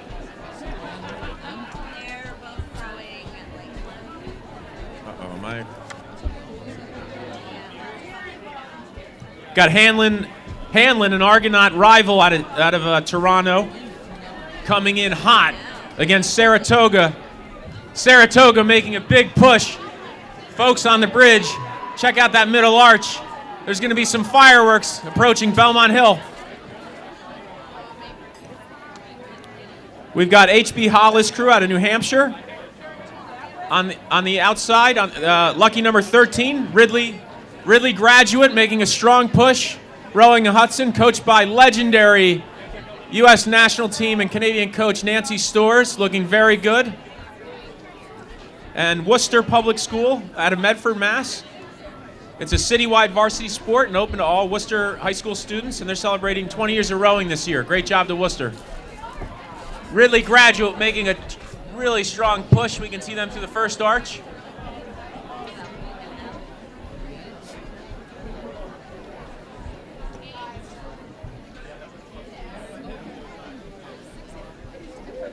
Bow 6, Bergen Catholic. The stroke, Gary Rodriguez has rowed with Bergen Catholic and Rowing Academy since 2014, doing a very nice job. They're rowing in a Wintec, followed by Bow 8, another Bergen County crew. So we've got, the bowman's looking over his shoulder for reasons that are unclear. He's got a coxswain behind him.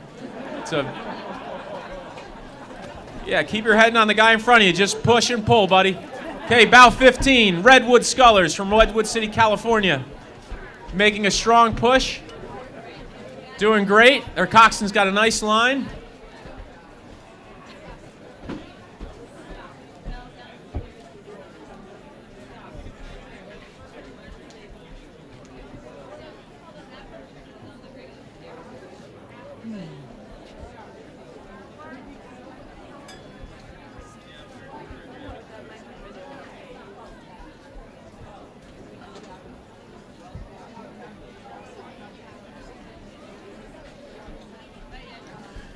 We've got Gunston out of Centerville, Maryland. Bronze medalist at the 2016 Maryland State Championships. They did a great job at the Scholastic Rowing Association in the Junior 4 event. They just started sculling this summer as they train for the Head of the Charles. This is their marquee event. Bow number 20's got a really good course. That's our friends from the Haverford School, the Fords. They're really excited to participate in this year's Head of the Charles, and they're trying to get through the Gunston School.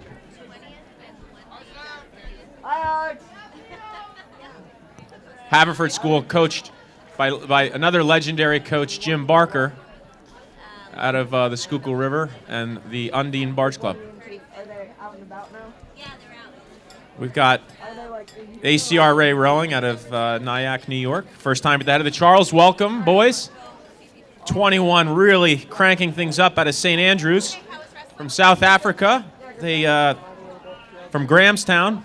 They may get the farthest traveled award. Let's give them a big round of applause to our South African schoolboys who have are doing a nice job going around the last turn. Yeah, they have singlets too, but they call them unis instead. Same kind of uniform. We've got Narragansett out of Providence, Rhode Island, just down I-95, doing a nice job. Bowman's got really strong swing and hip first. Kind of looks like the Abagnale brothers from the 84 and 88 Olympics. Italians looking good. Bow 17, Central Crew. Jimmy Hansen, Jason Gingras, Brendan Courtney, Steve DeBurro, stroked by Caleb Cheza. Established in 2001 in Manchester, New Hampshire. So 15 years of rowing for Central Club. Uh-oh. For the people on the bridge, they just had a crab, but they're right back on it.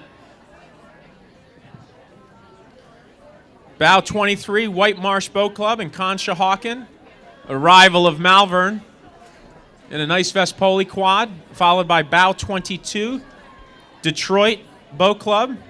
Detroit Rowing Club out of Lothrop Village, Michigan.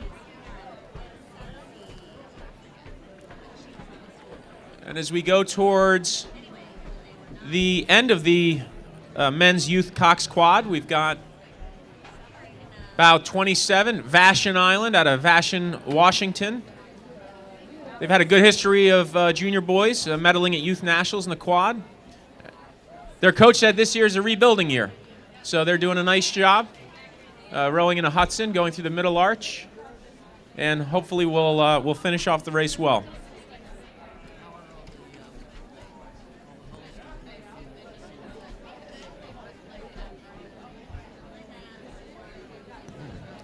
We've got a senior-packed Cortland community rowing boat, Bow 16. Rowing a little bit lower in rating than the other crews. The two-man's looking for Fenway Park. I think he was just looking over his right shoulder. Maybe one of the pretty girls in the Cox 4 heading up the river. We don't see any other crews, so they're making their way through the middle arch. Doing a nice job keeping their blades close to the water as the gusts hit.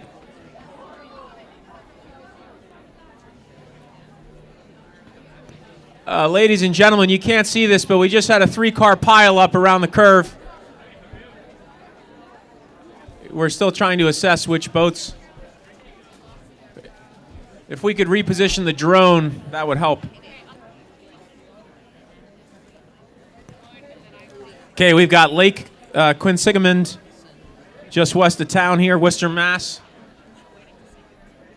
They're one of the crews caught up in this 4-boat pileup.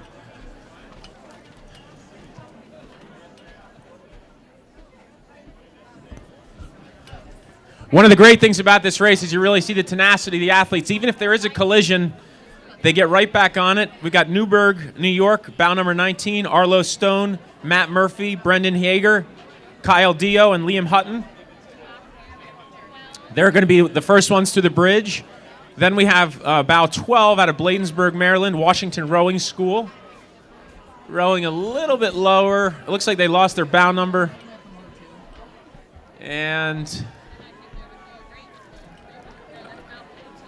we've got bow 14 too here.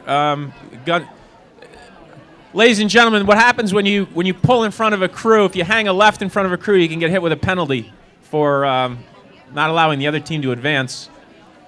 And we're going to have a collision. And we also have a boat without a coxswain, who hopefully the Coast Guard is going to get them.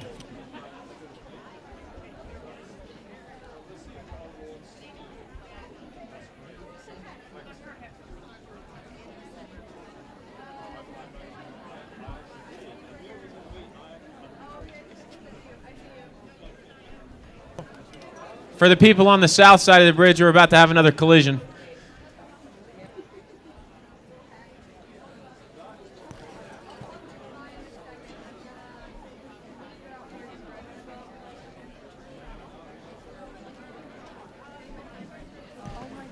Ladies and gentlemen, one of the exciting things about the head of the Charles is you always have to expect the unexpected, which is to say anything can happen. You have to have your head on a swivel. You have to trust your coxswain even if you don't want to. And you have to go really hard and embrace the conditions.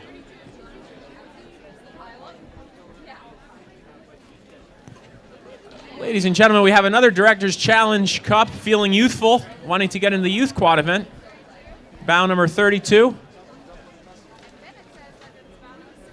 And bow number 61 in a Cox 4.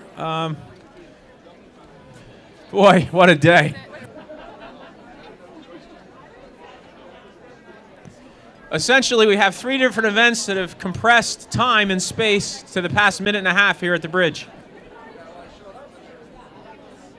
Elliott, 2 L's, 1 T.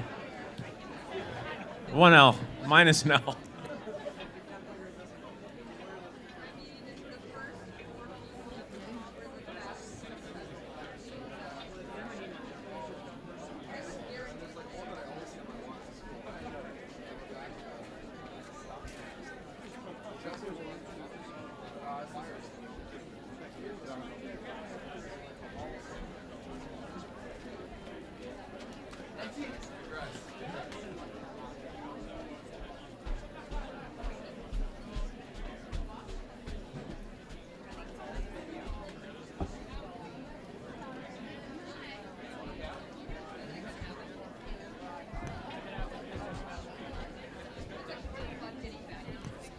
I'd like to give a shout out to Concept 2, a pioneer in our beloved sport of rowing. The Concept 2 ergometer is ubiquitous in our sport, and it's also expanding to other things like row zone and the rowing variant of spin class. So we have spin classes in rowing. They make great equipment. They're located just north of here, and they are at the engineering. They're driving the engineering efforts in developing great oars, great machines. You can learn more about the best match for your crew on which oars to use and which ergs to get, what the fan setting should be. I typically, Whitney, I like when I have a like setting of 4. A lot of people like a high setting of 10, but I like a lower setting. We've got another boys quad, event number 43.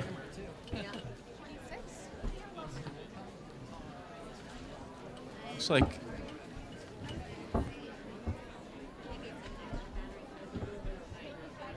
it's a Chaminade located on Long Island, bow 26 coming in, looking good. Smooth rhythm, good horizontal swing, sending it very nicely.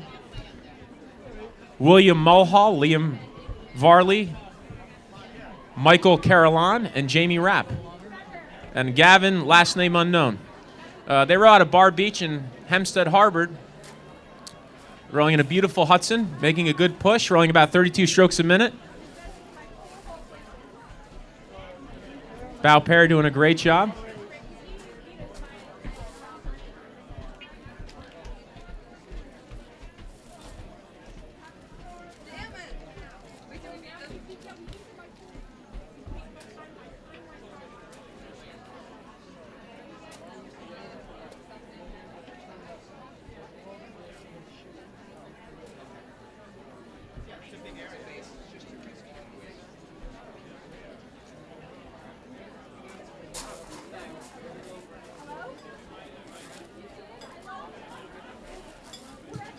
Ladies and gentlemen, one of our assistants up here in the Cambridge Boat Club, head of the Charles Command Center, Chanel, is from South Africa. She's going to race today. She's been helping with logistics for calling of the racing. We want to wish her and her crew luck, as well as the other competitors. I'm now going to be joined by Big Luke, who's going to be helping me call event 43, the men's youth 8, which kicks off at 12:43. They're going to be coming down here. The course record Marin Rowing Association has back in 2010 of 1450. There are 85 boats in this event. Luke coached a few of these crews, and full disclosure, my younger brother Gunther is stroking one of the boats, NMH, also known as the Hoggers.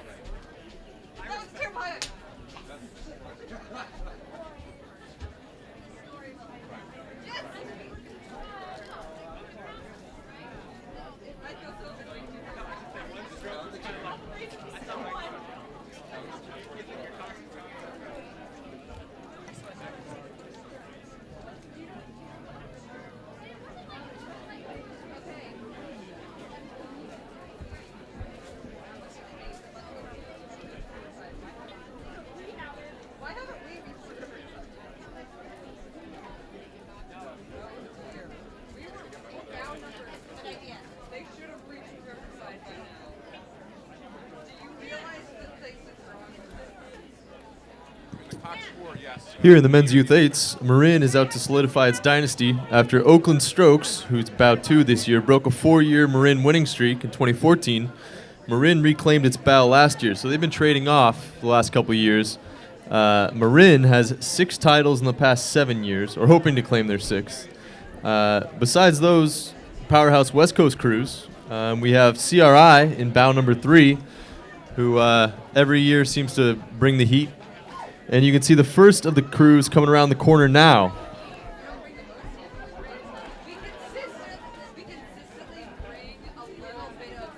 There are a bunch of visiting crews from all over the world. Watch out for Mercer in bow 5, Gonzaga College in bow 9, Westminster School bow 13.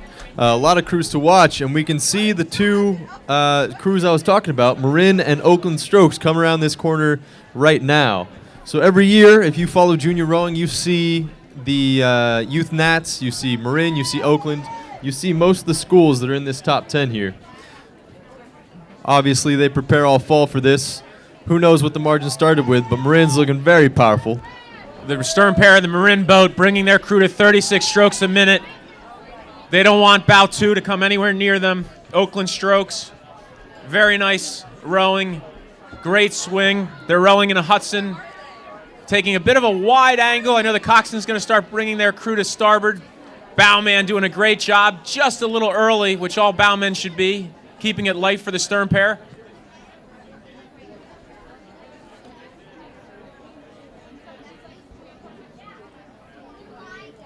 Marin and Oakland Strokes, ladies and gentlemen, are the marquee crews in this event in terms of history and just scrappy crews that have been very successful and really good rowing. Marin, as Luke mentioned, won in 2010, 11, 12, 13, and 15. And we'll see in a matter of minutes if they can pull off 2016 Head of the Charles win.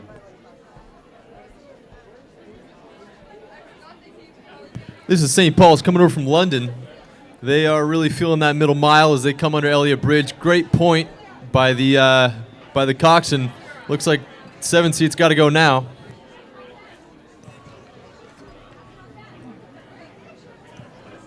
We may have a contact moment, unscheduled contact. Looks like it's about to occur as PNRA tries to hold off a very hard charging Rye crew. PNRA crew go to port. Yep, bowman hold the water, good.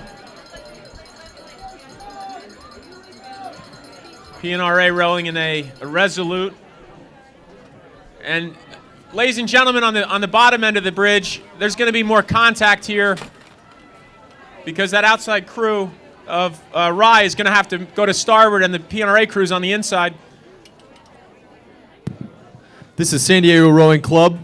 They are clear water. Nobody's passed them. They're not passing anybody. They have a nice line coming through. Followed closely in the parade by Sarasota crew. Both these are always seen at Youth Nats, both these programs on the rise. You could see the Super Bucket coming through in the Sarasota crew. White boat, white blades. Ladies and gentlemen, Sarasota trains and races out of the the Benderson Park complex where the 2017 World Championships will be. First time since 1994 that the World Championships will be back on American soil. This is Gonzaga High, always powerhouse in the Scholastic circuit. They got some big boys in that boat.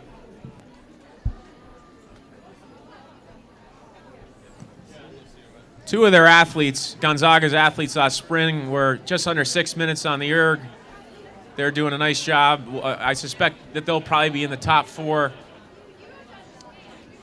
A bit wide, though, on the line for their coxswain.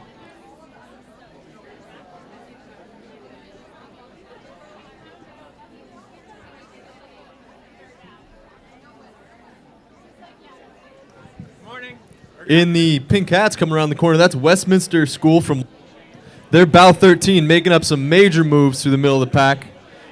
They're just in front of them, Belen Jesuit, national champions in the lightweight 8 last season, trying to hold off very fast charging pink crew. Luke, I think Westminster's going to catch Berlin. I'm sorry, bow 11, Sagatuck, rowing in a king. Pink hats, pink shirts. They're throwing the kitchen sink at it, rowing 36 strokes a minute, doing a great job. Coxon's got a GoPro video operation system on his hat. Here comes bow 12. Winter Park crew, Winter Park, Florida, doing a nice job. Maybe not enjoying the breeze up here, but they're doing a great job. Bow 15 also in a king with a double bucket. New Trier High School of Don Rumsfeld. No bow number. They may have made contact around the footbridge. They've done a really great job. They have a tremendous program over the past 15 years.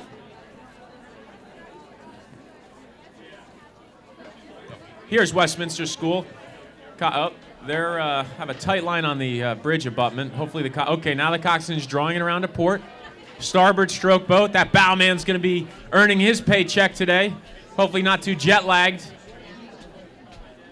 Eddie Lintz is a famous Westminster Boat Club member in London. This is Green Lake from Seattle coming through. Very tight line on the bridge. That coxswain's not messing around.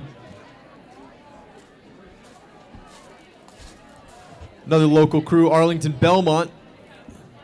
Seems like they're bow 14. They're coming around trying to hold off a very hard-charging Kings Wimbledon, another London crew. The international flavor here is like the Olympics.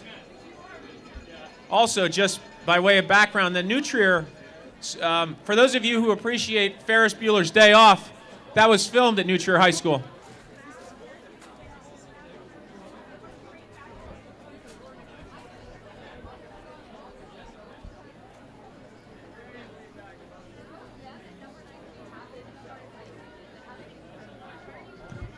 Our Jesuit brothers from the Bronx, Fordham Prep, two-time New York State varsity champions, have a good line rowing a Vespoli V1. Also have a bucket in 6 and 7. A little bit scratchy going through the bridge. OKC from Oklahoma City, OKC River Sport, and Boston College High School, hometown favorites, BC High, doing a great job, and they're resolute. But bow 23 in the Empacher, pulling out all the stops. Brand new Empacher, Dallas United, driven by Sarah Corey, making a very strong push towards Boston. Old Dominion out of Alexandria, Virginia, bow number 21, followed by Atlanta Junior Rowing out of Roswell, Georgia. Doing a very nice job. Good line on the bridge. The Old Dominion coxswain has very nice hair. Notice it's dancing in the wind like the Jordache horse. These are the Atlanta juniors coming by. 5 of 9 athletes returning from last year, hoping to do better than 29th. And coming around the corner, that's Hingham, local crew from not far away, and then Chaminade. Everybody knows when you go to a race in New York State, you hear about Chaminade. Yeah, Chaminade has a history of very successful rowing in the Philadelphia and the New York circuit. Stotesbury champions, Scholastic national champions, doing very well. They have a distinguished color, Luke, of that yellow and red.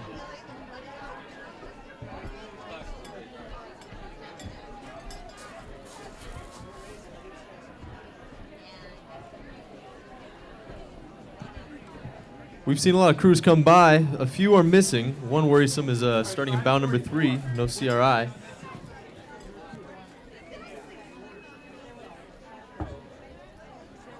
Another Jesuit school from Dallas. This is they took second at Stotesbury Cup last year, and they also made a trip over to Henley Royal where they made it to the quarterfinals. Can't miss them in the pink. The phrase, everything's bigger in Texas. Check out the 6-man, ladies and gentlemen, in this crew. He looks like an inside linebacker.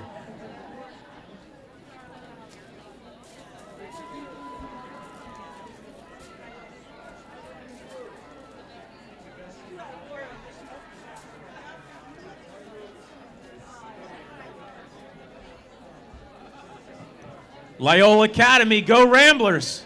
We got the Ramblers coming in. High school alma mater of Luke McGee, men's Olympic rowing coach, U.S. rowing. The Ramblers are doing a great job out of Chicago. 7-man's got to pick up the pace, so the stroke man's going. He's going. They're going to make that last minute and a half push towards the finish. Bow number 25, the Haverford School, rowing in 8. A lot of scullers in there. The Haverford School has 5 returning athletes from last year's Charles. And out of Waltham Weston, this is Wayland Weston, sorry. And they have a young crew, average age of 16, but they're really pushing. They're really moving here in the neon hats. Looking up river, we see another tangle. Hopefully everybody makes it out, but this is going to get exciting. We have Resilient on the outside, coming around in the neon and blue. Ladies and gentlemen, the curve is creating a traffic jam as the coxswains, who are typically newer, and many of whom have not coxed here before, are learning the Charles.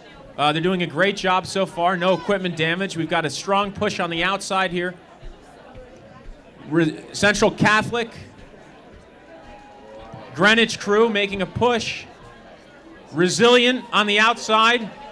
Boy, it's going to be tight. We got 3/8, ladies and gentlemen, going through that middle arch in a matter of seconds. With a 4th making a big push. Saratoga, no stranger to tight racing. Holy catfish. Hold your breath. You can hear it.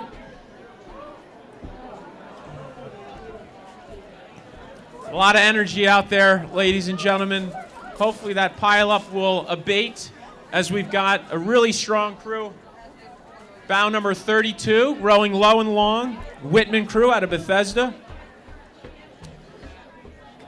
And then we have St. Joe's Collegiate out of Buffalo, New York. A lot of Canadian national champions in there, Canadian schoolboys. 39 making up ground. Sammamish coming out of Washington, picking the rate up to about 34 strokes a minute.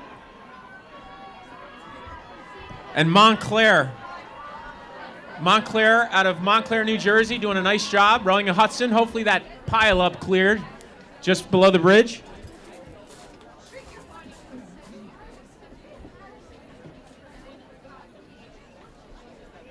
And 41 with Clearwater. Their coxswain presumably is being tactical here, letting the dogs run in front of them. They've got good water, good line on the buoys. But those coxswains, as they come around that turn, they've got to get on the rudder. They've got to have starboard side. If it's a traditional port stroke boat, they've got to have the bowman in the 3-seat push, get that bow around.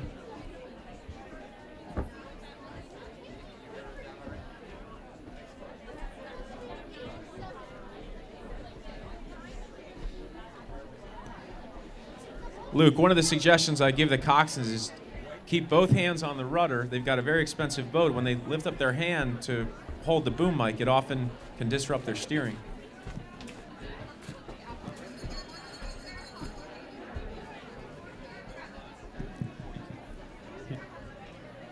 Stroking this boat, bow number 42, Northfield Mount Herman, is our very own JR's brother. Make an extra loud cheer for him. So my little brother is much bigger than I am. He's about 6'5", leading a great stern pair, Northfield Mount Herman Academy, the Hoggers, NMH, making a strong push through the middle arch. And in chase, the Lawrenceville School, great program, Go Big Red. Oop, having a little bit of set issues as they try to get their Vespoli V1 around. They are headed straight towards the bridge, ladies and gentlemen. This coxswain's going to have epic GoPro video footage. They might be trying to dock at Belmont Hill. Stand by. The trouble is when they hang a coxswain's left, they're going to go right back into the course, and we've got a real situation on our hands below the bridge. Maybe they don't have a skeg. much better turn taken by Canisius. Real clean through there, and followed right behind by Belmont Hill. This Belmont Hill 8 is their second priority boat. A lot of younger guys in there, but they're looking good. They got their blades in. They're charging. Yeah, Luke, this Belmont Hill crew knows this course. Every centimeter of this course they know, and their coxswain is doing a great job encouraging his young men to get by their boathouse and get to the finish line. St. John's High School in the bright red boat. Pink unis. Their coxswain has his hand in the water, trying to make that turn tighter. Yeah, he's not afraid to get a little wet, to get down and dirty.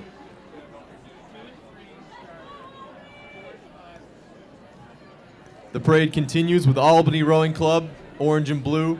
Coxswain taking a look behind, see who's coming. And being chased by the inimitable St. Joe's Prep. Doing a great job, our Philadelphia favorites, St. Joe's Prep. In a Hudson, throwing some real heat there in the bow four. Westfield area rowing, charging behind. You can tell that this is that hard part in the race where guys really got to get gutsy.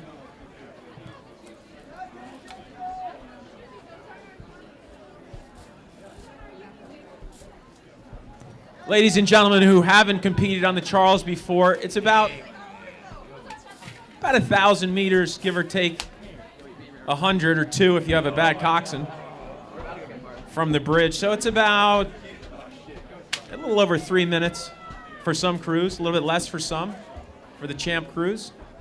And you just have to visualize running downhill during this last half mile. This is 55 charging right through 50. Christian Brothers from Cork, that's 50 with the CRI blades, being followed very closely by TBC, who had an amazing summer winning Club Nats by open water. And right in the mix with them is Norfolk River. They've been racing together for over a year. Looks like they're trying to build on the success from last summer, Luke.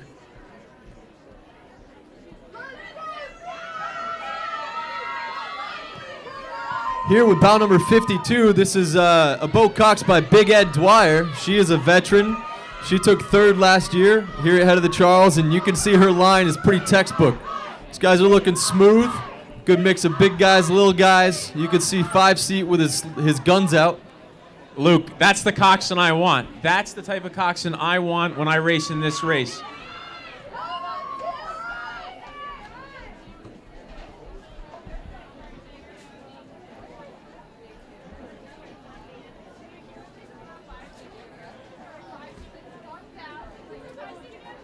Another crew over from the UK. This is Shiplake. They've had a whole mess of boats over the course of the weekend.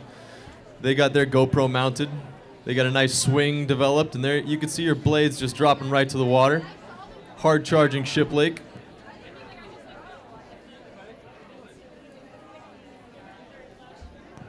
In the parade, this is Brunswick School, white on white on white. They also have a nice line.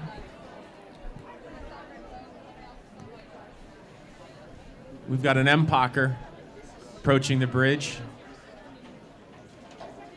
Visiting from Reading, Berkshire, the Reading Blue Coat crew. School is based in Sonic, actually, 6 miles upstream from Henley-on-Thames.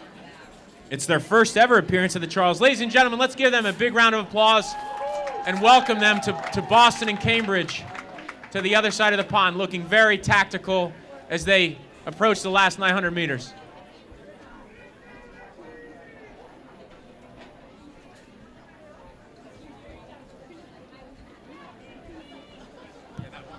This is Niskayuna coming through in the front of the charge, but you can see these two boats behind them. Coxswains are playing some games.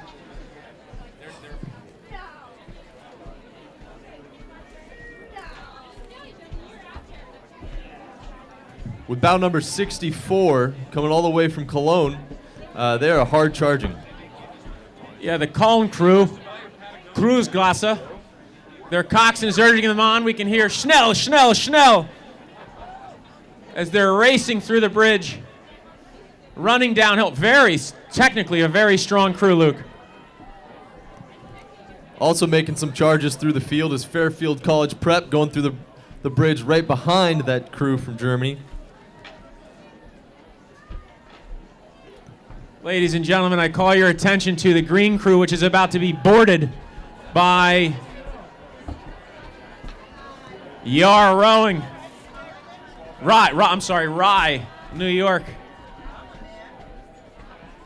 They're rowing a King. Very popular boat right now in high school and college crews. Good, they're turning back on the juice. They're going hard. Some miscommunication here in that sailing or in that East Bay rowing. They just lost their spot through the bridge. Out of Barrington, Rhode Island, former Senator Chaffee's hometown.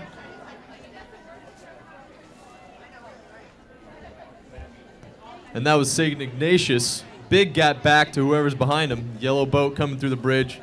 Luke, importantly, St. Ignatius out of Cleveland, Ohio. I saw a couple of their rowers before the races. They look good. The Wildcats doing a great job this year. They're coming off a very successful Midwest regatta, winning the Junior 8, and looking to have another strong showing here with some clear water in front of them.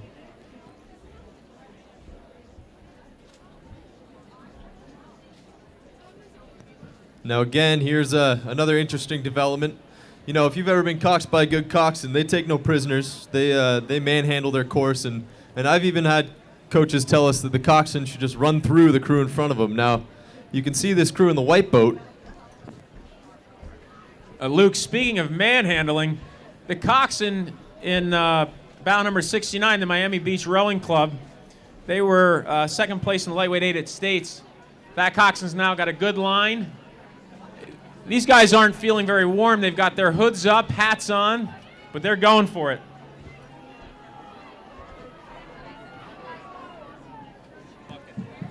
Something happened in 68. Seems like the two-seat. Yeah, he's taking a break. The double bucket, maybe it's working some magic for him. I don't think so.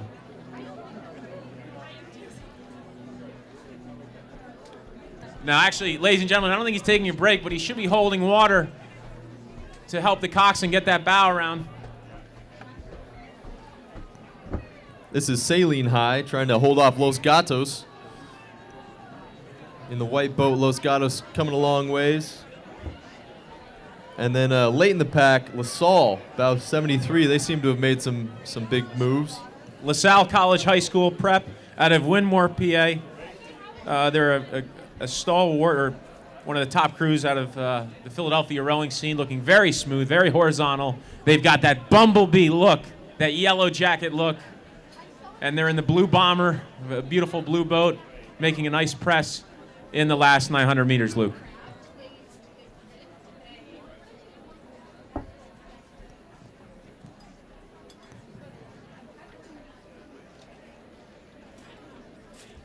This is Greater Lawrence coming through first. They've made a pass over about 70, Wilson High. Yeah, I can tell you, I know why they passed them, Luke. That coxswain sounds like a Boston Terrier. You can hear him a mile away. Boy, she's got a good line. Boy, she's really urging her crew on. Looks like the bow seat in crew 70, Wilson High School, might need a haircut. Pelham CRA, they've bow 77. They've made some moves, taking this corner a little wide, rowing in the Beauty and the Beast 2. I love those high school crew names. Their boat names are amazing. Reminds me of the Love Boat. Here's another South African crew, St. Andrews out of Grahamstown. They've brought a couple crews over. Ladies and gentlemen, let's hear it for St. Andrews out of South Africa. Give them a hand, make them feel welcome. At least 50% of the crew are Patriots fans. This is another public Boston high school. This is Bromfield Acton Boxborough in the blue coming through. Right in front of Stonington. Both boys, 1V and 2V, were Connecticut State champs in 2016 from Stonington. Yeah, they did a nice job. They competed in the national championships. Their 2V got a bronze medal at nationals in the JV race. Looking, Shakers Heights, Ohio. Look at that bow man. He's putting a shot through the water.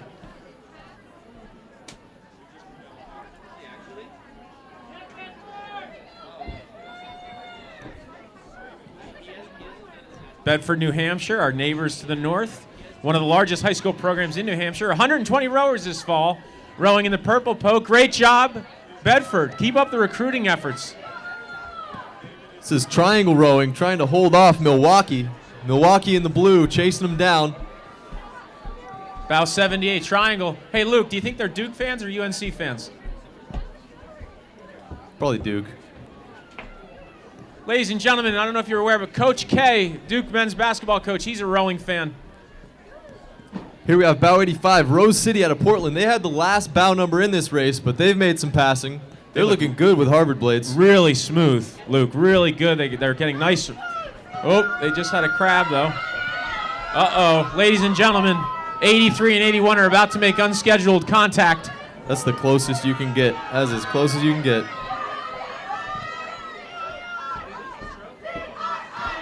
And finally coming through, hometown favorite CRI. Seems like they must have missed the start, but here they come now.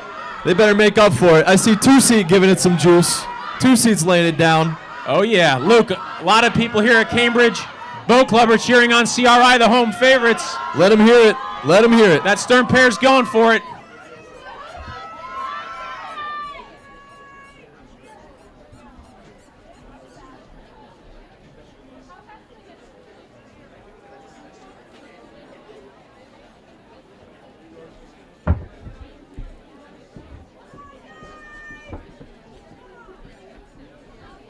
Typically, ladies and gentlemen, if we see a higher numbered crew that's very strong and historically very successful here, there may have been a situation, an equipment problem at the start, and so the judge referees work with the crews, the regatta officials work with the crews to make sure they can participate. And I suspect, although we don't have any real-time intel on that CRI crew that just went through, that was actually should have been the third starting crew, but they look good, and hopefully they had a great race.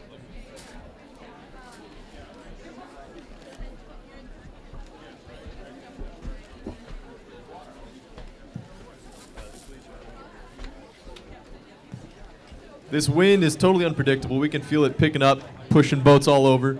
The next guys on the water are the first couple of the big boy events, the Collegiate 4. As we get later in the day today, the Champ 8s, both men's and women's, the boats get faster and faster.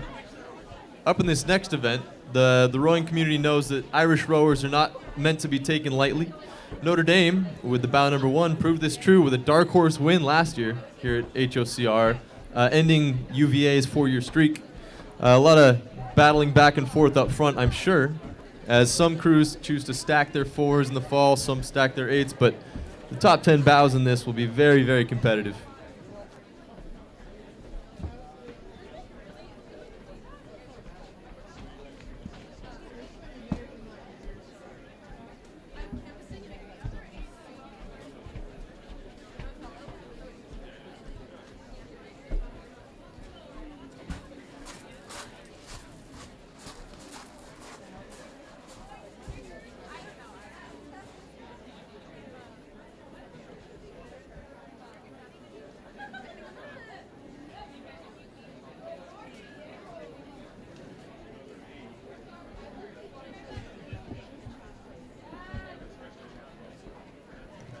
On our BNY Mellon sponsored weather station here, the temperature has improved by 2 degrees. It's now 56. UV index is 3, so please, ladies and gentlemen, consider visiting our vendors in the exposition area. Get a hat, sunglasses, fingerless gloves, whatever you need to stay warm and enjoy this great Sunday, the Fall Super Bowl of Rowing, the head of the Charles 2016 Regatta.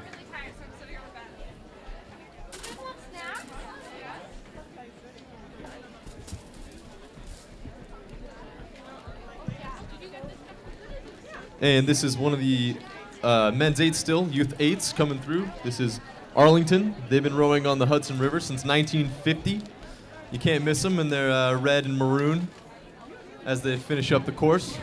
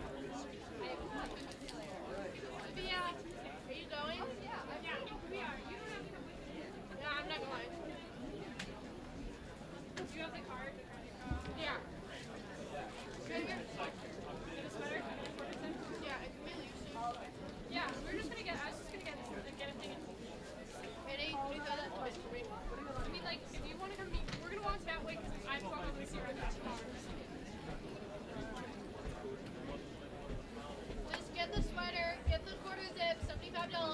$75? Yeah. Get the quarter zip? Did mom say so? Yes. Alright. Get one thing. One thing? Yeah, I'm just gonna get one thing.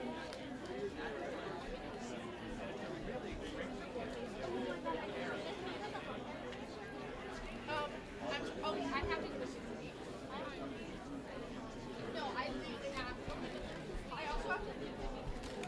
Where did you get this? I don't know. I might have been walking in town. I'm doing I have peanut butters. Yeah.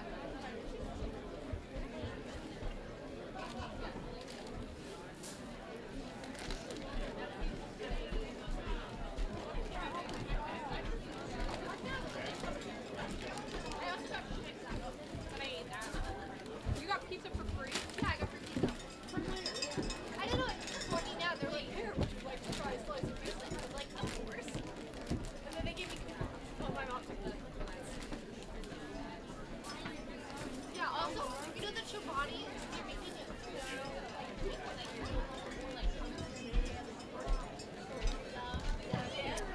We'd like to thank one of our sponsors, Honest Tea. Open a bottle of Honest Tea and discover an honest world filled with real brewed organic tea leaves, delicious organic honey, organic cane sugar, and filtered water. Or you can just take a look at the label. Honest Tea, refreshingly honest.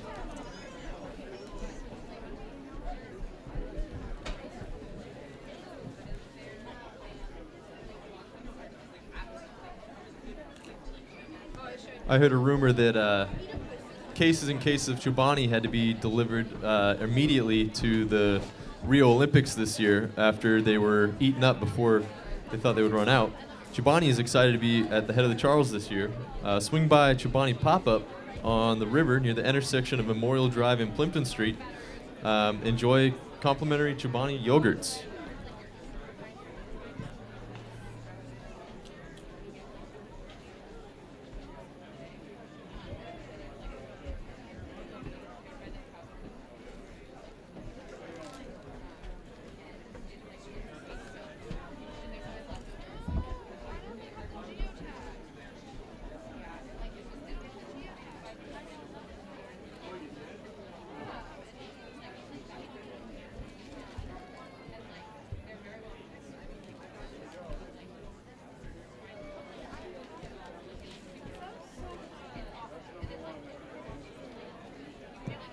And here, the men's collegiate fours seem to be rounding the course. They're coming up very soon.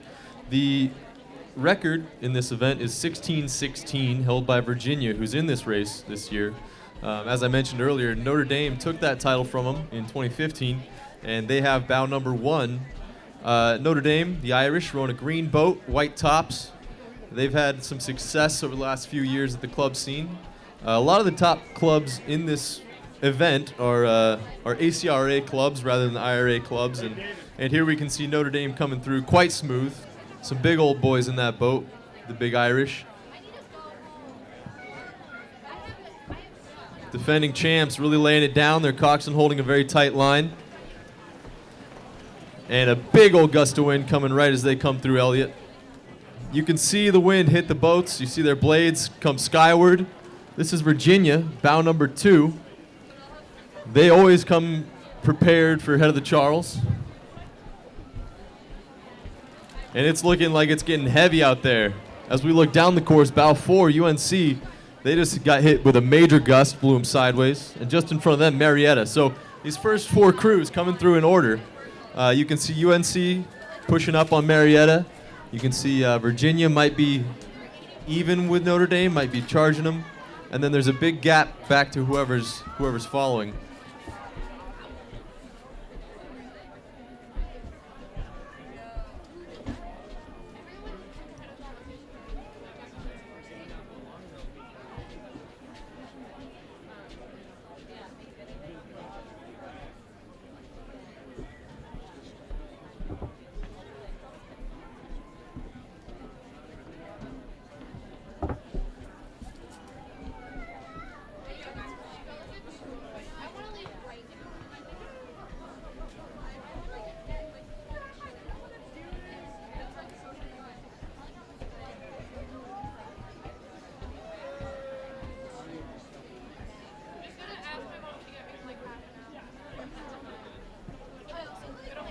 In no man's land, this is bow 5, Colby College. There's no one around them, no one in front, no one behind. Hopefully they have the motivation to keep pushing here. 2C, keep your eyes on the boat. I think the 2 seats, looking at our executive producer up here, Whitney Powell, Ironman, recently competed in Africa. And now looking around the corner, things are going to get interesting. We have a bunch of 4s. The 4s are squirrelier than the 8s, a lot less predictable. And it seems like there's some overtaking happening. A lot of crews getting excited during this part of the race. This looks to be Boston College making major moves through the middle of the race. BC, local boys, row this river every day, really proving it. Bound number 9. And we have a collision here. We have a collision. Looks like Michigan. That's Michigan and Bowdoin. Michigan went for the pass, clipped some oars. They're going to meet up in the parking lot later. And here they go back through Elliott. Still tight, still close. On the outside, that's Connecticut. They made it through just fine. Michigan still pushing right in front of Bowdoin. Yep. And here we can hear it. You can hear the blades clash. Bowdoin. I apologize. Milwaukee School of Engineering. Rowing with Texas blades there. And behind them is UMass. We can hear crowd favorite UMass, Amherst.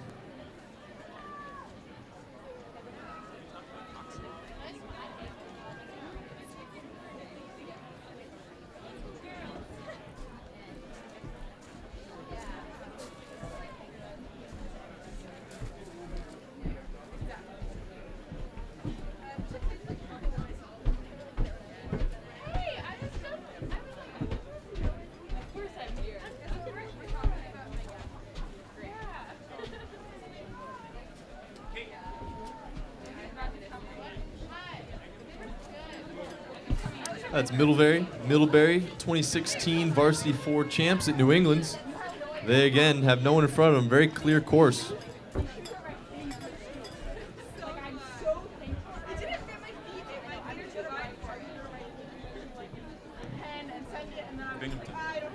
Binghamton crew coming through.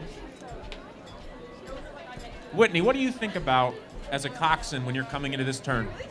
Well, you know, it actually gets pretty tricky because a lot of coxswains start the turn a little bit too late. One thing you have to do as a coxswain is always see one step ahead.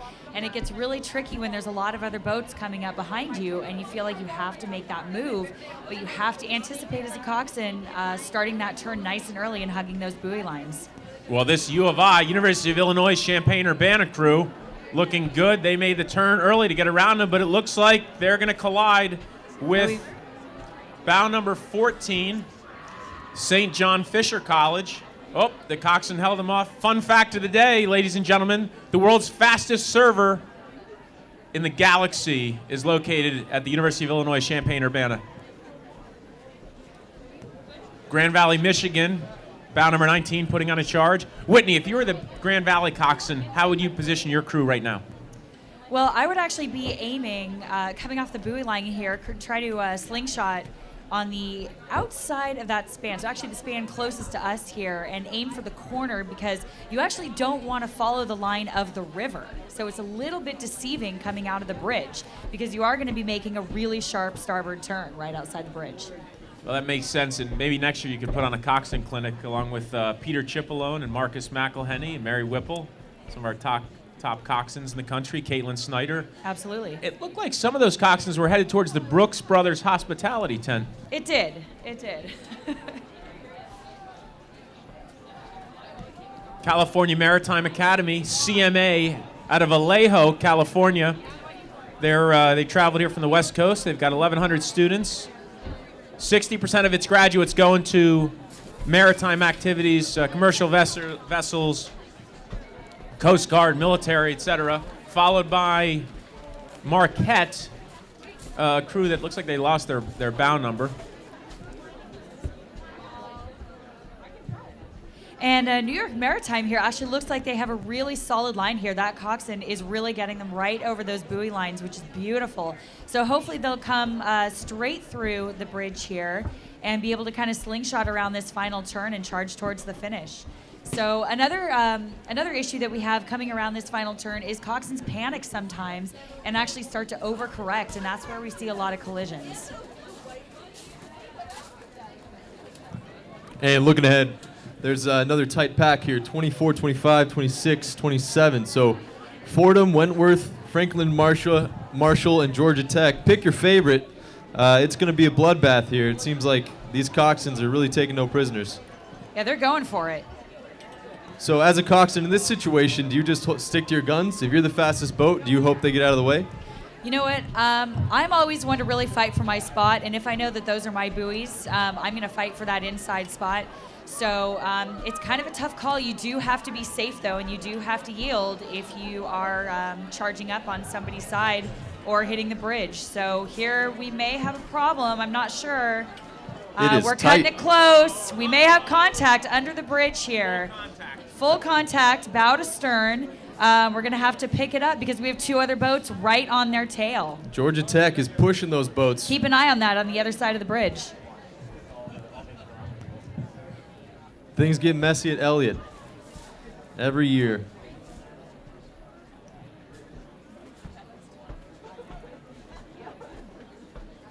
So here it looks like we have another coxswain that came out just a little bit wide. They actually started the turn just maybe a couple strokes too late. It only takes a couple strokes before you really have to overcorrect and take it too wide. And the goal here is you really want to make your rowers do as few strokes as possible. So if you can avoid taking those wide turns, you really want to do that. This is Bates, just a few wicked good guys having a wicked good time out here on the old Charles. Yeah, Bates had a very distinguished graduate a couple of years ago, famous alumna, Gabby Bellata, who came from Georgetown Visitation and is giving them expert guidance on their head of the Charles navigation. We got bow 28 rowing at about 31 strokes a minute. That's UNH. And their coach told us simply, UNH rowing is awesome. We got the Bucket Hats Bucket Rig for WPI. They're another consignment local boy program. One of the better programs in New England. There might be a few engineers in there. Yeah, nice course from this coxswain, too, coming under the bridge here.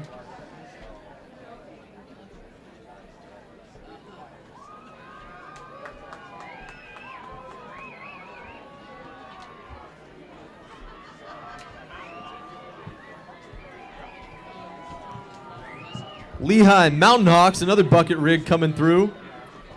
That is an awesome mascot, the Mountain Hawk. Followed closely by bow 34, Jacksonville. This is the first Charles entry for them in several years. They've been working with a new coach. They're cruising down at 29, white boat. And then we have Fordham's second four. It's a new event for them.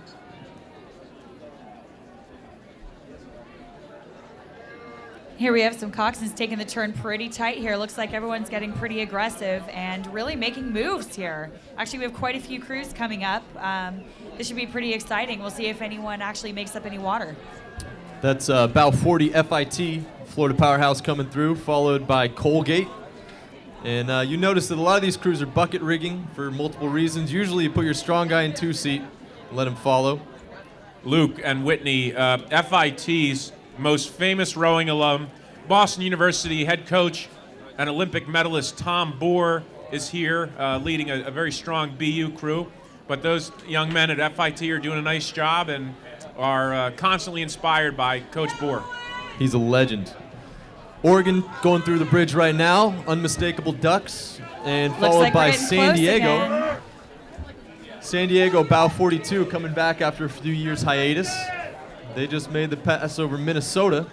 It's their 60th anniversary. Looks like we may have some more clashing oars or some overlapping oars and a serious crab and clash and overtaking of oars there. So let's see how these coxswains overcorrect. Who is that? That was a big old digger from Davis.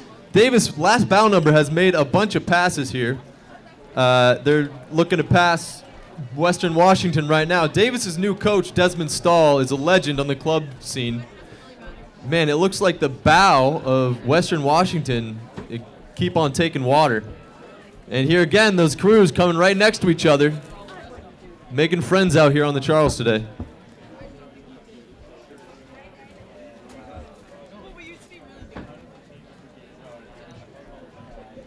Whitney and Luke, that honest tea that I just drank was really good. Helps keep my vocal cords ready to go for this tough assignment. And the Chobani yogurt we had for lunch really hit the spot.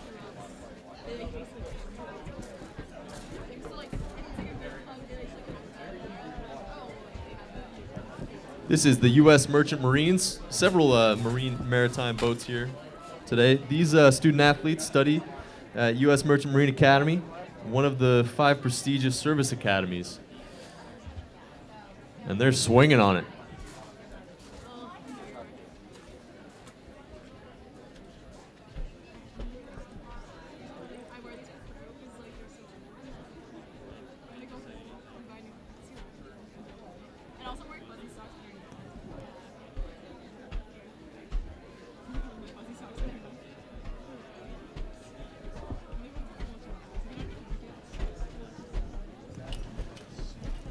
Luke and Whitney, I know you were asking me, well, Whitney, I'll let you ask the question.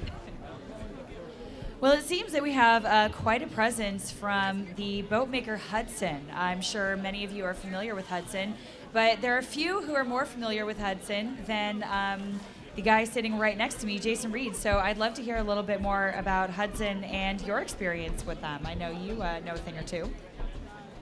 Well, Whitney, up here we're officially in the Shark Zone for Hudson Boat Works, the official gold boat builder for the Head of the Charles Regatta. This year, more than 80 crews, including many of the world's fastest rowers, will gather in the Shark Zone, home of the Grade 8s. And we hope everyone stops by and sees how Hudson is pushing the pace of high-performance rowing. What evidence do we have that they're pushing the pace of high-performance rowing? Well, I'll tell you. Hudson currently has the Olympic record in the men's 8, 2004, the Athens Olympics, the city where the Olympics all began more than 2,000 years ago. As someone who identifies as a Hellenophile and a lover of Greek history and culture, it was fascinating to compete in Athens, Greece, specifically Marathonis, about 25.5 miles from Athens. Let's pause on the Hudson discussion, Luke, because we've got a crew that looks like they're headed towards the Rhode Island border. I'm worried they don't have a rudder. They're making friends with this course, writing some names. They're all leaning over to port side, trying to make this turn. No buoys were cut. No buoys were cut. That's good. We're not going to have any penalties, although they went just a bit outside. They're taking the scenic route.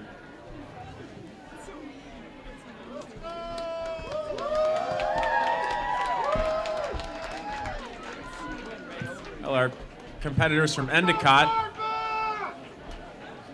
putting in a good effort. Looks like the coxswains headed towards the University of Washington Husky alumni tent.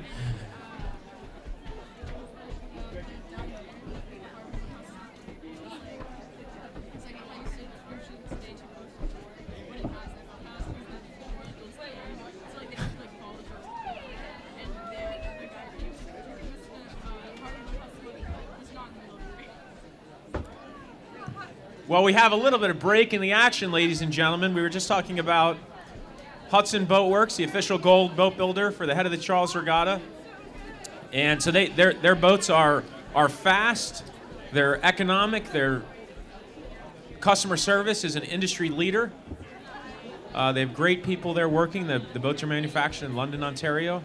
And whether you need a single, a pair, a double, a 4, an 8, all their boats are fast, they're easy to maintain, the parts are interchangeable, and we sincerely appreciate Hudson Boat Works' support of the 2017 Head of the Charles. Luke, who do we have coming down in the queue here?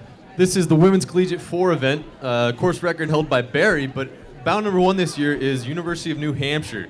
They are still in front, but it looks like they're being chased closely by Nova Southeastern from Hollywood, Florida. Excuse me, I misspoke. That is Barry trying to reclaim their title in bout 3. So course record holders from 2013, a lot of records set that year, and they are charging. They are a hard-charging Barry crew.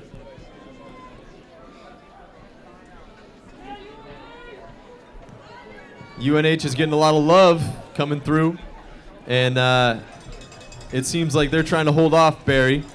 It's going to be hard to tell. Who knows who's leading at this point. Both crews looking strong into this last push in the headwind, last 800 meters.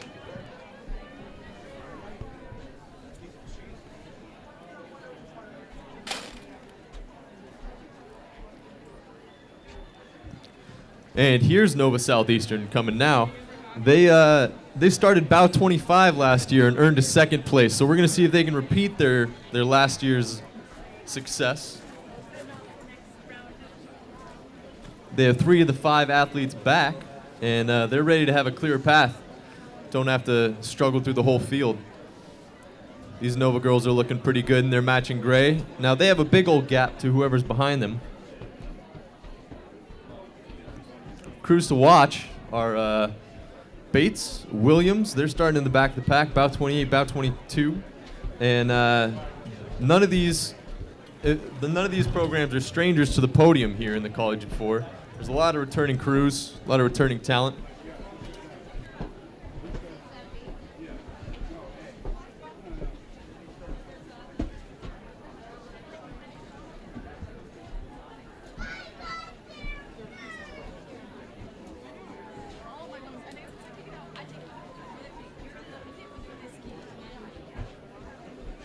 I'm sure things are getting messy up in the basin right now.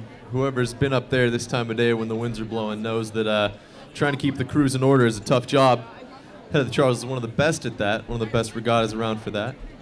And here's bow 4 rounding the corner. I think the gaps are getting bigger to account for that wind.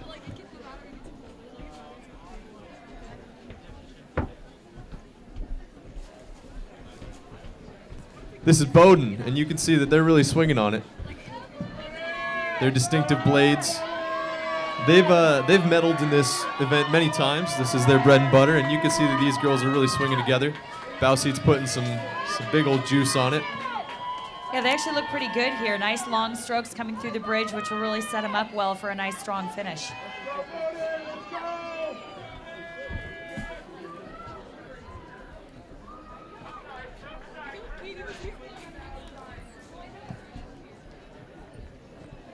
There's a lot of ways to take this corner through Elliott Corner, Elliott Bridge. I myself cut a couple buoys yesterday. I learned my lesson.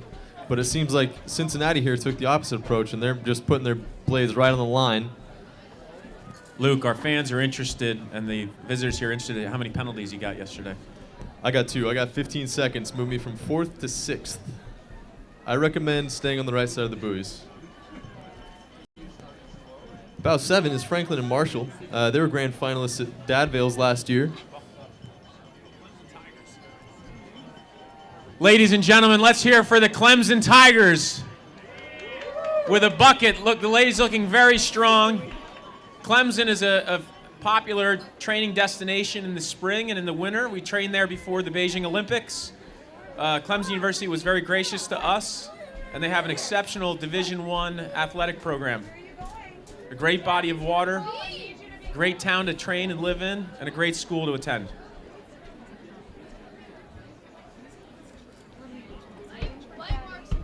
Nora, stay here. Daddy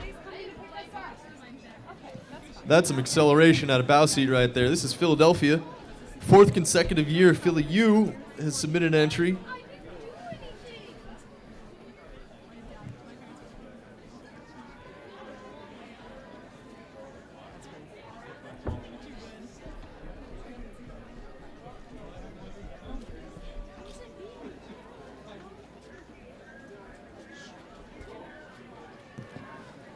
Bow 14 here, Carlton out of Ottawa seems to be making some big moves to the field. They must have passed a bunch of people early because now they're in clear water, really laying it down. Yeah, they look pretty good here. 3-seat looks really good. Really good. A lot of reach, sitting up tall, really going for it.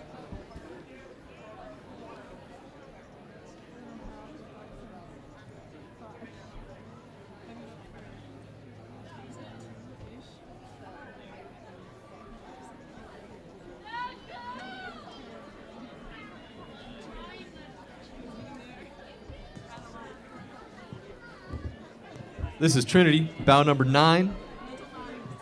We had Chanel up here earlier. She wanted to wish you guys some good luck. Now, the gaps seem to be getting bigger between crews, and that doesn't necessarily mean anybody's moving faster. It's just you want the clearest course possible. So if you think that you're going to catch up to the people in front of you, you want to give them a larger gap.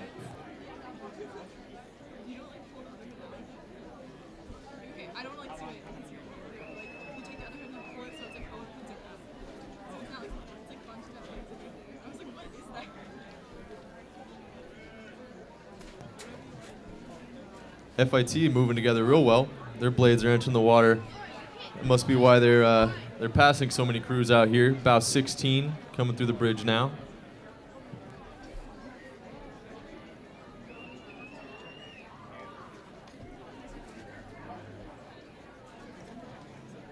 And this is bow 12, Penn State. Penn State earned their entry last year.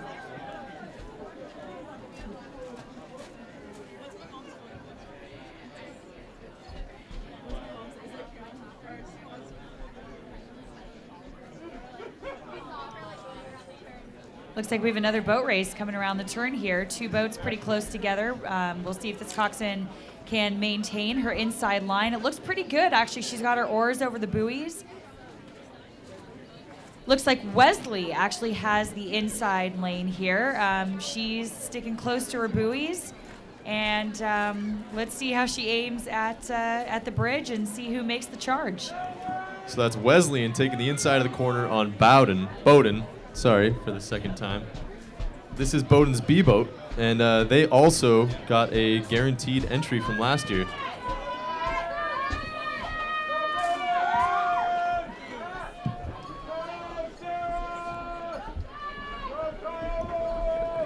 Bowden's slowing down a little bit. Oh, looks like their coxswain just called a little surge 5 to get through the bridge.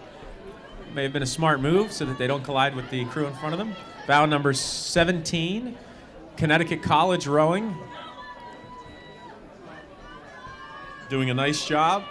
In the light blue, the 3 seats checking out the crews warming up. That can be problematic as you go into the bridge. With the coxswain on the rudder, sometimes that can throw the set off. And if you're not paying attention and have laser focus, you can wind up in the river. Williams College Boat Club, bow 22 passing bow 11. Williams College looking quite strong in the purple and black. Looks like we may have a pretty close call here coming around these last 2 boats. Who's that, Luke? We got Marquette with the recognizable oars there. And we have Bryn Mawr. So both these 4s have been here before. Nice, looks pretty good. Looks like we're overlapping bow and stern decks here coming into the Elliott Bridge. Let's see if anyone makes the push to come into the final turn. And the Owls are charging with the yellow blades.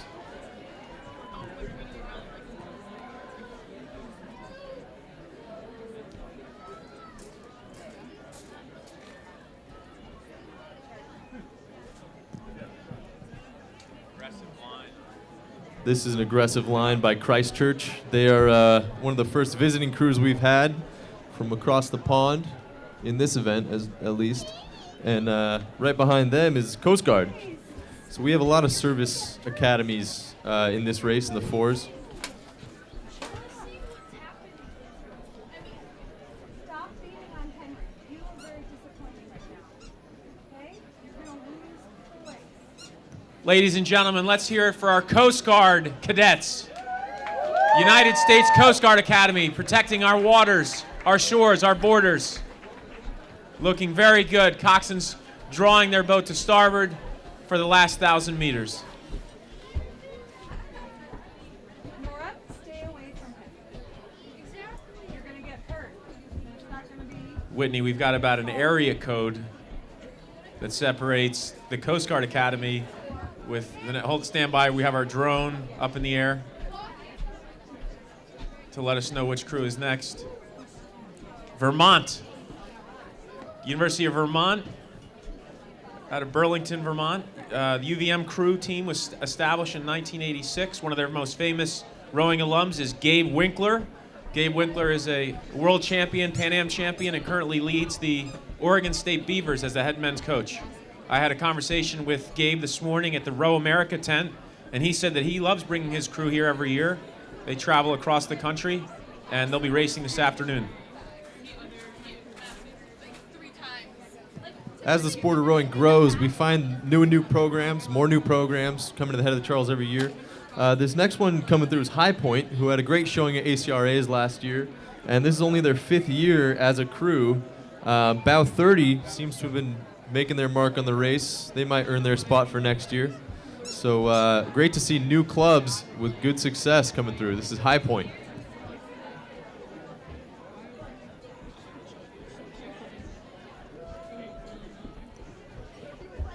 And here, coxing this yellow boat, we have Angelica Bryan. So it looks like she's making a pretty aggressive push, keeping her crew rowing very cleanly here through the Elliott Bridge. Looks good.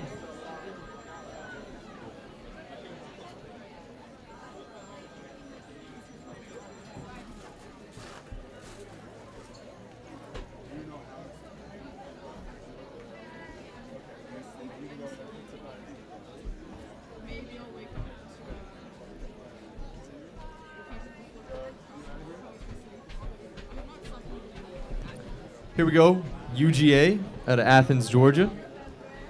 They are all seniors, and but one of them started rowing in college at UGA. They do not think their coach is funny. They do all love The Bachelor and The Bachelorette. And that's what they wanted you to know as they rode by.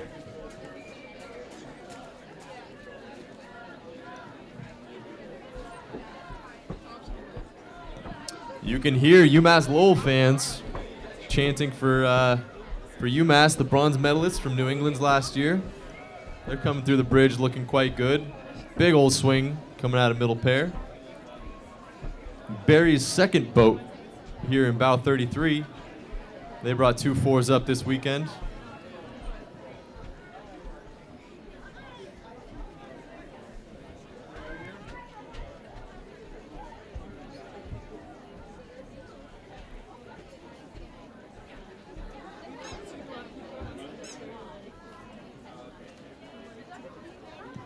Another boat from the Ducks, this time on the women's side. 2016 WIRA champions, WIRA champion bronze medalists, and 5th in the ACRA Grand Final. That's Oregon going under the bridge.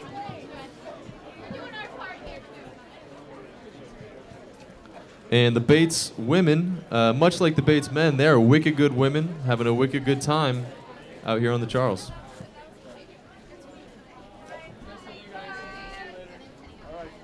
For those of you who aren't from the Boston area, wicked is parlance for awesome in the local lexicon.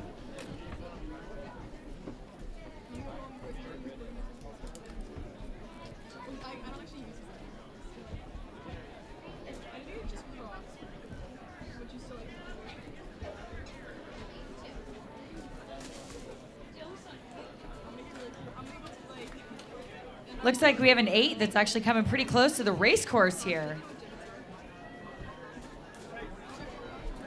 Is that Cornell there? We can't tell exactly who that is, but they have definitely come into the course a little bit. So let's see if the girls can kind of pick it up and get past that and get through the Elliott Bridge again. That's Chicago, who had the close call, and seems like they're hard charging after that one. That must have fired them up. On the outside, that's University of New England. We haven't seen many Casper boat shells out of Canada. It's Merrimack College. Coxswains, for those on the bridge and listening, please, as you're warming your crews up in the warm-up lane, stay away from the buoys where crews are coming down. Even let it run. Want to give them good water. The men's Champ 4, Camp Randall, doing an incredible job making a push. We're also going to hand it over to 2 expert commentators. Thanks for listening.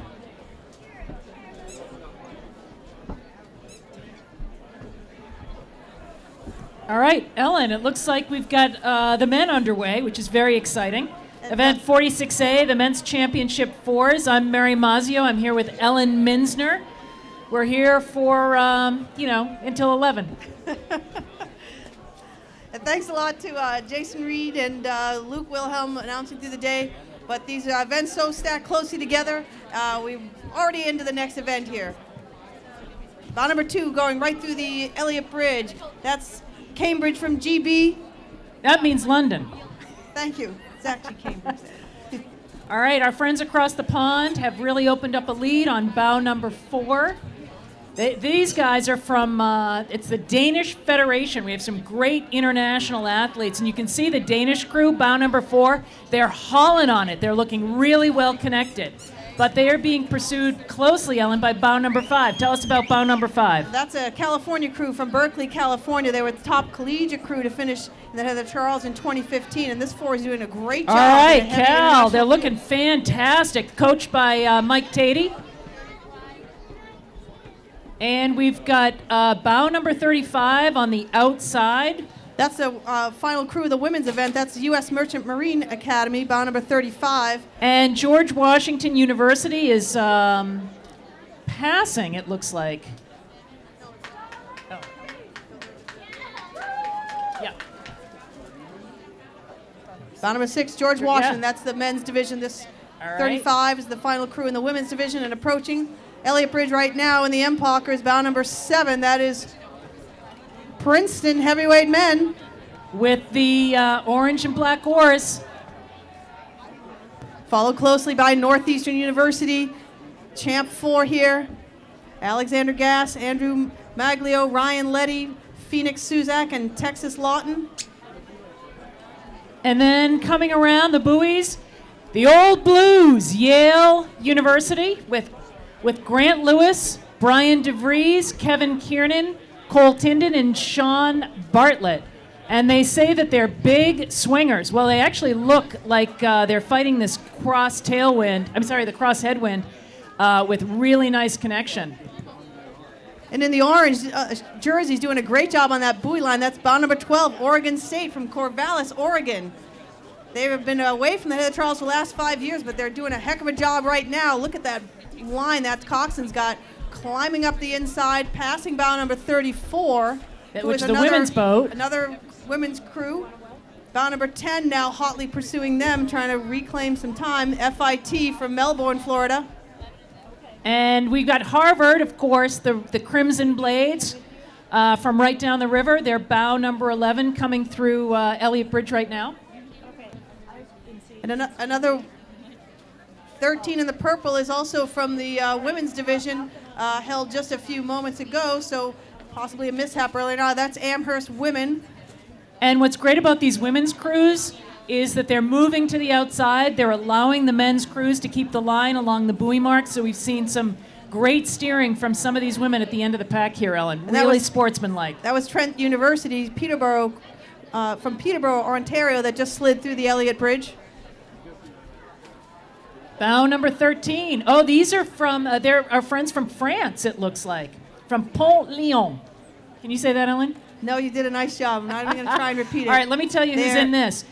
Maxence Janoudet. These are members of INSA, the Lyon National Rowing Center in France. These are members who rowed in Rio and the World Championships in Rotterdam. These guys are looking great. Bow number 18 now, Wisco, University of Wisconsin. The Badgers. doing a heck of a job here. Yep, they're handling these challenging conditions very, very well.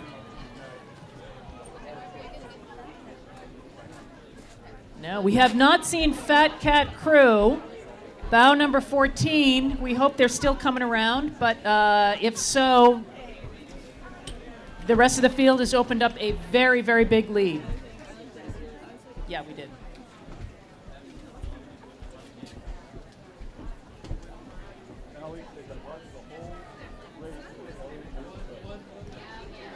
Well, it certainly continues to be a blustery day up here on the rooftop of the Cambridge Boat Club.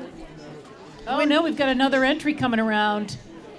Bow number 17, Ellen, from Christ Church, Oxford, again from across the pond, from Great Britain. These guys average age just 22 years old. They got great experience here. Having a little bit of trouble with the wind, but they look pretty clean as they come around the corner here. Well, and they're really hugging the buoy line, which is wonderful to see. But you can see the wind just grabs the bow from time to time. I mean, that coxswain was right on the buoy line. You see a gust of wind come up and knock them sideways. It is not easy. There's been the reports all day long from people coming up to the rooftop and telling us about the conditions, that it's a really unwieldy type of wind, highly unpredictable, and you take your chances when you're right on that buoy line because the wind could take you one way or the other. And we have bow number 19 in the red. We can't tell you anything about them because they're not in the program. Bow number 19, this will be the lightweight division of the fours. So the lightweights are plowing through. And they're catching up to the heavyweight division. This is really extraordinary. That's right. It's a very young crew here. Especially in these conditions, which is just a crusher of a headwind. Sure. This is extraordinary that these crews are so competitive. Ellen, go. That's all right. It is Cornell. Let's give them credit where credit is due. Cornell coached Lights. by Chris Kerber. Bow 19. And you're going to love their tights. Bow number 20 is pressing them hard, though. Bow number 20 has closed up a gap. They only about a length remains between them, and they've opened up a gap. And that's Georgetown. Really nice job by Georgetown. They're probably closing in within 5 seconds. Columbia now trying to reclaim some real estate. Columbia University in the light blue jerseys. And they're hotly, hotly pursued by New York Athletic Club.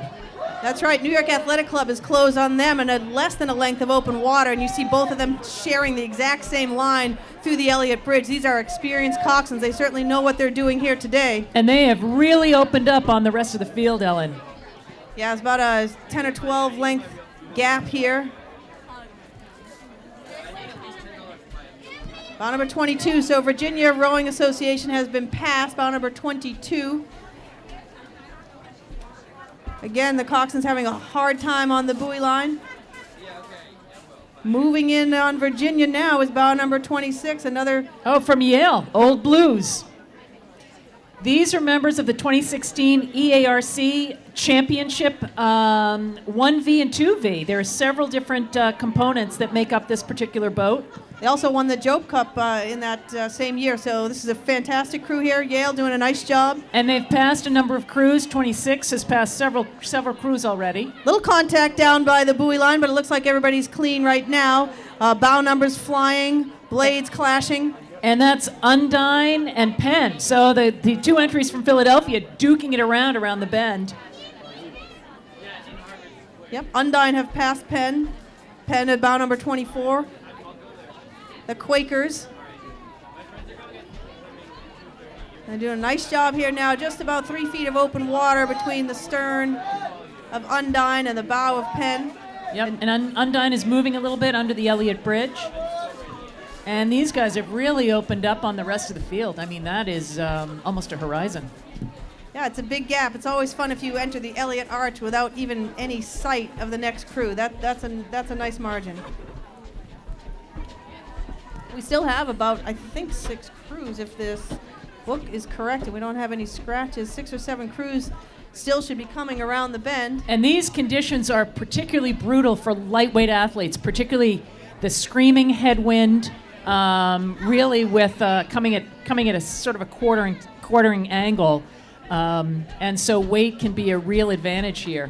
Ellen, we have another boat coming around now. Riverside Boat Club, our friends from down the river.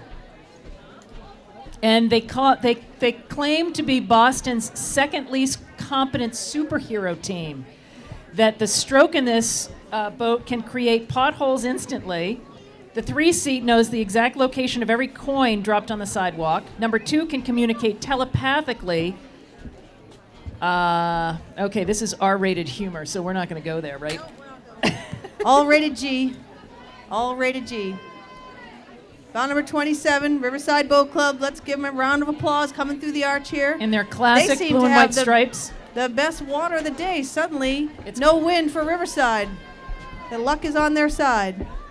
Oh, and now we've got 4 crews coming around. Everybody's jockeying for the position to hang on that buoy line. It can cost you between 5 and 10 seconds if you miss your line around this corner. Bout number 33 leads this pack. That's Harvard University, the Harvard Lightweight 4. Isaac Walker, Patrick Anderson, Josh Coopersmith, and Eric Dobrushkin, coxed by Mary Ye. And they have just passed bow number 29. Bow number 29 is MIT, our friends again from down the river. And Dartmouth is really making a charge. Dartmouth is bow number 34, the Dartmouth Lightweight Men's 4. Yeah, they've already passed the Penn crew, Lightweight 4. This is the Quaker Lightweight 4 here. You saw their other crew earlier. And here we go, Dartmouth making a move. The Dartmouth coxswain is no stranger here because they know the next turn is over to starboard. And I hope they haven't hit the bridge, because if they haven't, they've made the best line so far coming out of Elliott. That was beautiful. They snuck on the inside, and they're going to keep it.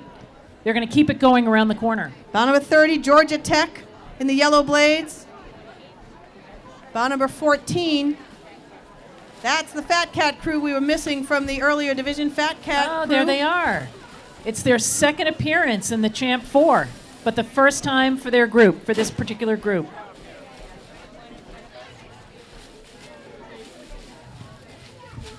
Bow 31 right out in front of the Cambridge Boat Club. This is Red Cedar from Horton, Michigan. This is the Michigan State Crew Club alumni.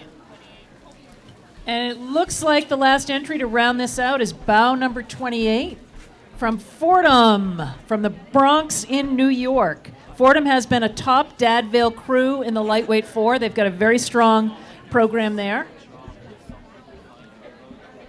And it's really, these events this year are spaced so close together that the fastest crews from one division are overtaking the others. We've seen that in the last 3 or 4 events of the day, where you have lightweights pushing through into the heavyweight ranks, the men catching up to the final event, women's event before them. So it gets a little confusing. We'll try and do our best to keep your attention But it makes it exciting. It sure does, right?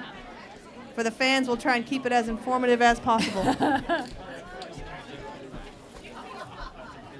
And one of the reasons we're seeing sort of crews overtake the next event in front of them is really because of these headwind conditions. It really slows down the time, it really slows down the race, but it also makes it exciting as well. And we've seen a lot of good sportsmanship here, people moving out of the way, moving off the buoy line when they're getting past. So it's really wonderful to see these really athletes being so sportsmanlike. Yeah, and it's probably very difficult at the start line, too, to make sure that they start at the exact given interval that we would normally have. I mean, I'm sure they've got their hands full just keeping everybody safe up there, so it's tough to tell what the exact margin would be based on starting positions. But as we said... I don't recall wins this brutal in at least 20 years, Ellen. I'm not dating myself, but... Greg Stone is right behind us. Now, we will date him because he was rowing in about 1926. Greg, have you seen conditions with wind like this?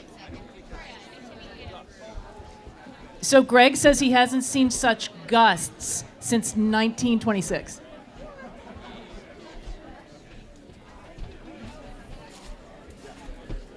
All right, we're going to thank some sponsors now. All right, we're going to start with Ghirardelli Ice Cream and Chocolate Shop at Faneuil Hall. The Ghirardelli Ice Cream and Chocolate Shop at Faneuil Hall is thrilled to be. They are a first-time supporter of the Head of the Charles this year. They've got a booth at Weld Exhibition for complimentary chocolate tasting all weekend. Free for you. They've got wonderful hot cocoa, and it's at the booth now, hot and ready for your consumption.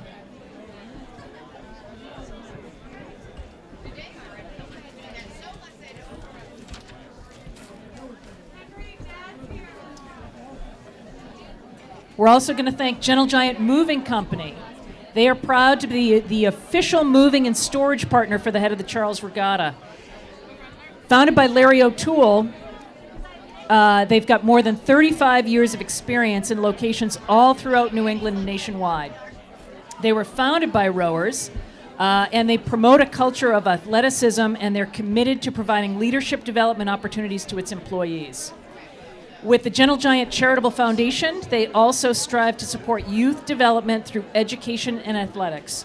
Gentle Giant, if you see their trucks, they have mostly rowers that are employees, and they're polite. Having had them myself, they're polite, and we love them. And they run with those boxes. Oh my God, they can lift 2 boxes per person. And run up the stairs. And run up the stairs. Skipping. Can you 3 still run up the steps stairs? in between. I've seen them run up the Harvard Stadium with those boxes.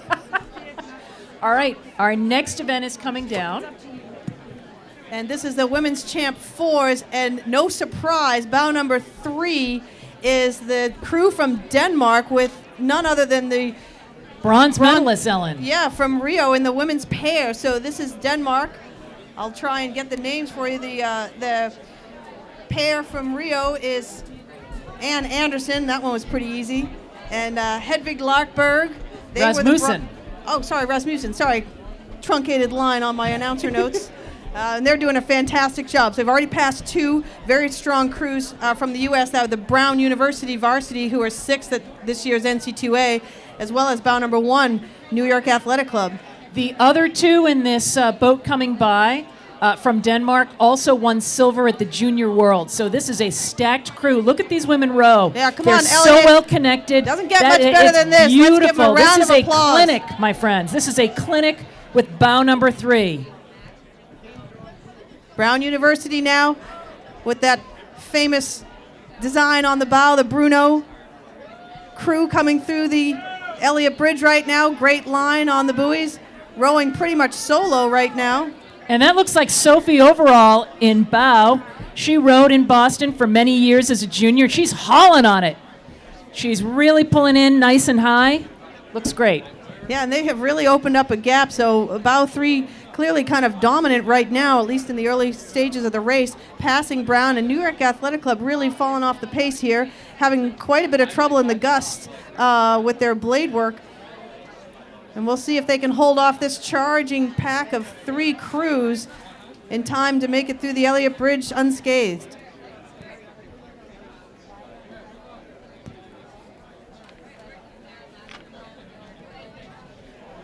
And the first one emerging is bow number 5 in the yellow jerseys. They're moving wide. That's Iowa, from Iowa City, Iowa.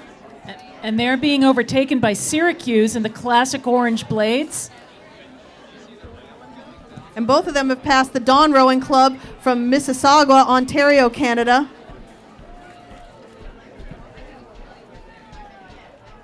Coxon's doing a nice job. That's tough. No contact so far. Yeah, that was really excellent around that bend. So Syracuse now going stroke for stroke. Iowa trying to take a little 10 from the outside there. Iowa hold them off, at least for the moment. Another orange crew. This is the Tennessee women. They have finished in the top 3 of their conference championship since it began in 2010. Bow number 6 now is Notre Dame with none other than Molly Pierce in that crew. Molly Pierce, who rowed for Cambridge Boat Club for many years. Her dad and mom were both on the U.S. lightweight team. Molly is in the bow seat. This is their 5th year in a row that Notre Dame has entered this event. Go Notre Dame.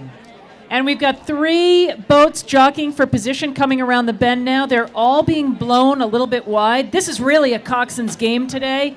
In these gusts and conditions, having a skilled cox can be a huge advantage, sometimes a 15 or 20-second advantage. And leading this little parade are the hometown, the Radcliffe, and the familiar black and white blades and black jerseys. Radcliffe in the white hull. And they've passed Miami. Yeah, that's right. They're sitting about a half a length of open water over Miami.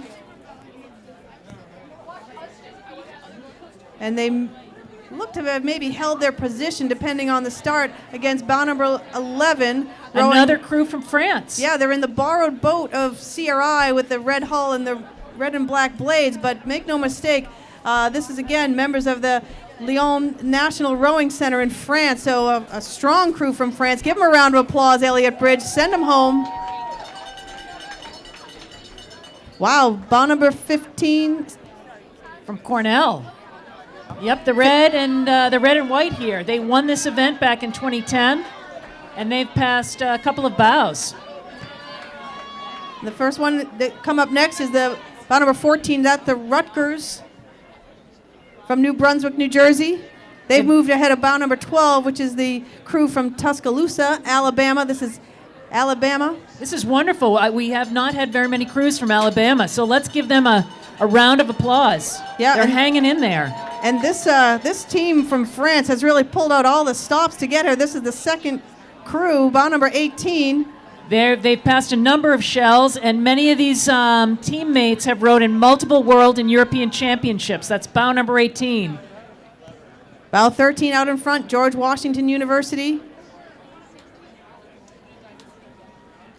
They've opened up quite a gap.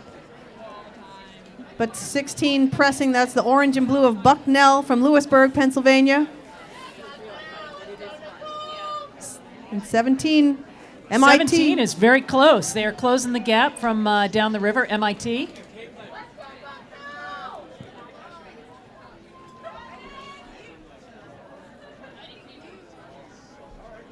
Bow number 19, Boston College. Local crew also rowing out of the Harry Parker Boathouse with CRI. Looks like they're going to round out this event, I think, Ellen. Yes, I think we've seen all 19 competitors in this event.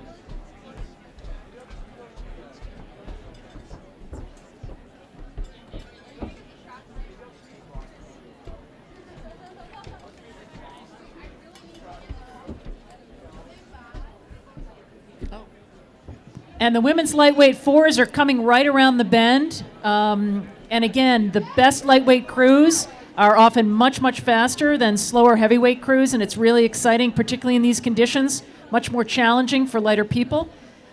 And we've got bow number 20 coming around the bend. Our friends from Riverside, they won the lightweight four last year, and they're looking to repeat. And right now they have opened up. Look at them take this bow line. That is classic. They've got their oars over the orange buoys. That was a beautiful job by that coxswain. I mean, that was textbook. And they've opened up a ton of daylight on that. We can't even see the next crew. But Mary, they're going to need it. The last crew to start is bow number 30, Western Ontario, and they've got some national team members in there. That's a crew from Canada, Western Ontario. So this Riverside crew has got to really race the clock. They've got to really haul it. It's going to be close, and they won't be able to see them at all. They have to test their mettle against the clock and their coxswain steering. So good luck, Riverside, as they head through the Elliott Bridge. But what a lead they have opened up on the field. This is extraordinary.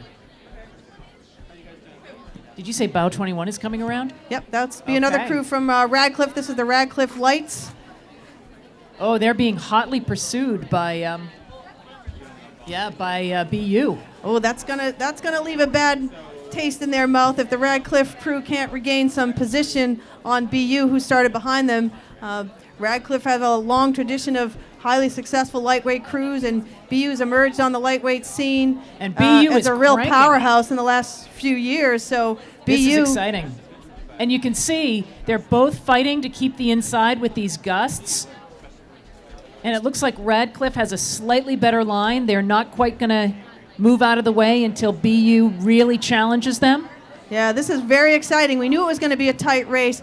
This one is for bragging rights on the river right here in front of us. Without a doubt. Radcliffe in the black hull, BU in the red. That rivalry has successfully pushed them far enough ahead of Fordham that they don't really need to worry about Fordham for now. And you can see the BU crew is already taking it up from a rating standpoint. They're rowing a little bit higher, which means their oars go in and out a little bit faster. than the crew in front of them, and that can be dispositive in the last 1,000 meters of this race. Dispositive. I use the word dispositive. Impressive. Do you know what it means? Nope.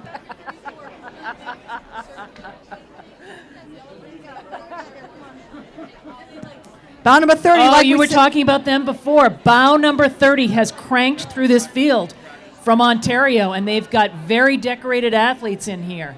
Sure.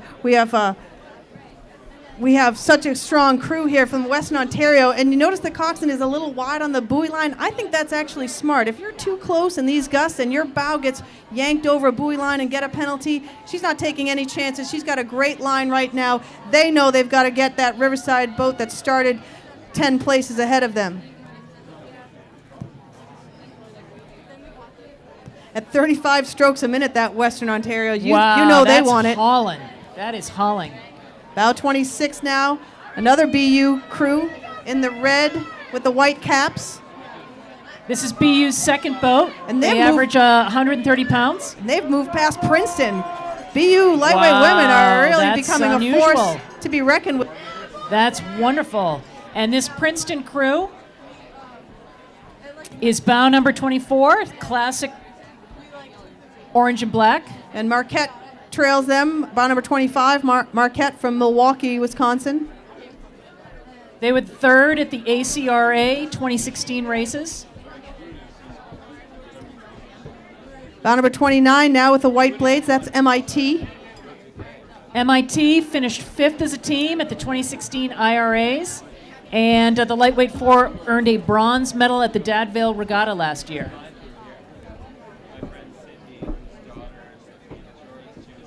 Bow number 27 with the pink shirts. This is LaSalle Rowing from Philadelphia, Pennsylvania.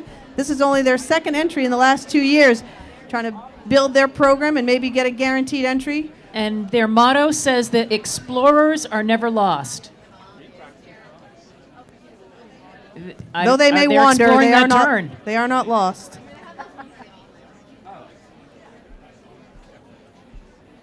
Bow number 28 is Bucknell. They were last year at the head of the Charles in 2012. Very excited to be back. Bucknell from Lewisburg, Pennsylvania. Again, the wind is cooperating just a little bit more than it was about 20 minutes ago. The water is a bit more flat. Not seeing so much white water coming up off of these blades, and that might be it for the women's lightweight fours. All right, we need to talk about the men's championship eights. This and the women's championship eights are so exciting. We've got a couple of grade eights, particularly for the women.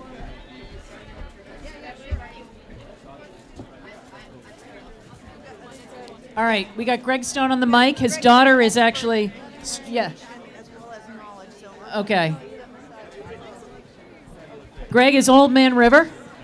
Hardly that, but and was coach of Jevy Stone, who was an Olympic silver medalist in Rio. Greg himself was on the 1980 team and possesses all sorts of knowledge and trivia. lots of that. And this is going to be a great race, these next two Champ 8 races. This is what many people come to see at the head of the Charles. And this race is going to start off with the three top places of last year, which is Yale, winner of the Eastern Sprints, Cal Berkeley, winner of the IRAs, the Division I National Championships rowing, and Harvard. So they're going to start off, and then we're going to fill in with... Whoa. You cannot forget bow number 4, Greg. This is a grade 8. Yes, I know. Okay, what's going let's on. go. And so the three Division I schools start off, and then bow number 4 is the grade 8, the men's sculler grade 8, which is comprised of the top scullers in the world. Mahi Drysdale, the Olympic champion from 12 and 16, put this together. And he's got with him Alan Campbell for his last race of his life, the British, who was a bronze medal in London, got sick unfortunately. Julien Bourain, a famous double Olympian for France and Olympian for Canada most recently, a true French-Canadian. Peter Wiersum is the cox. He's the Dutch cox, bronze medalist. James McRae is on board. He's an Aussie in the quad, silver medalist. Angel Rodriguez. Unfortunately, the Cuban cannot be here. There was some defection problems on a recent trip on Cubans, and he has been held at home.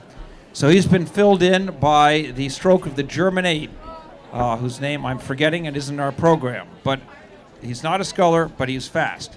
And then Demir Martin, silver medal, and Eric Johansson, who is a Dane. So we've got a great group here, and they're going to be followed by the British team, basically, an 8 comprised of gold medals from the British 8 and 4, who And many people are favoring in this race. This is going to be really exciting. Also in that grade 8 is Olaf Tufte. Olaf And Tufte, excuse me. Like extraordinarily decorated gold medal. Gold medal 2004 and 2008, rode in 12, and silver medal in the double this in year. 16. I mean, this is a man. Okay. Okay, Oh, and here we go. wow. We've got We've two got boats action. coming right around. So the first boat you're going to see coming around is Yale University, holding on to its #1 spot. But Cal is But right on its tail, and this is going to be Coached by Mike Tatey, a former national team coach and member, is right on Yale's heels. And Yale They're has taken this holding- turn a little bit wide. Holding a little tighter. Yale is rowing, as you can see, an Empacher yellow boat. They're not known for turning very well. But and, boy, Cal has really and that. Cal has coxswain. got a good inside line. Yale is now really, the Yale coxswain is working on this curve. He is going to take the right-hand side. And That we've is got, the first We've got Yale champ. going for the right-hand arch. We have not seen that very much today. That is that har- must be a tactical and kind of excellent move, I have to say. Now you can see the Yale coxswain dragging his hand. Oh, He's got to dear. be around the buoys. That's now the way he's done it. Will And he slow is them going to down have to make room considerably. for Cal. Now we have the Crimson of Harvard, and they, you can see they've lost some time to Cal, but they are gaining on Yale rapidly, which is all they really care about. So there's Harvard, good length. They're making good line. The Cox Cole, Durban, Cox to Belmont Hill. He knows just how to cut that dock. So they are on their way. And now we have the grade 8s. And they And you can see the British team in their white blades and white tops has passed the scullers. Oh, they're passing Scullers- right now around the bend. Scullers have the better line. The British very gentlemanly going on the outside, passing on the outside. So this is the British team here. These are all gold medalists from Great Britain in the white boat, the white blades, followed by the best scullers in the world. So this is the grade 8 right here. The grade 8 is bout #4 with the blade colors, and the all white blades are the British team. And the Brits have passed. And the Brits have passed. We have an odd note. The British are not allowed to wear the Union Jack on their blades except in Olympics. No kidding. And World Championships. Okay, now we see boat #5. This is Leander. Also, no, this is 5 here? No, this is 5. This is the British. We're all wrong. The boat racing the grade 8 was the University of Washington. And so that is Leander going by the British, and now we have BU, boat #7. BU looking really good on this turn, coached by Tom Bohr. That means Washington. We miscalled that, Greg. We that was miscalled bow that. number Washington. 6. They're hauling. That is so impressive that they passed all of these decorated Olympians. Yep. The Huskies. The Huskies. Okay, and now we have the Tigers of Princeton in the yellow boat going through, taking the gust. And they've really opened it up right now on the rest of the field. Yeah, that was a They've tough moved on field. bow number 9. Bow number 9 is getting pushed wide, you can see, with these gusts. So this that's is Brown brutal. University, and they're also going wide, and really All having a of tough these time. crews, I mean, these are excellent coxswains. You can see this kind of gusting. That's Grabbing- what's happening. He's dragging his hand, this coxswain, to bring him into line with this buoy. And we've got bow number Okay, 10. now Harvard they're is free. coming around. They are being blown, but the coxswain made a dramatic correction to hang on that buoy line. That was actually well done. He did not have to Great job. That is the stick his hand into the water. She, Madame. That's Jacqueline Goodman coxing that boat. Oh, sorry. Forgive me. That's why we have good driving. And so this is the Harvard 2V, and right in the race here. Good line.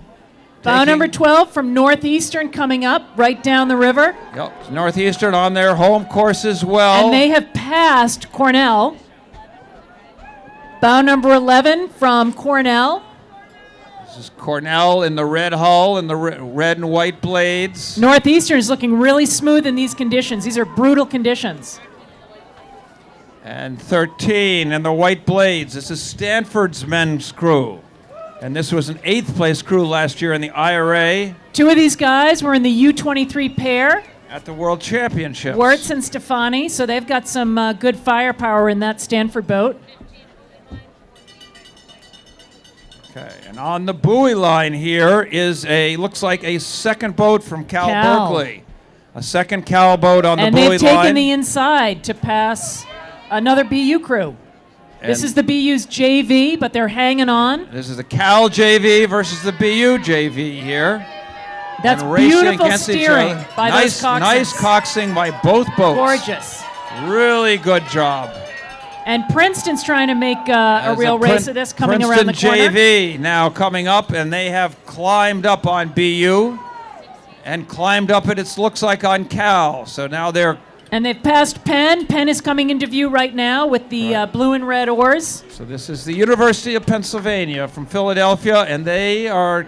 Boy, they're having a little bit of trouble with these gusts. They're working this it's corner brutal. too, and they are... I'm not sure what bridge they're going for. They may be going for the right arch. It looks like they are. Okay. And okay, and now we have boat 18 coming up, and this is the Naval Academy, the midshipmen from Annapolis. And they're being followed very closely by Dartmouth. Let's Beautiful Let's line. hear it for the Naval Academy. These guys are going to be defending you someday. And Dartmouth is really charging. And on their heels in the Bow green 21. is Dartmouth, who The started green- 21st. The Dartmouth. green machine. They took a beautiful turn. This is Dartmouth under the second year of new coach, and it shows. These guys are hauling. And they've passed bow number 19. This is Georgetown in the gray and the blue. Hoya Saxa. This is Georgetown's rowing heavyweights. Bradley Cooper, Hollywood star, rowed for Georgetown. Did you not know this? Man of all facts and trivia. All right, and here we go. Boat number 20 in the yellow. This is Drexel out of Philadelphia. And right behind them, 23 with the red is the University of Badgers. Wisconsin, the Badgers of Wisconsin, in what looks to be a brand new shell. And looking good. And then we have in the red shell here from borrowed from CRI, or maybe it is CRI, and it's Bow number 20.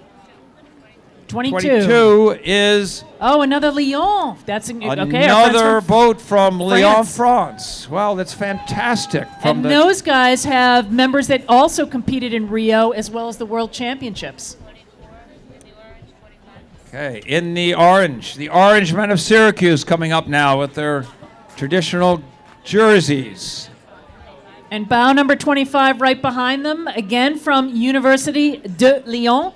Again, more boats from the Lyon National Rowing Center from France. Let's give them a round of applause. I mean, for them to come all the way over here. Great turnout from the French These team. guys were in various world championships and European championships, and you see some beautiful rowing in there. Really, really connected. Yes, very nice rowing, nice cadence. And here, boat number 26. Brown. Looks to be the Brown JV.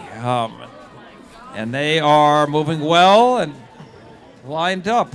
And I think that rounds out. Wow, it's just a rush, but I think that is it. No stragglers in the Champ 8s. We're going to have a B event following quite shortly, which is the men's lightweight 8s. It started about 20 minutes ago, so we're going to see them we're any gonna moment. see them shortly. This will be a battle royale between Princeton and Harvard and Yale and Cornell, coached by Chris Kerber. In that order, that is how they finished last year. This is going to be really exciting. And Harvard has a new coach this year. Billy Boyce took over. He'd been the heavyweight assistant coach. He took over the lightweight program. He is a former lightweight of Cornell and is happy to be back coaching skinny guys again. And Cornell, of course, coached by the able Chris Kerber, himself a former national team athlete. Yale, coached by Andy Card, who rowed back in the day at Princeton.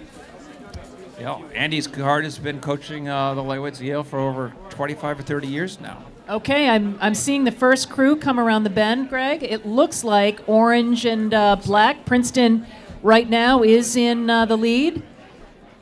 And we're going to see how tight, bow number 27, we're going to see how they take this turn. The gusts are really proving to be really problematic for these coxswains.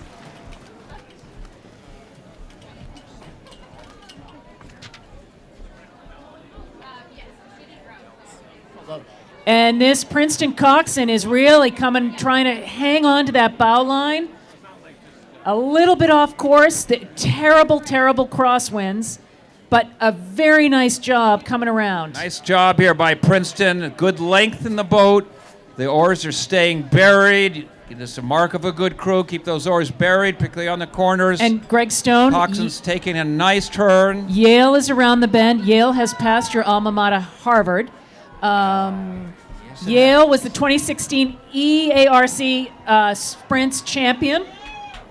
And so here and the 1V and the 2V. Oh dear, Yale has had to stop. They have caught a crab. Yale's got a crab. Oh, this is a shame because they had passed Harvard. But you can see they're going to regain. He's jumped his seat. They're going to try and go with 7 guys. You know, we have not seen Harvard yet, and we don't see them in sight. They must have had trouble further down the course. I see. Because here we have the big red of Cornell. Oh, here he is. The 4-man is back in action. You can bet that Yale is going to take it up and crank to the end. And here comes Cornell around the corner, the big red of Cornell. And they're going to take advantage of this situation with Yale. What do you think about the fashion statement in that, Cornell? love, it's the cat in the hat.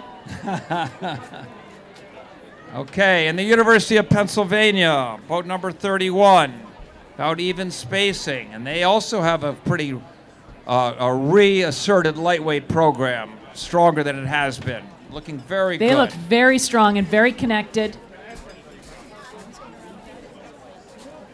32, yeah, Delaware. And here from Delaware, I think it's the Fighting Hens of Delaware. And so this is a great club program, but the Delaware lightweights are very well known, and they come and they race all the bigs. And right behind them looks to be Princeton 2V. 33, the Princeton 2V, doing very well. Nice job by the coxswain. And they're being coxswain. closely pursued by bow number 34, our friends from the Naval Academy. And here comes right behind them, about a length and a half back, This is really impressive for Navy to be this close and this competitive with Princeton. Okay, in the yellow boat, in the bridge, this is the Naval Academy. All right, 3 cheers for the Navy. And they've opened up really an expansive real estate on the next we got couple of some crews. real estate here. Oh, we've got MIT and Harvard's second varsity, right, Greg? Yep, that would be right. Or no, it's their first varsity that somehow we didn't see before. Well, we'll see what their number is. Yeah. So we've got coming up here now, 35. This is MIT. They've got the sideways T on their blades of light gray, red hull, taking a line, doing a nice job on that corner, and they are followed by... And that's the Harvard 2V behind them. We don't know what happened with the Harvard 1V. A little bit wide on this quarter here. Harvard 2V, going to get an angle. Oh, and they're being pursued by Western Ontario and a once tight again. line right behind them. These guys were Canadian Henley champions in 2016. Boat number 39, so they've made up some time. Western Ontario. And they have passed Mercyhurst University from Pennsylvania. This crew won the 2016 Dadvale Championships. And they're so followed this is by Dartmouth. Mercyhurst in the white boat. And now over here, heading more or less for the Cambridge dock, is the Dartmouth lightweights. Coxswain's got his arm in the water, or her arm in the water. She knows what's going on. 2-man, bring it around. Bring it around, 2-man. Tough it out. This is very, very tough. A coxswain will only stick their hand in as a last resort. It can really slow down the boat and throw up a huge plume of water. It's actually guaranteed to slow down the boat. Okay, and here, another Pennsylvania boat, it looks like. No bow number. Bow 40 from 40, Penn. okay, that must be Penn's 2V. Lightweight 8. And you can see they've got a bucket. And that's when rowers on one side are put right consecutive seats right behind each other. So some alchemy happening in that Penn boat. Wow, and so that are the lightweight 8s. And we never did see that Harvard varsity who Must have had some equipment problems Okay, along the way. coming up is the Women Championship 8s. This is really exciting.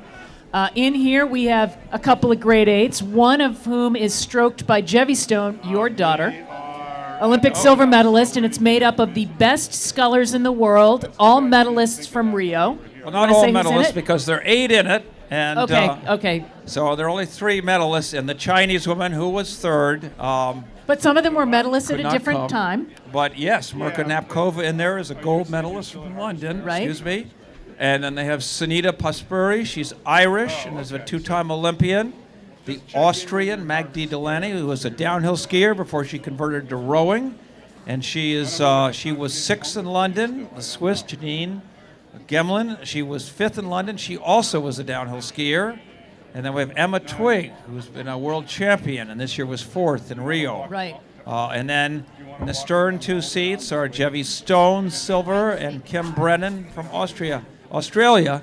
And then we have Double in the gold 5 medalist. seat the Canadian, who's a kid, 25 years old, and will be coming along. And 4 or 5 of these women, depending on how they want to count, but they confessed to me today that this was the last race of their career. And they will be battling the Women's Elite Sweep 8, consisting of New Zealand, USA, South Africa, and Great Britain. These were all participants and finalists in Rio. This boat will be driven by Jill Carlson. Jill coxed for Harvard. This is going to be a really exciting battle royale. And the grade 8 is coxed by Erin Driscoll, also of Harvard. Well, you could do that. But And now we've got someone coming in, unfortunately, to the dock. she wants to stay on that side of the Harvard Square. And Is he's- this a Harvard he's uni? He's wearing a red shirt, so. could be a Okay, it Harvard looks guy. like there may have been some trouble on the course, which is maybe why we didn't see the Harvard first varsity 8. I'll tell you what, we'll walk across the bridge right now. Yep, sorry. Okay? Then wait for us, and we'll So. come and get you a key. All right? So, yeah, we'll leave right now. So, my phone is about to die. So Okay, so we've got some time for this race, and we probably should hear from sponsors. Before we do, we'll say this race will be led off by 3 Division I schools, just like the Champ 8s were for men. And it will be Brown, who were 6th last year in the NC2As, UVA, 5th at the NC2As, and Princeton. And that's the order they finished last year. And then we'll have the 2 grade 8s, followed by Yale, Syracuse, and a lot of Division I schools. Okay, our first boat is we've- coming around. Can We've you see got the bow action number? already, and so Looks like it's bow number 1, Brown got University. In Augusta coming around on the line, and a little ragged, but like all the Brown crews, pulling really hard. Really hard. It's the Brown crew, and They've opened up some space on the next bow number 2 from Virginia. From Virginia. UVA perennial ACC champs, But we 5th at NCAAs. but we already see inside lane is the grade 8. Which Oh, is the grade 8 is just moved crushing by it. Princeton and is on the line, and the grade 8 is also coxed by a Harvard former coxswain, and they don't get along, these two. And look at them. Look at this grade 8. Look how they're coming around. That is a beautiful course. So there we go. Right on the First bow for line. Brown, holding their lead, and will be the university here. Let's hear it for Brown. And Okay, then we the have grade 8. on the outside UVA, always a perennial champion, and they are making room for the grade 8 on the inside of the turn. And the grade Jevy 8 Stone stroking that grade Stroked 8. by She's Jevy hauling Stone. on it. She's going to take it up in about 2. And we're at Look at them 800 go. meters to go, and it's Big round time of for the applause grade for 8 these to Olympic move. medalists. Let's Look hear at it. that. Last race Beautiful. for 4 of these athletes. Gorgeous. And we've got Princeton coming And around. now we have Princeton, and they had to make way to the grade 8 earlier, and that's obviously not much fun, but they're on the line. The Cox is doing a great job And with bow them. number 5, this boat is driven by Jill Carlson. This is the other grade 8 made up of sweep athletes. And they are, And Mary, as we all know, sweep athletes just don't go as fast as scullers. well, you know what? We'll see today, but usually that will hold true. But there is, and the stern pair here are But look at Yale is Gold hanging medalists on to and- this This is Yale University coming through right doing now. a They are great hanging job. on to this grade 8. That is incredible. Collegiate athletes hanging in the field with these Olympic medalists, Greg. Yep, it's terrific. It is terrific. And we saw that in the men's field, and now we're seeing it here. Okay. And now we have boat number 8, and that is Michigan. All athletes from last year's 1V, and it's a great program at Michigan. Many national teamers from it lining up and going to the arch, and they have got plenty of space. And Syracuse in the orange blades have had to move and make a bit of room for bow number 9, charging University of Wisconsin. Go Badgers. And those But Badgers are getting gusted around. Man, it's a hard time to make a move. There's a bad angle in the wind, and so it looks like going through the bridge, Syracuse is going to hang on to their lead through that bridge and may get the favored side at the Belmont Hill turn. So here we go. So there we go. Great race there between Syracuse and Wisco, the Badgers of Wisconsin. Bow number 10 now, Iowa. This is their 9th time. They were 9th, actually, last year's head of the Charles Regatta. From Iowa City, Iowa, the yellow blades and black jerseys. Charging on the buoy line in the white jerseys and white blades is bow number 12, Yale. And they've pushed 11 out. That's Michigan State University women in the green and white. And so we have, look at this nice job. We've seen not one but 2 really good-looking crews from Yale. And I think this Yale crew's got Daisy. Not so sure.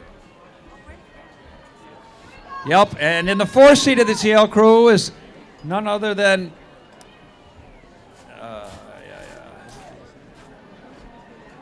well, looks like her anyway. I think that's a CBC member in the 4th seat there, Daisy Mazio-Manson, whose mother was just chatting with us. Bow number 15 on the buoy line, that is Michigan. Michigan doing a nice job. Michigan's 2nd boat, nice job on the buoy line, and they have moved on Northeastern. Northeastern now having to make room on this corner. Michigan doing a very nice job, and they're going to want to get a full length so they can cross over on the next turn. Yeah, going stroke for stroke in that Elliott Bridge, and they've made room for Notre Dame. Notre Dame is bow number 14, trailing them. So here we have the University of Notre Dame, another Big Ten program, making a mark in women's rowing. And bow number 18 was moving well. Boat. We've caught a crab, and it's a bad time to do that because the boat crews behind them totally are not going to have a chance to adjust. 16 in the green and white, that's Dartmouth having to go a little bit wide. Now noticing that calamity, that crew cannot get underway. That crew They is have now drifted over. crossed. They seem to be hopefully not injured there. They have not yet moved. It looks like Penn on the outside. Bow number 20. Yep, that's the Penn Quakers in white jerseys and the blue and red blades. They've all had to move around. Hopefully that crew is okay. No action yet from that stalled crew. Bow number 19 now. That's Radcliffe charging hard. Okay, so we have on the inside here, close to the CBC dock, Dartmouth, and they're taking the turn a little wide. And Dartmouth. so on the inside, 20, Penn with a better line, and then Radcliffe, 19, having been passed by Penn, has now got to make its way up the course. And it was the USC crew, bow number 18, that had the mishap, but they're well underway. They're back on the course. Strokes having to drop out. They must be having some steering problems. That's all I can think of. The wind is bad, but they were stationary for about, good 12, 13 seconds. But they're underway now. There they go. They're underway. They're going again. Bow number 17 is all right Clemson for in the USC. orange. But 21 moving up in the cranberry jerseys. That's Minnesota. They only became a varsity program in 2000, so... The Golden Gophers of Minnesota making a move here. Boat number 21. All right, and they've got a good gap behind them. Very healthy gap.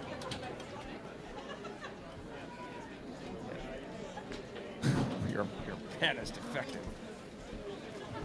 Okay, so we've got a little gap here. And, Ellen, I have to say the wind hasn't died down all that much. It's No, the gusts, we can see them just skidding along here. Well, I think that's the worst of it, is that it's so unpredictable. I've seen the flag on the Harvard Stadium blowing taut in 3 to 4 different directions all day, so it's really unpredictable. And you see these coxswains, I think, actually pretty smart today to not be so close to the buoy line. Because look at this gust right now. Any closer, and this crew here from Boston College could get their bow blown over that buoy line. So they're doing a great job here. It is not easy. They don't want to take any chances. Bow number 22, and they're rolling quite nicely, and they're right on the buoy line. Coxswain's got good control of them. They've just made it through a battling corner. Yeah, and they must be pretty proud of that because they've opened up a little bit of a gap on their rivals, BU. This is BU This is BU right behind them, who've lost their bow number along the way. Yeah, and lost a little bit of ground on Boston College as well. 24 precariously on that buoy line, maybe the closest one of the regatta. Now wrong side. Yeah, unfortunately this crew's just...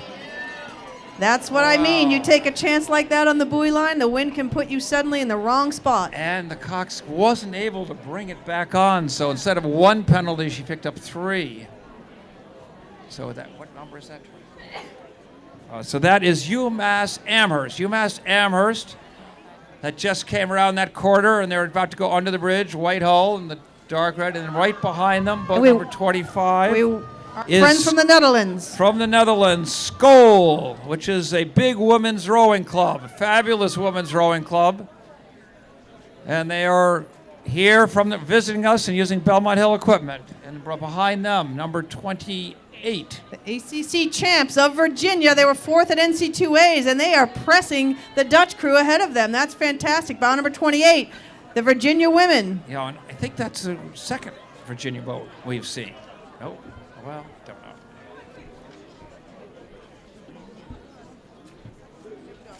In any case, Yep, we've got quite a pack coming up. That was the second Virginia crew.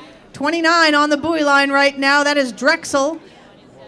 From down on Boathouse Row, 27 on the outside, giving them a little bit of room. That's Georgetown. And 26 also charging on the buoy line. That is Bucknell. That's Bucknell with the white blades. But closest to you now, 29 of Drexel and 27 of Georgetown, having a great race into this quarter. And the bow number 30, the Navy women's crew, trying hard to gain the ground on bow number 26, Bucknell. They're already ahead of them on the clock. They'd like to get ahead of them on the corner, but they haven't been able to do it from the outside. It's a difficult position, so they'll settle for the better line right behind Bucknell for now. Okay, and let's hear it again for the Naval Academy going under right now. Okay, and now 31 in the traditional light blue. It is the Columbia Lions. The Columbia varsity crew. The Nittany Lions is the correct expression. And there they go. They just took the cadence up. They're making a move through the bridge. And up next are your Atlantic 10 champions from last year. This is the Rhode Island Rams. Rhodey Row. Yeah, the Rams. All right. From Rhode Island. Go Rhodey, coached by Shayla Donahoe, Olympic silver medalist in the, what was that? A long time ago. Okay, nice looking boat here from Rhode Island. Yep, nice swing. Heading through. It's great. And now we have Radcliffe Blades, and it is boat number 33. So this is Radcliffe's second boat coming through now. And this, we think, will be the last boat of this event. Here come Radcliffe, and they've hit a nice time to be rolling through. No gusts. Yeah, suddenly calm water out in front of the Cambridge Boat Club for the local Radcliffe crew. Let's give them a round of applause that come through the bridge. Yeah, looking good. So we've talked about these gusts. It looks like maybe we have lightweights coming. Yeah. Lightweights 8. So we're just about to see the women's lightweight eights coming. They have a little bigger gap between them and the heavies, so they don't overlap. But we were just commenting here, the wind is up and down, and it can be a little unfair. Some crews will be rowing in more wind than others, and just the nature of this outdoor sport. But the Radcliffe lightweight 8 here has got to be happy with this. They've started behind ASR Nereus from the Netherlands, which is full of some very elite lightweight rowers. And so Radcliffe got to be happy with that pass early in the course, because they now emerge, the first crew we see out in front of the Cambridge Boat Club here, none other than Radcliffe. This is a nice, about 35, perfect line. Really nice looking Radcliffe lightweight crew here, heading up into the bridge. And here's the Dutch crew, the bow number 34 in the white jerseys and the white blades.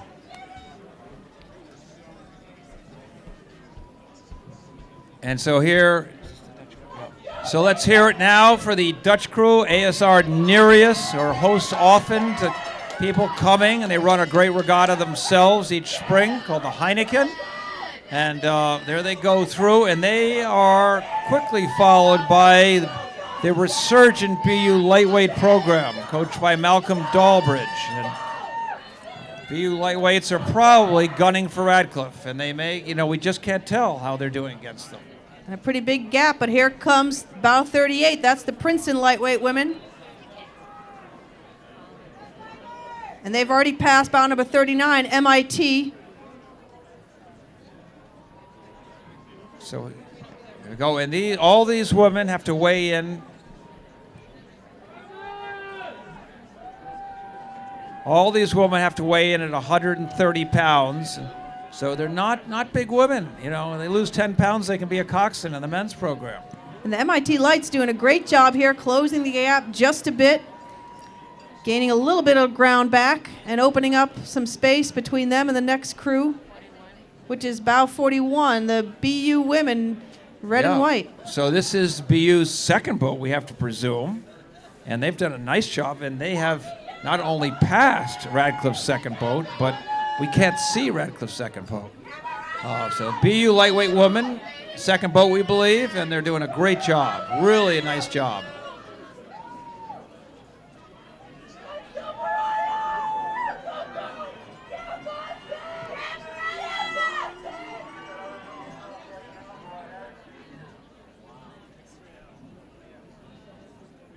Yeah, this is really a big gap here. So this makes us think that this gap can signal only one thing, which is bridge troubles somewhere further down the course. Yeah, let's hope everybody is okay.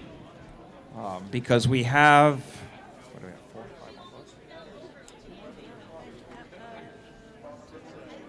So we have 4 more boats in this event, but there's no sign of them.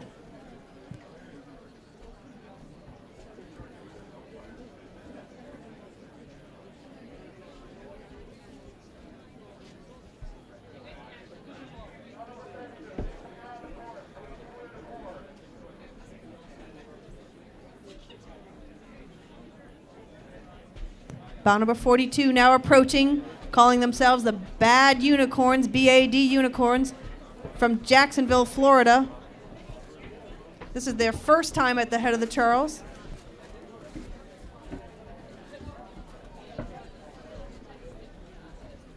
So these pink jerseys are the Bad Unicorns of Jacksonville, Florida. And bow 44 is Chinook, listed as San Diego. Okay, so we don't know what happened back there, but here they are, and we have to guess that we're not seeing the Radcliffe clue, they must have been in the thick of it. So here we have 42. The Bad Unicorns of Jacksonville, Florida, rowing as lightweights, and then followed by 44, Georgia Tech, the Rambling Wrecks of Georgia Tech.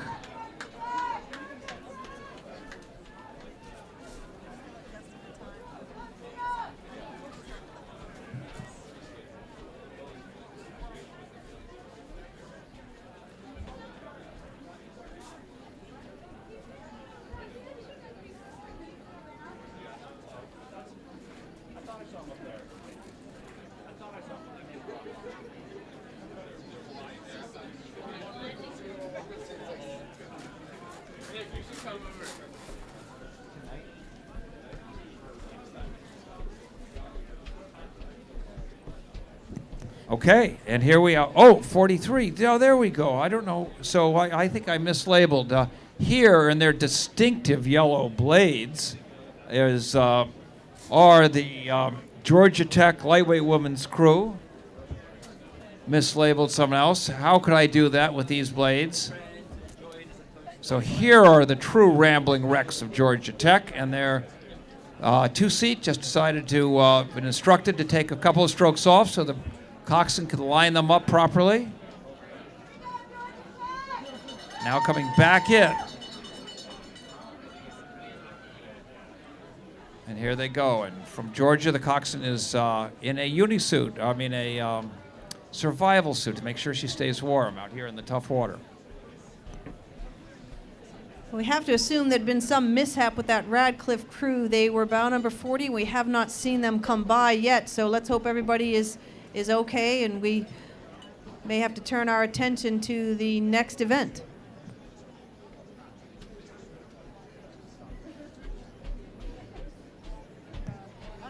So unofficially, for the Women's Championship 8, we have the Women's Grade 8 from Cambridge Boat Club in 1636, and they won unofficially.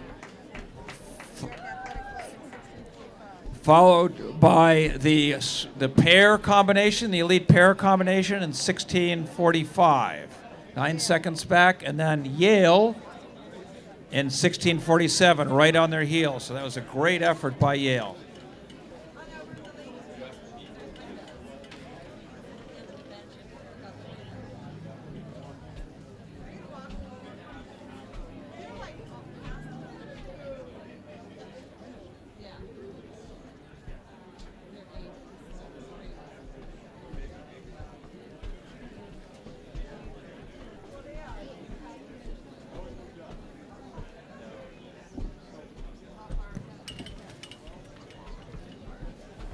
And we've got an 8 coming around the bend right now.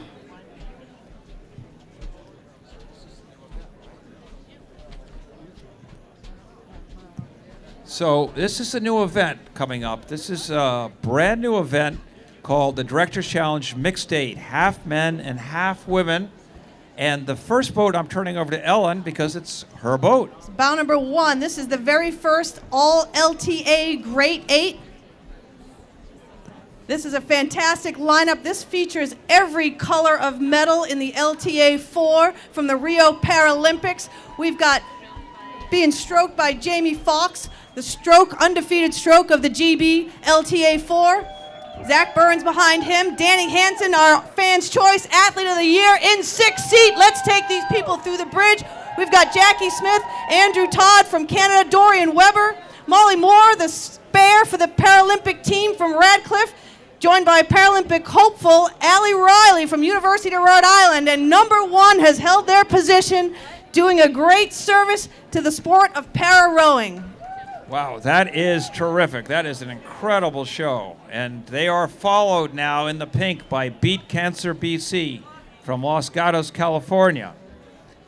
And they have opened up a huge lead. And they've got some strength in that crew. That's Megan O'Leary and Ellen Tomic also in that boat. The Beat Cancer Los Gatos crew looking very strong. Yeah, they have a number of national team and U.S. team members in that crew. And those two crews definitely have opened up quite a gap. I'm very excited to see. I want to remind everyone that bow number 1 are all eligible athletes in the Paralympics, rowing in open competition. I have to say I'm a little bit biased with my enthusiasm here because I coached the 4 this summer. It's a silver medal, and Greg's done a great job coaching Jerry to silver medal. So if anybody is playing Pokemon Go, suddenly you should jump toward the river because we've got Pokemon boat number 4. Whoa, yes. This is boat number 4 out of the Union Boat Club. Is that the yellow I see? Yes, that is Pokemon. Okay, somebody's having fun.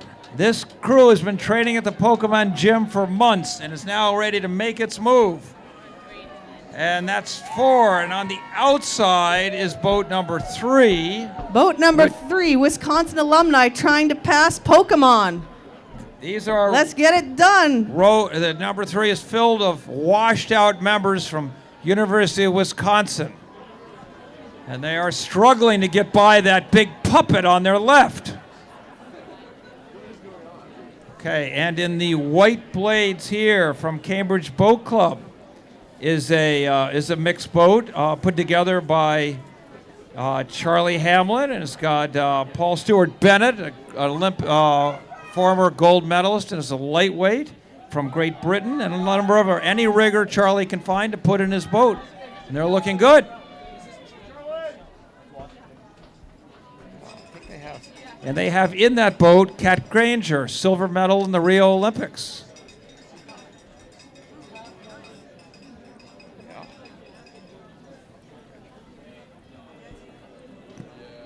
Bout number 7, now Sammamish Rowing Association from Redmond, Washington, averaging age 50.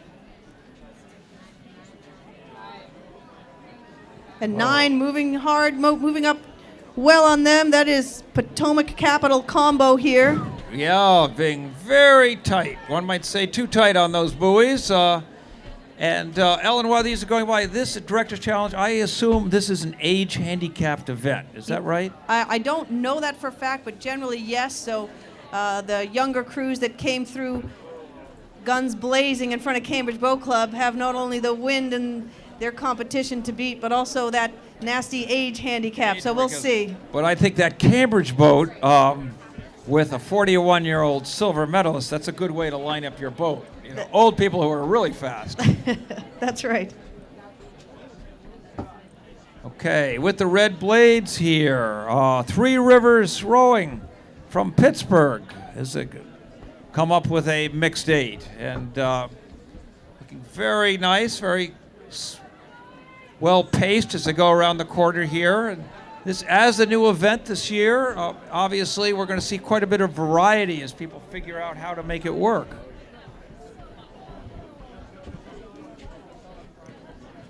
Bout number 10 in the green from Minneapolis.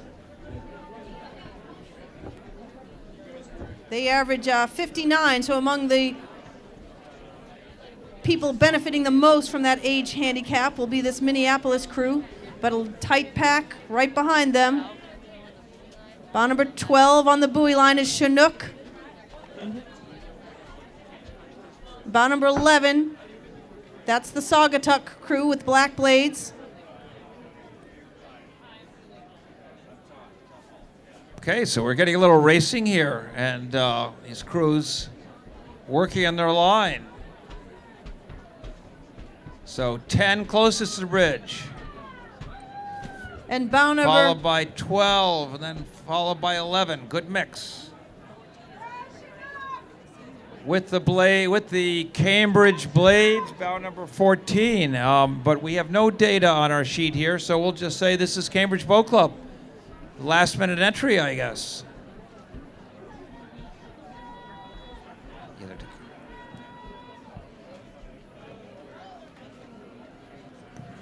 Let's give her a big round of applause. Cambridge Boat Club, right, headed through the Elliott Bridge. And they are followed by, in this lovely blue boat, bow number 13, which is Pelham Community Rowing Association, New Rochelle. And then behind them, Minneapolis from Minnesota, the MRC Vikings from the cold, bold north. Well, they got their day today. It's MRC, great lids here. Bow number 16, though, moving well in the field. Another entry from Chinook.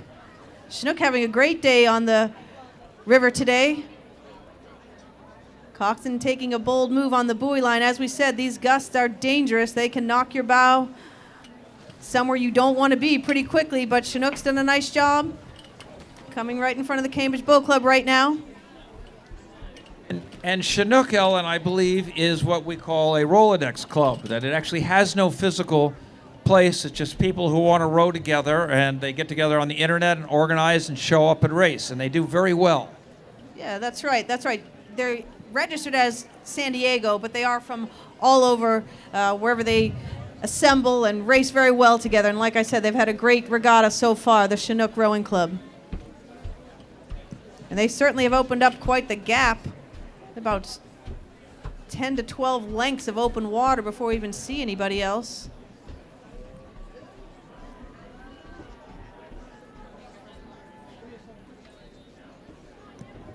Bout number 18, this is the UMass Amherst alumni spanning about 5 decades, including some members from CBC.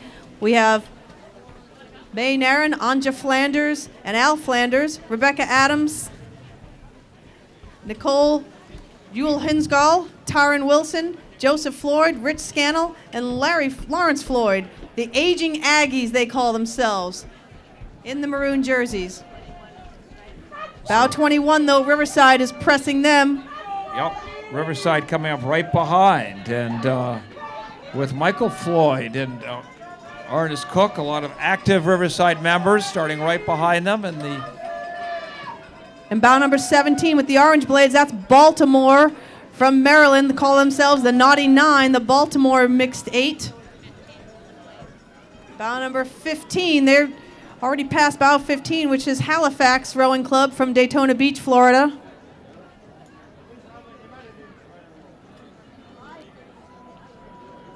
And we might start giving their ages because that affects the handicap. So 15 is 56 is their average age, and that's on the higher side, which is in this world good. Everything else, it's not so good. And 19 here with the blue and red blades of is Green Lake from Seattle, Washington. Average age 45 in this crew. Coming all the way from Seattle. It's great to have them here.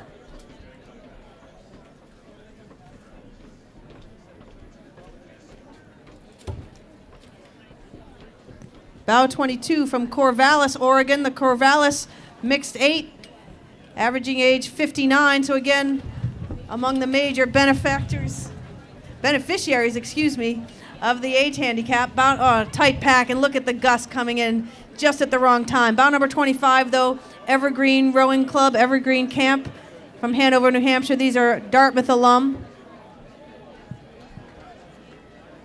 And then we've got 3 boats sort of duking it out here, and in blue and white, the Cambridge Boat Club on the inner lane, and they are 26, and then they are passing Chinook.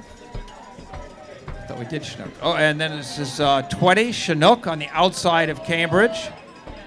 And then behind them with the Dartmouth blades is Evergreen Camp, yes, which is loyal Dartmouth alums. They're all having a good race and picking up some real gusts from different sections right here. Now with white blades coming up around the corner is Power 10. And this is an indoor rowing center located in Avon, Connecticut. And it's the first year at the head of the Charles. Featuring Chanel Erasmus, who was on the mic just a few hours ago. She left early to launch for this event, so I hope she's having a great row out there. Wow. Right behind them, number 23, do you say? Chapel 3 is Capital Boat Club of Washington, D.C. Average age 48.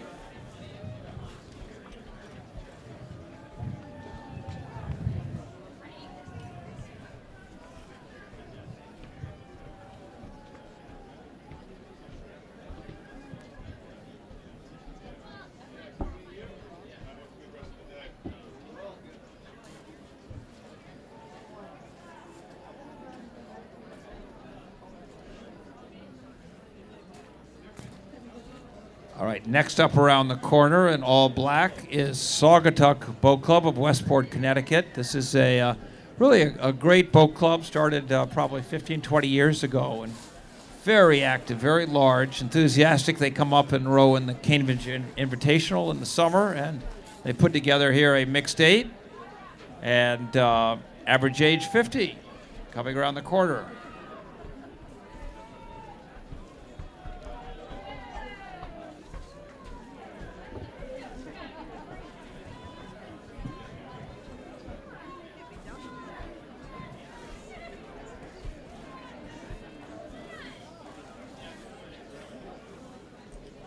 We should see 5 more crews in this mixed 8.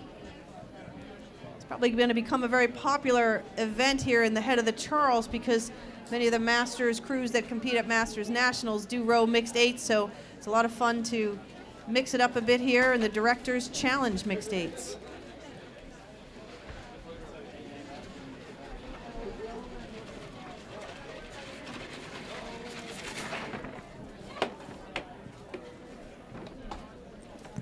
We'll announce unofficially that Radcliffe have won the women lightweight 8 in a time of 18:17, 11 seconds ahead of BU. So that was a great battle.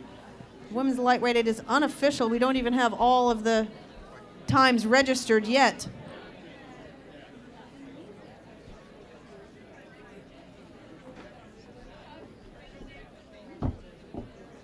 And we'll have to wait for the results of the Directors Challenge. Will they be factoring an age category, age handicap in there as well?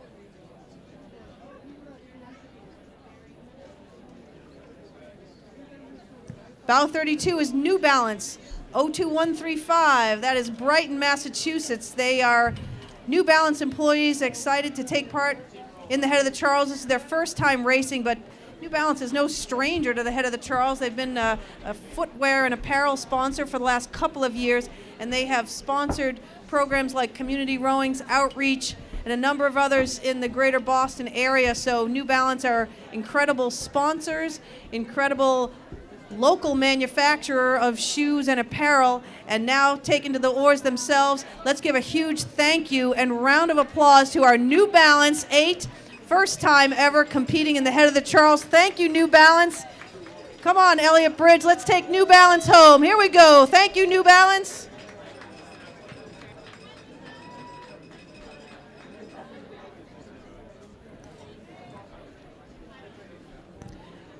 Bow number 31 now. That is the Buffs Pub crew.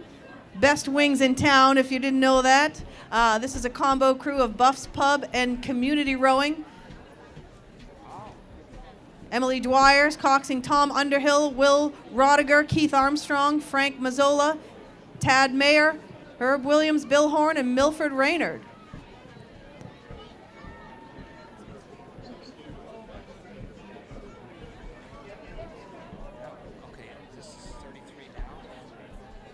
Okay, and now coming up with their traditional red blades with the white squiggly stripe is a real CRI boat. And this is the Choate boat. It's crewed by attorneys from Choate Hall and Stewart, a Boston law firm founded in 1899.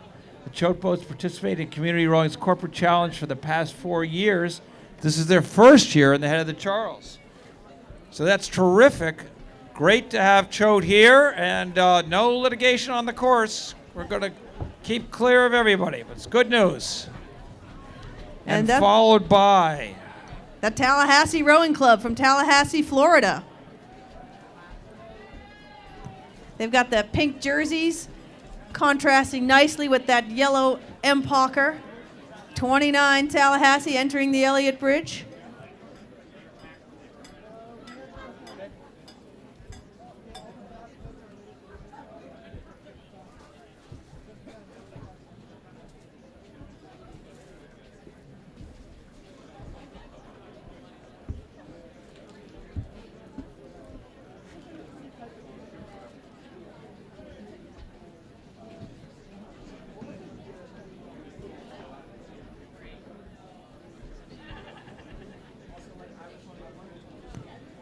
And we do have some unofficial results, including the age-adjusted handicap, I believe, but I can't be certain right now. Directors Challenge Mixed 8 has been won by the International Paralympic crew in a time of 17:32.2, 10 full seconds ahead of the Cambridge crew.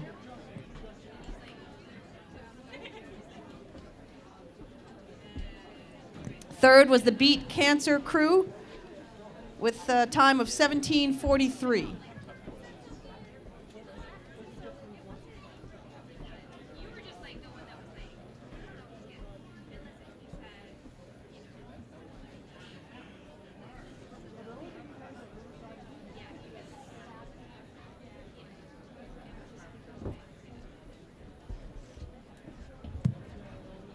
And it looks like we have one more crew coming from the. We can't really call that that event one yet when all the crews have across the finish line. That's true. I did say unofficial. I don't want any litigation from that Choate crew. Unofficial results so far. But these are our friends from Gentle Giant in Somerville, I believe. Is this Bow 30? This looks to be Bow 30, Gentle Giant Rowing Club, Somerville. Yes. And Gentle Giant, as everybody knows, is one of our best sponsors. They're terrific movers and hire many oars people. And they also started a rowing club up in Somerville. And here they are, presenting here and racing here. It's great to have them. Gentle Giant.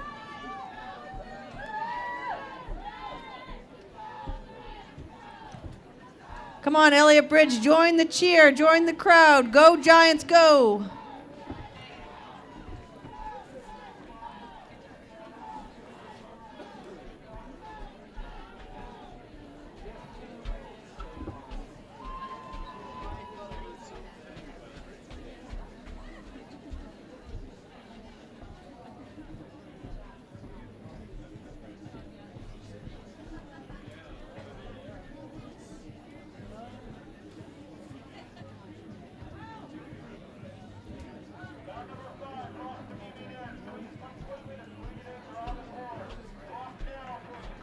Well, we've got a race coming down, so hopefully this coxswain crossing the river has that well intact here. But we've got a charging 8 now, the first of the men's collegiate 8. Bow number 1. Okay, so we are in the men's collegiate 8 event here, and this is one of the great events at Heather Charles. The record is held by FIT of Florida.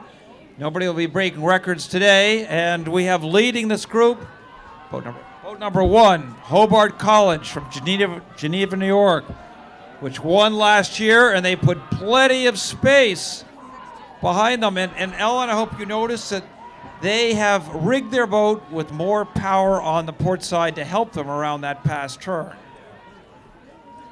Bow number 2, the Delaware men in the blue. They're a bit wide. So Bow number 3 is Williams College Boat Club demanding the inside of the buoy line. Yep. Coming up almost bow ball to bow ball with Delaware. Yep, so Delaware making room as they have to, and Williams College coming up on the outside, building a line, rowing a nice high cadence. And MIT on the buoy line in the M. Parker and the crimson jerseys. MIT, yes, who's certainly kept their time, it looks like, on Williams. And here on the outside, not ideal for passing, is the University of Virginia Rowing Association. Rowing is a club sport for men at UVA, and here they are, and they have certainly made up their time on tech. And now coming around the line now is our own Worcester Polytech Institute, WPI of Worcester. And they row on Lake Quinsigamond, boat number 6. Behind them, boat number 7 is UC Santa Barbara. USB was the Accra team champion last year. And then boat number 8, yellow boat behind, is Drexel of Philadelphia with their varsity. And they are pretty evenly spaced now behind USC, or UC Santa Barbara, excuse me. And there goes Drexel underneath the bridge. Nice gap opened up.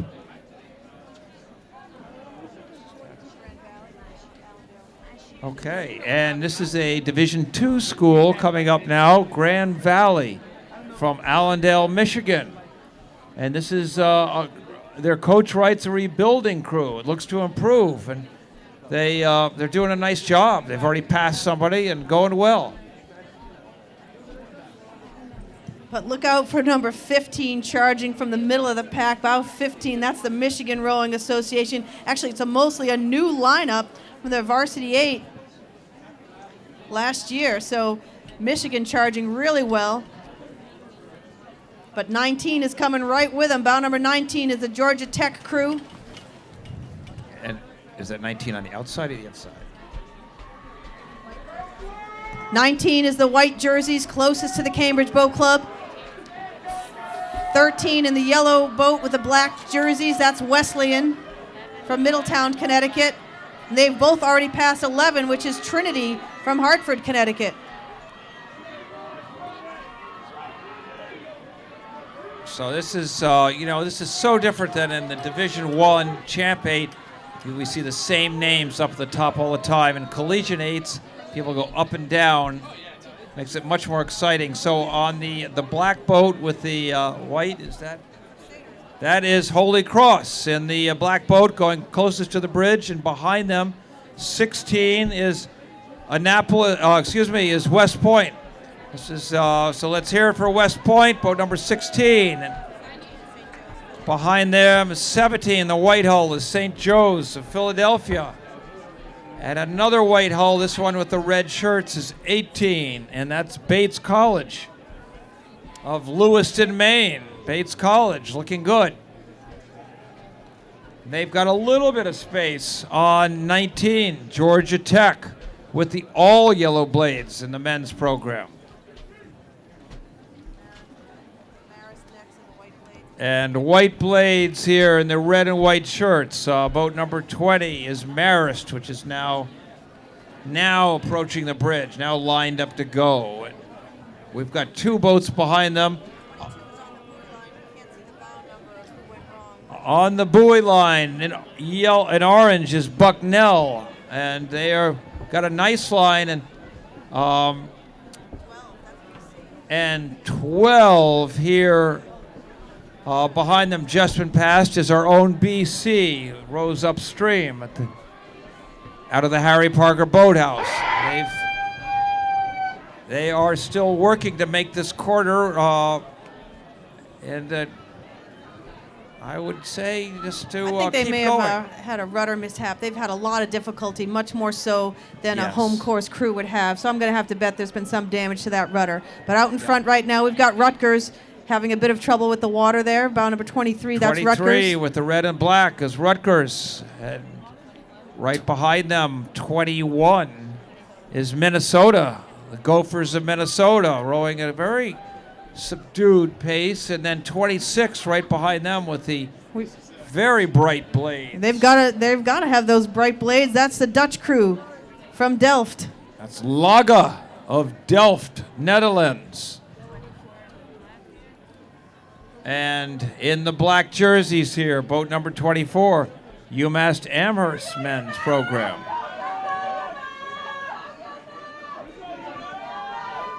And they're looking very clean here. Again, Yeah, very clean, a very settled crew.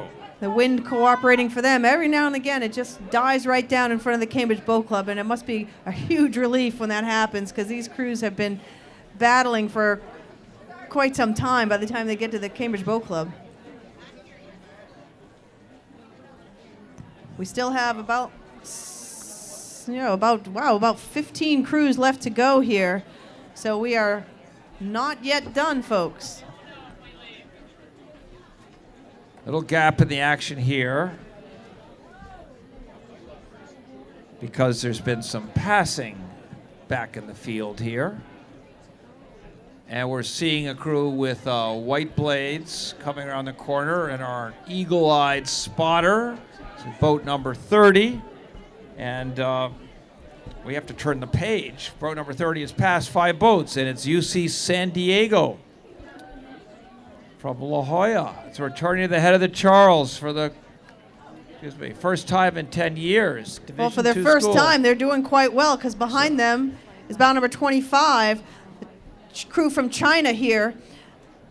So Okay. I won't do these pronunciations, but let's give a warm welcome to the crew from China. Bow number 25, rowing very cleanly. Yep, so if here not we a have bit wide. in the red hull with the white shirts with blue. from China. And 32 is on the buoy line. That's the crew from Ithaca College. Orange and blue, nearest to us is the Coast Guard. there's the Coast Guard Academy with their blades with the traditional Coast Guard striping. And they are being very, yeah, they're going to make this corner all right. And then right behind them, boat number 28 is UVM. The Catamounts from UVM, and they're lining up for the corner here and coming around. And 29 on the buoy line in the gray unisuits. That's the Colorado crew. This is the first entry in the regatta since 2009. So welcome back to the head of the Charles. They've already passed bow number 27, University of Georgia at Athens, home of the B-52s.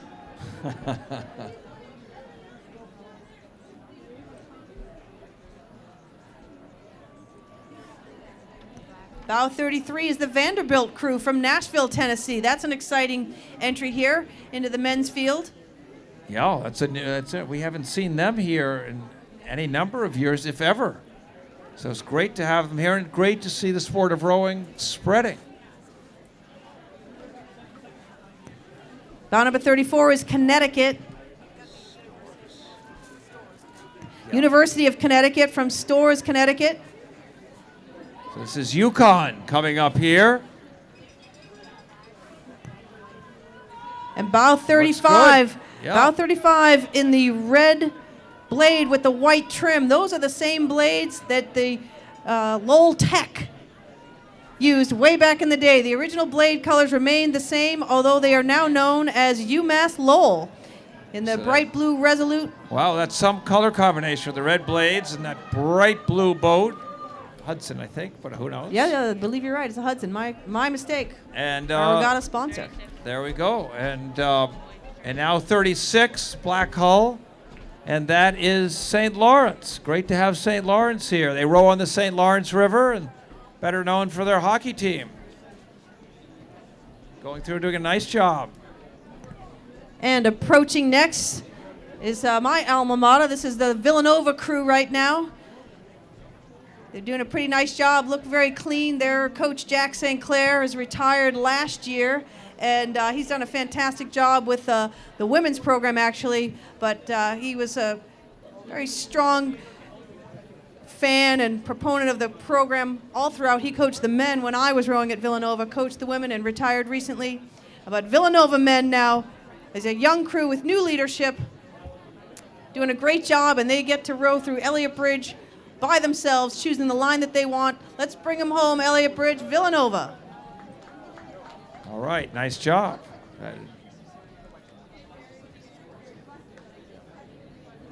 So we think that's it for the men's collegiate eights. It's and it will be followed shortly, I'd say in about a 5-minute period, by the women's collegiate eights. And Williams College, a perennial winner, will lead off, followed by Mercyhurst and Bates. And we will let me give a plug here. Give a little plug for our great sponsors and see if we can get some results. And so Chobani Yogurt. Chobani is excited once again to be at the head of the Charles. Swing by the Chobani Pop-Up Cafe on the river near the intersection of Mem Drive and Plimpton Street on October 22nd and 23rd, 8 a.m. to 5 p.m. to get a complimentary sample of the new Chobani Mesa Dips. And we've talked about Gentle Giant because we've seen them here. We've seen them row by, and they're proud to be our sponsor again as our official moving and storage sponsor for Head the Charles.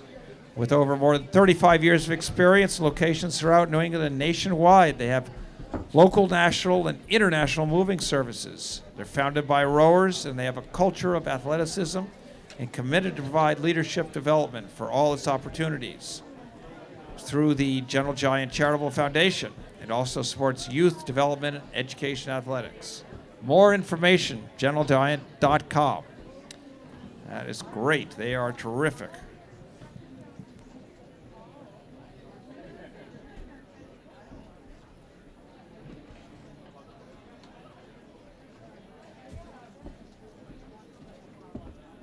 And David's Tea, great sponsor for the Charles. David's Tea is Here again, exclusively for regatta patrons, visit the bright teal David's Tea huts located at the Rowing and Fitness Expo and receive free fresh brewed hot or iced tea with the purchase of a David's Tea travel mug. Perfect for steepium premium loose leaf blends and keep your tea hot for hours on the go. Thank you, David's Tea, for your support.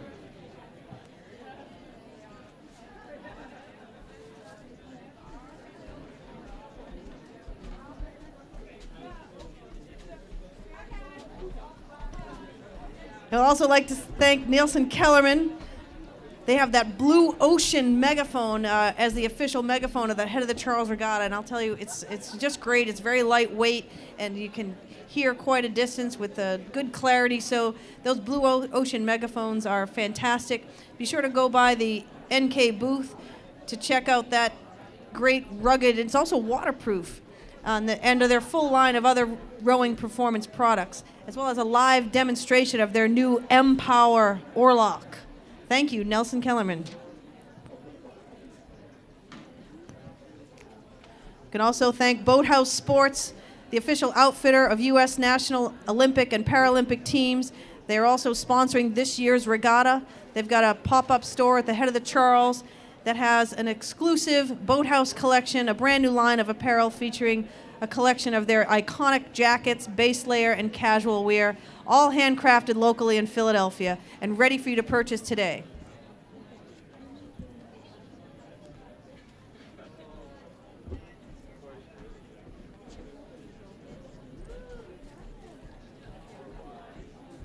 Looks like we've got some preliminary unofficial results from that men's collegiate 8. The Laga crew from Delft in first place unofficial with a time of 15:55.38. Michigan, not far off the pace. Michigan was second, 16 minutes and 8 seconds. Virginia, 16:15. Those are your top three in the men's collegiate 8 with WPI in fourth. Fantastic. And, 16-19 and for look them. how this, unlike other events, Laga won out of bow 26, Michigan with bow 15, Virginia bow 5. It's just every day is a new day. It's great for the collegiate 8s.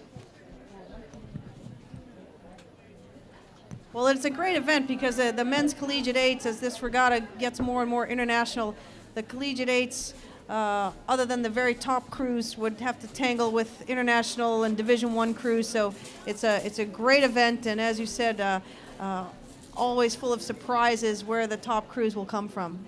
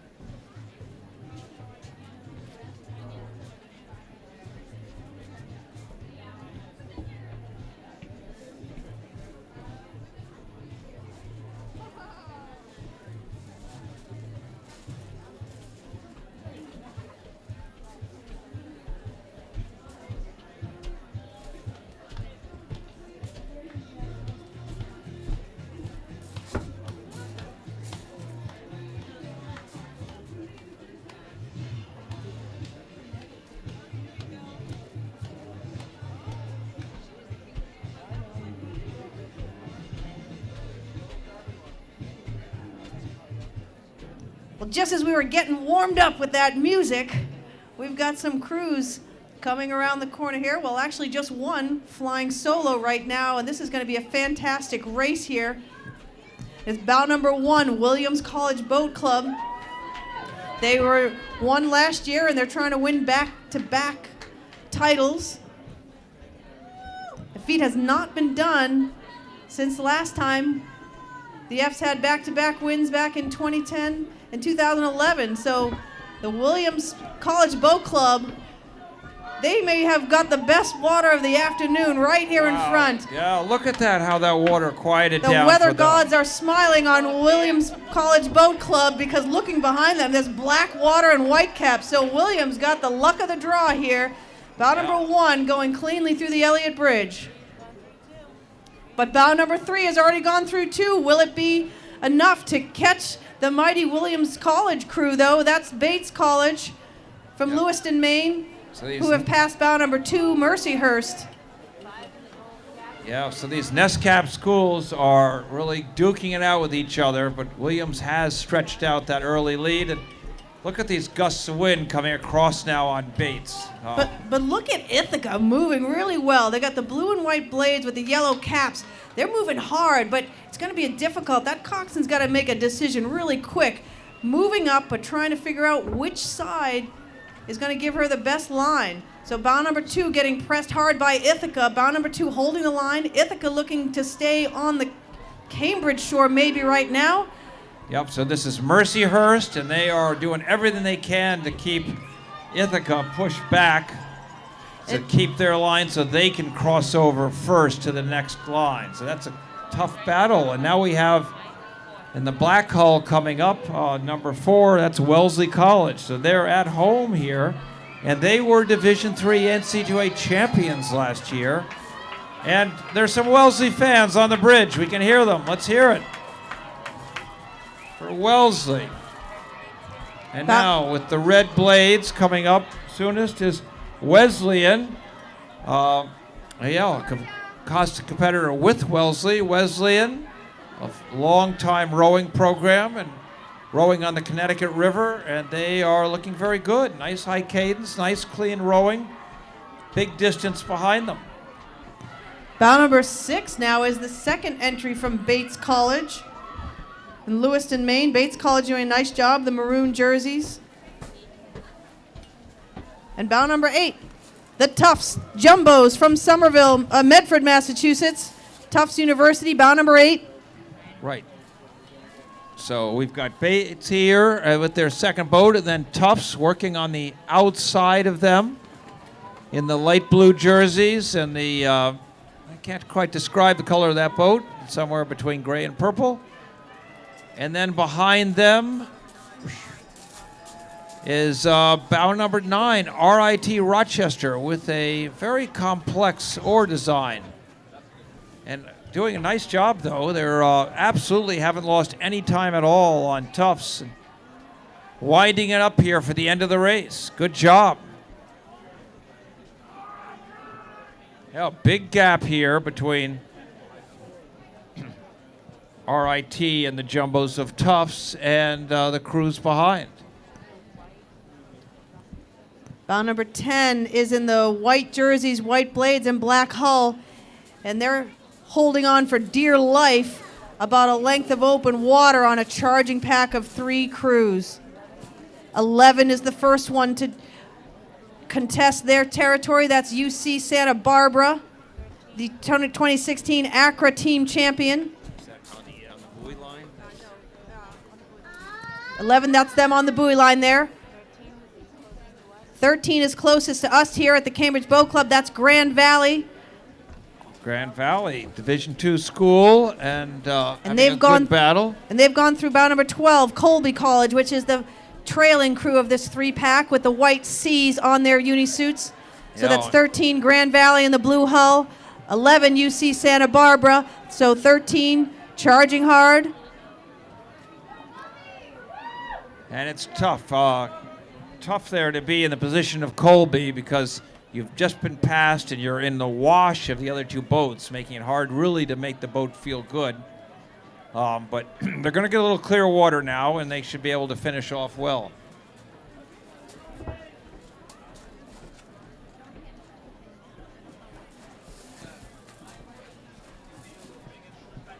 Bow number 17 now. Bow number 17, West Point crew.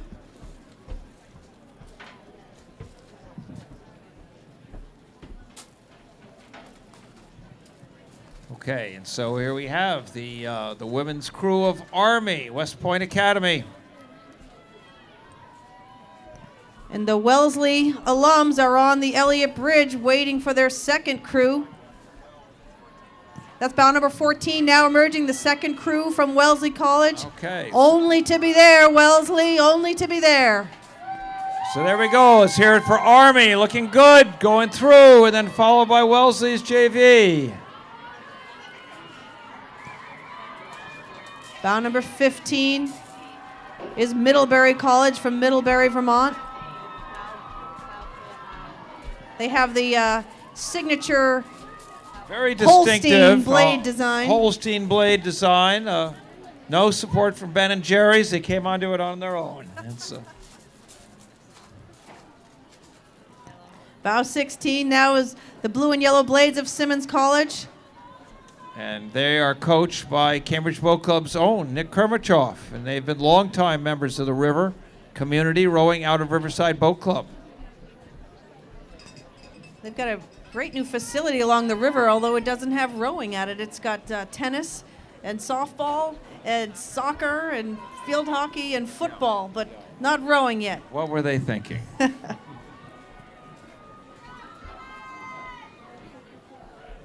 Bow number 19, Smith College from Northampton, Massachusetts.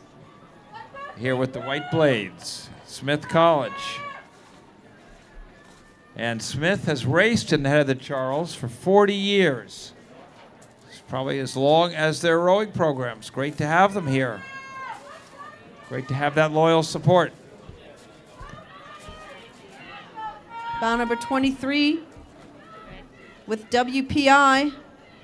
The red unisuits with the white blades with the red stripes. That's WPI, Worcester Polytech from Worcester, Massachusetts. And they're followed by 20, Georgia Tech. And this Georgia Tech. And so more Georgia Tech, more bright yellow blades. Great to have them here. So Georgia Tech has brought quite a few boats here today. Yeah, and they're a pretty strong crew. This crew was silver at the Sierra Regatta this year, so Georgia Tech having a great regatta so far. Bow 18.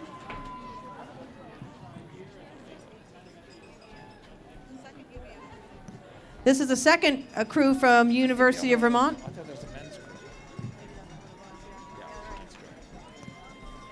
Bow number 18, UVM. University of Vermont, and they train on Lake Champlain. Great to have them here, and this water is nothing compared to Lake Champlain. Bow 25, the women from Colorado, from Boulder, Colorado. This is the first entry in the Head of the Charles since 2005, so welcome back to the Head of the Charles Regatta. This is the 25th anniversary of their crew team, so what a way to celebrate here by coming back to the Head of the Charles. Yeah, it's great. Great to have them here, and from Boulder, so... Bow 22 Okay. leads this next pack. That's SUNY Geneseo from Geneseo, New York. So, 24. State University of New York here from Geneseo, and then followed by, on the buoy line, boat number 24, the Fighting Illini, Illinois University. And more closer to us in the black hull is 21, which is from Providence, Rhode Island, JWU Rowing. This is a new program in its second year as varsity. Must be Johnson. Yeah, Johnson Wales University.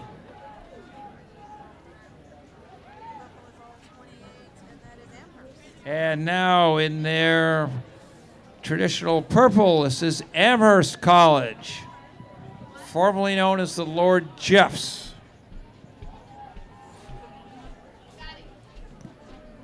And here come Tufts University Jumbo, bow number 27. They're rowing with white blades, light blue jerseys.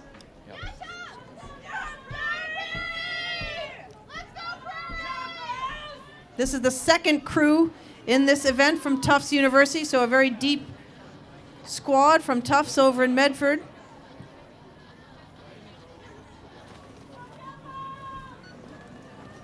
Yep, there's Tufts looking good. Their JV boat. Excellent. And celebrating their 20th year of rowing, coming up next is Franklin Pierce University from Rindge, New Hampshire.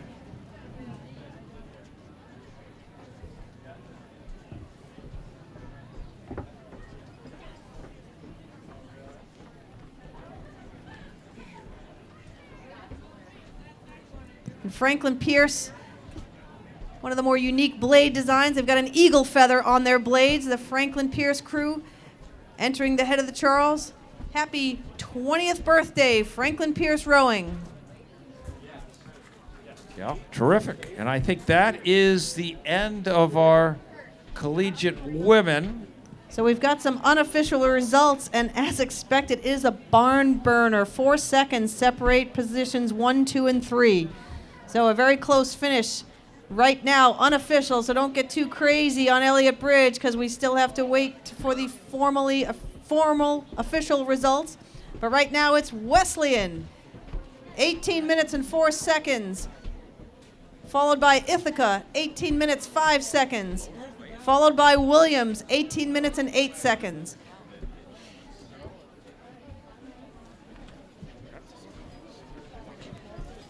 So that's got to be a bit of a disappointment there for Williams, and they really had quite a fast split coming in front of Cambridge Boat Club. So, you know, anything can happen, and who knows what happened as they came around the corner after the Cambridge Boat Club. So that's got to be a bit of a disappointment for Williams, but what a great field to have those three crews within 4 seconds of one another after what has been no doubt a tumultuous trip down the river.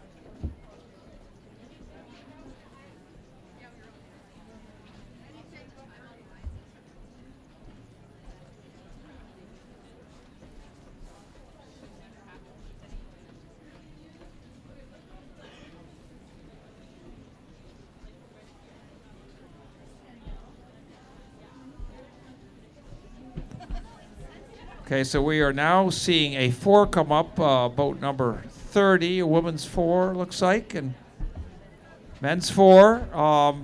So I think perhaps from the champ 4, the collegiate 4, a little hard to tell, and just going over the course probably missed their starting time. So glad to have the chance to get to go over the course.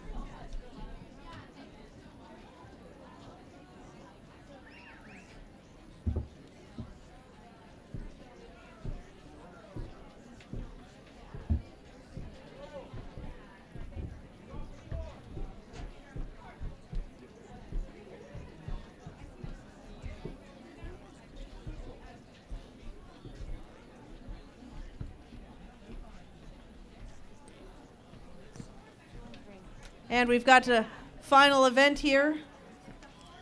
We got the Director's Challenge Mixed Doubles. So this will be a great barn burner. The course record by Travis and, oh my God, yeah. Hamish Bond was in that crew that set the course record of 17 minutes, 5 seconds. We're not going to see anything close to that, I don't Hamish think, Bond today. is generally considered the best oarsman in the world. And, yeah, that'd be tough so to he beat. won with his fiancee in 2013. So here we go. Boat number 2, leading off from Riverside, Sean Wolf and Lauren Schmetterling. Lauren is a gold medalist from this year's 8-oared crew in Rio, and Sean is a perennial competitor looking for better partners every day. And They've bested this famous crew, Kim Brennan from Australia, that's gold not, medal. That's not Kim Brennan. I hate to disappoint you. Kim Brennan has rowed her last race, and that was in the grade 8. Yeah, I think that was a joke. Oh, no, bout it's number bout 3. number 3. It's bout number 3. Oh, then that was Ryan Borsey and Alexandria Stonehill. They're a young mixed double, 19 years old. They're first cousins who each learned to row on a lake in Maine, coached by the great Blair Crawford of CBC. Well, that's exciting, and we missed that one. We'll get the numbers right.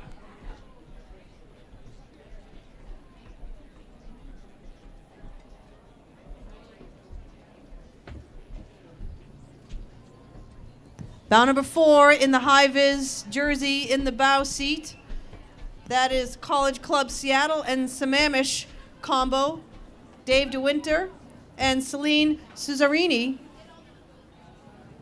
And they're both active. Their average age is 31. Remember that average ages mean a lot here. In fact, the 4-time winner average age is, I think, 67. We'll get to them later in the race.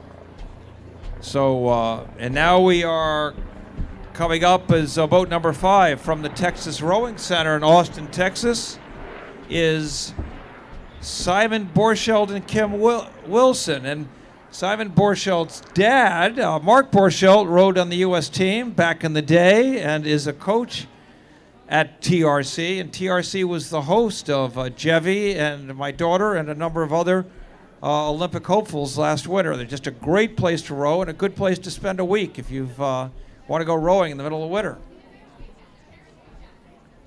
Nice gap here too.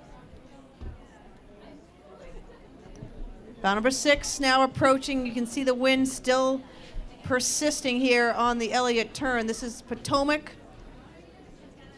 Erica Steve Caldwell and Emmanuel Caudron out of Potomac Boat Club. Average age 50. Excuse me, average age 45.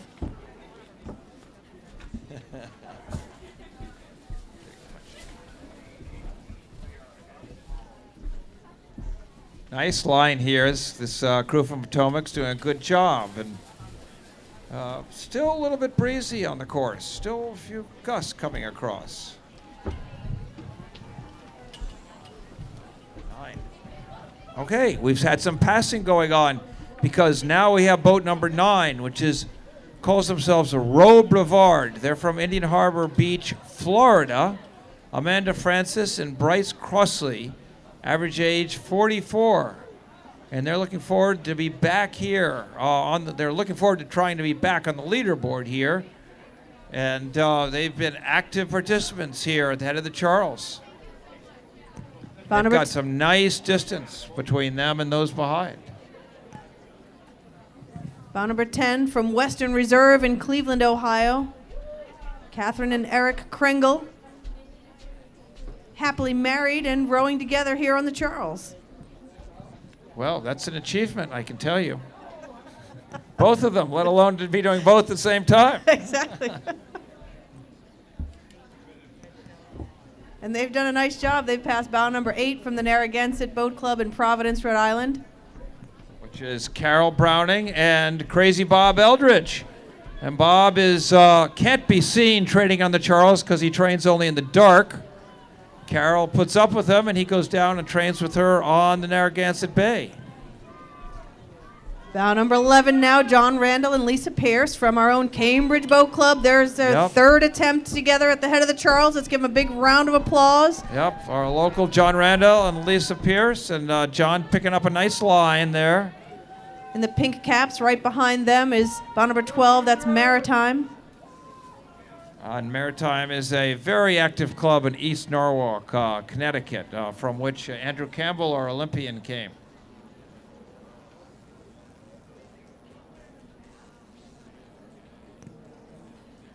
Bow number 15 now approaching from Pioneer Valley Rowing Club. I believe this is Jonathan Moss's second event here in the regatta. God bless him. He's rowing with his protege, Jolie Hetler.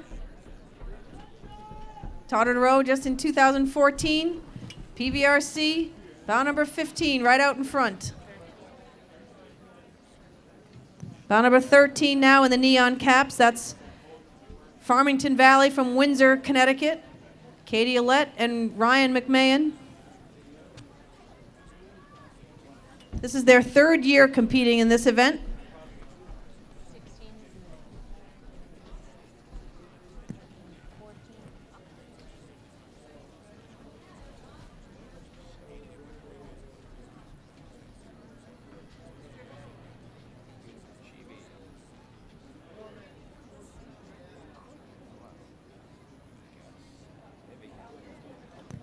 Bow number 16 out in front in the green caps. This is Upton with Julian and Tabitha Scrivener. They're Henley Masters mixed double champions from 2014. And then on the inside, just behind them, is Raymond Halbert, who's 67 and is a 2 or 3 time gold medalist as a lightweight single. And he is teamed today with Mary McCormick. And they've been racing on the Charles River. Raymond comes over from Vienna every year and races a couple of times in this regatta. But 23, the Potomac double just entering the Elliott Bridge right now. They're moved way up in the field. 23, Philip Hoyle, Rebecca Ann Soja. Rebecca rode for Syracuse and Phil rode for the University of Washington. So no surprise that they'd be that quick. And they've passed several crews already. And possibly 1 or 2 more to go. Okay, and now we have the next boat, White Blades, calls themselves Canterbridgians, and so we assume they're. Whoa, David learned to row at school in Belfast, Northern Ireland, and also rowed at the university. Cecile's been rowing since 2005, so they are from Cambridge, England, we have to presume. Welcome here, a long way to come. Great to have you here. Bow number 19 is behind them. That's Izzy Brown and Dawn Hunt. Rowing for the Berkeley Paddle and Rowing, formed back in 1968. Small little club on the San Francisco Bay.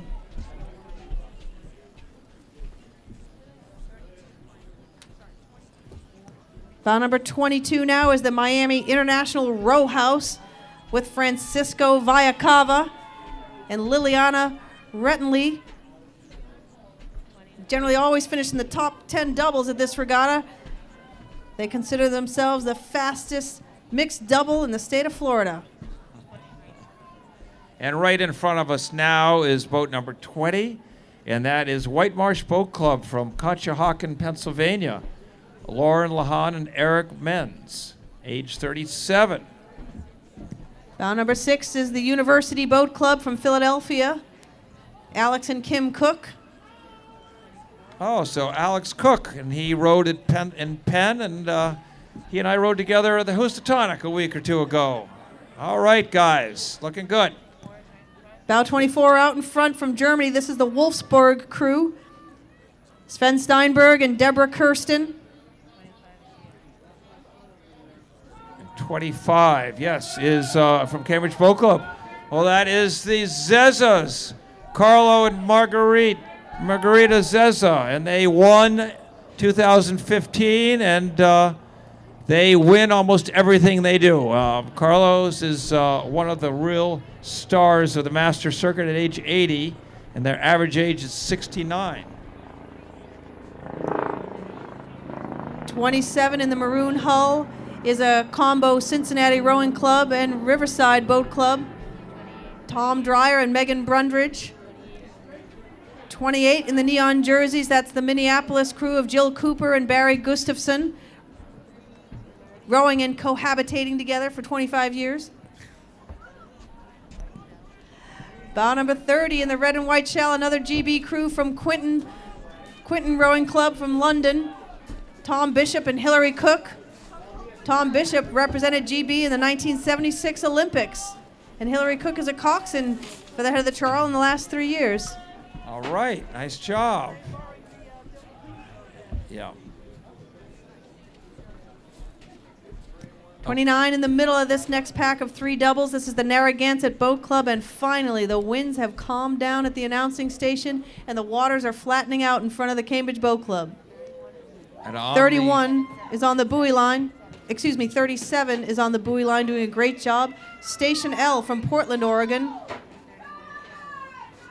And then of this trio, 31 is in the last place, but obviously moving on and trying to pass 29.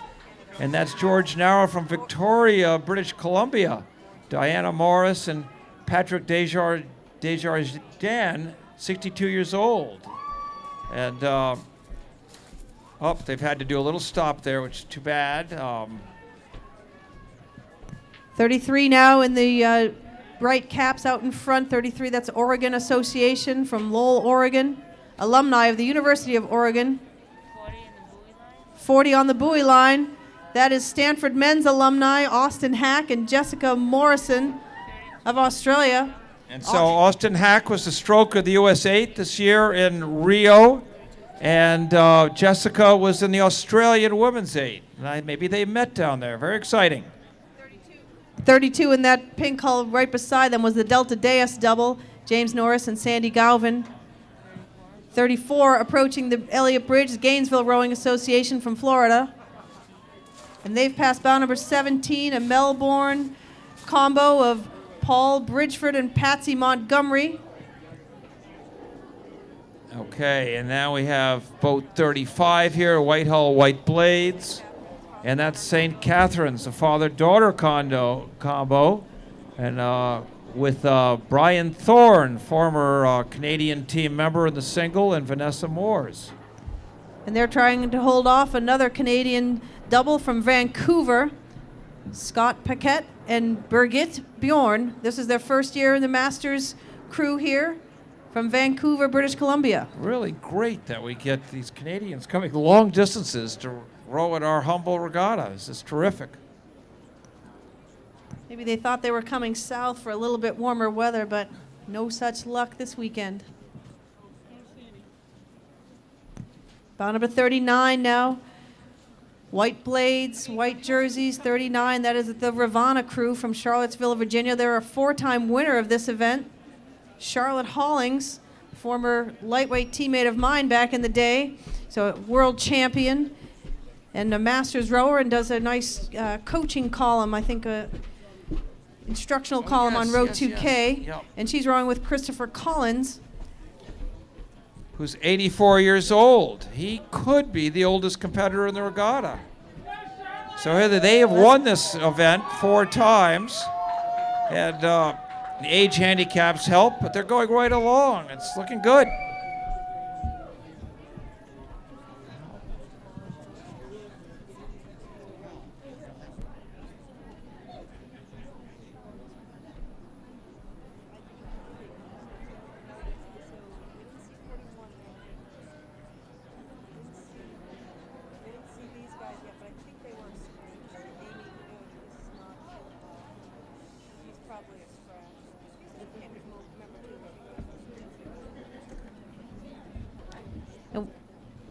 We've heard from a couple of scratches, but that might be the last competitors as they have come by. So we hate to sign off early if there's some straggler on the course, but for those that are still on the bridge, we think that this is it, and that the 52nd Head of the Charles Regatta is about to come to a close. Indeed, we do have a few scratches here. We've got 4 scratches altogether. Brennan. So I believe that will do it. The Director's Challenge Mixed Double concludes the 52nd head of the Charles Regatta. What a fantastic day. Too bad, because now the winds, in fact, are finally dying, but we have finished the regatta with the Director's Challenge mixed doubles. I believe we've seen every crew.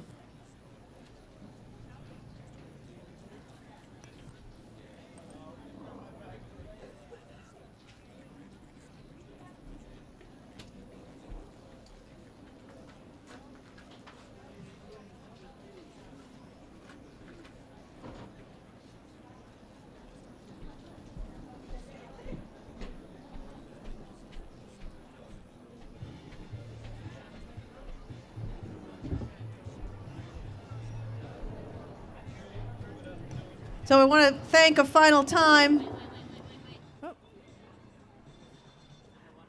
Oh, great, Greg, we spoke too soon. We did have some scratches, but if you're on the Elliott Bridge, stick around and we'll see if we can cheer these folks through the rest of the regatta here. This should be our final double, the Miami Beach Rowing Club from Miami Beach, Florida. Eliza Dixon and Greg Fields. Liza coached Oklahoma City and coached the U.S. Under-23 team in South Korea last year. So, handling the conditions on their own, possibly a mishap earlier in the race. So if you're on the Elliott Bridge or here on the Cambridge dock, this may be the final crew. As we come through, let's give them a round of applause, and we will tip our hats to the regatta organizers and all the officials and referees who kept this thing going under some pretty dicey conditions. Thank you to all of our sponsors and our tireless volunteers who have been working round the clock, not only this weekend, but in the days and weeks leading up to it. So we are pleased that we have finished the regatta in fine fashion. Let's give a round of applause to the Miami Beach Rowing Club. As we conclude the 52nd head of the Charles Regatta, Greg, thank you so much for your expertise behind the mic and mostly your fantastic pronunciation of some of our international elite oarsmen and women.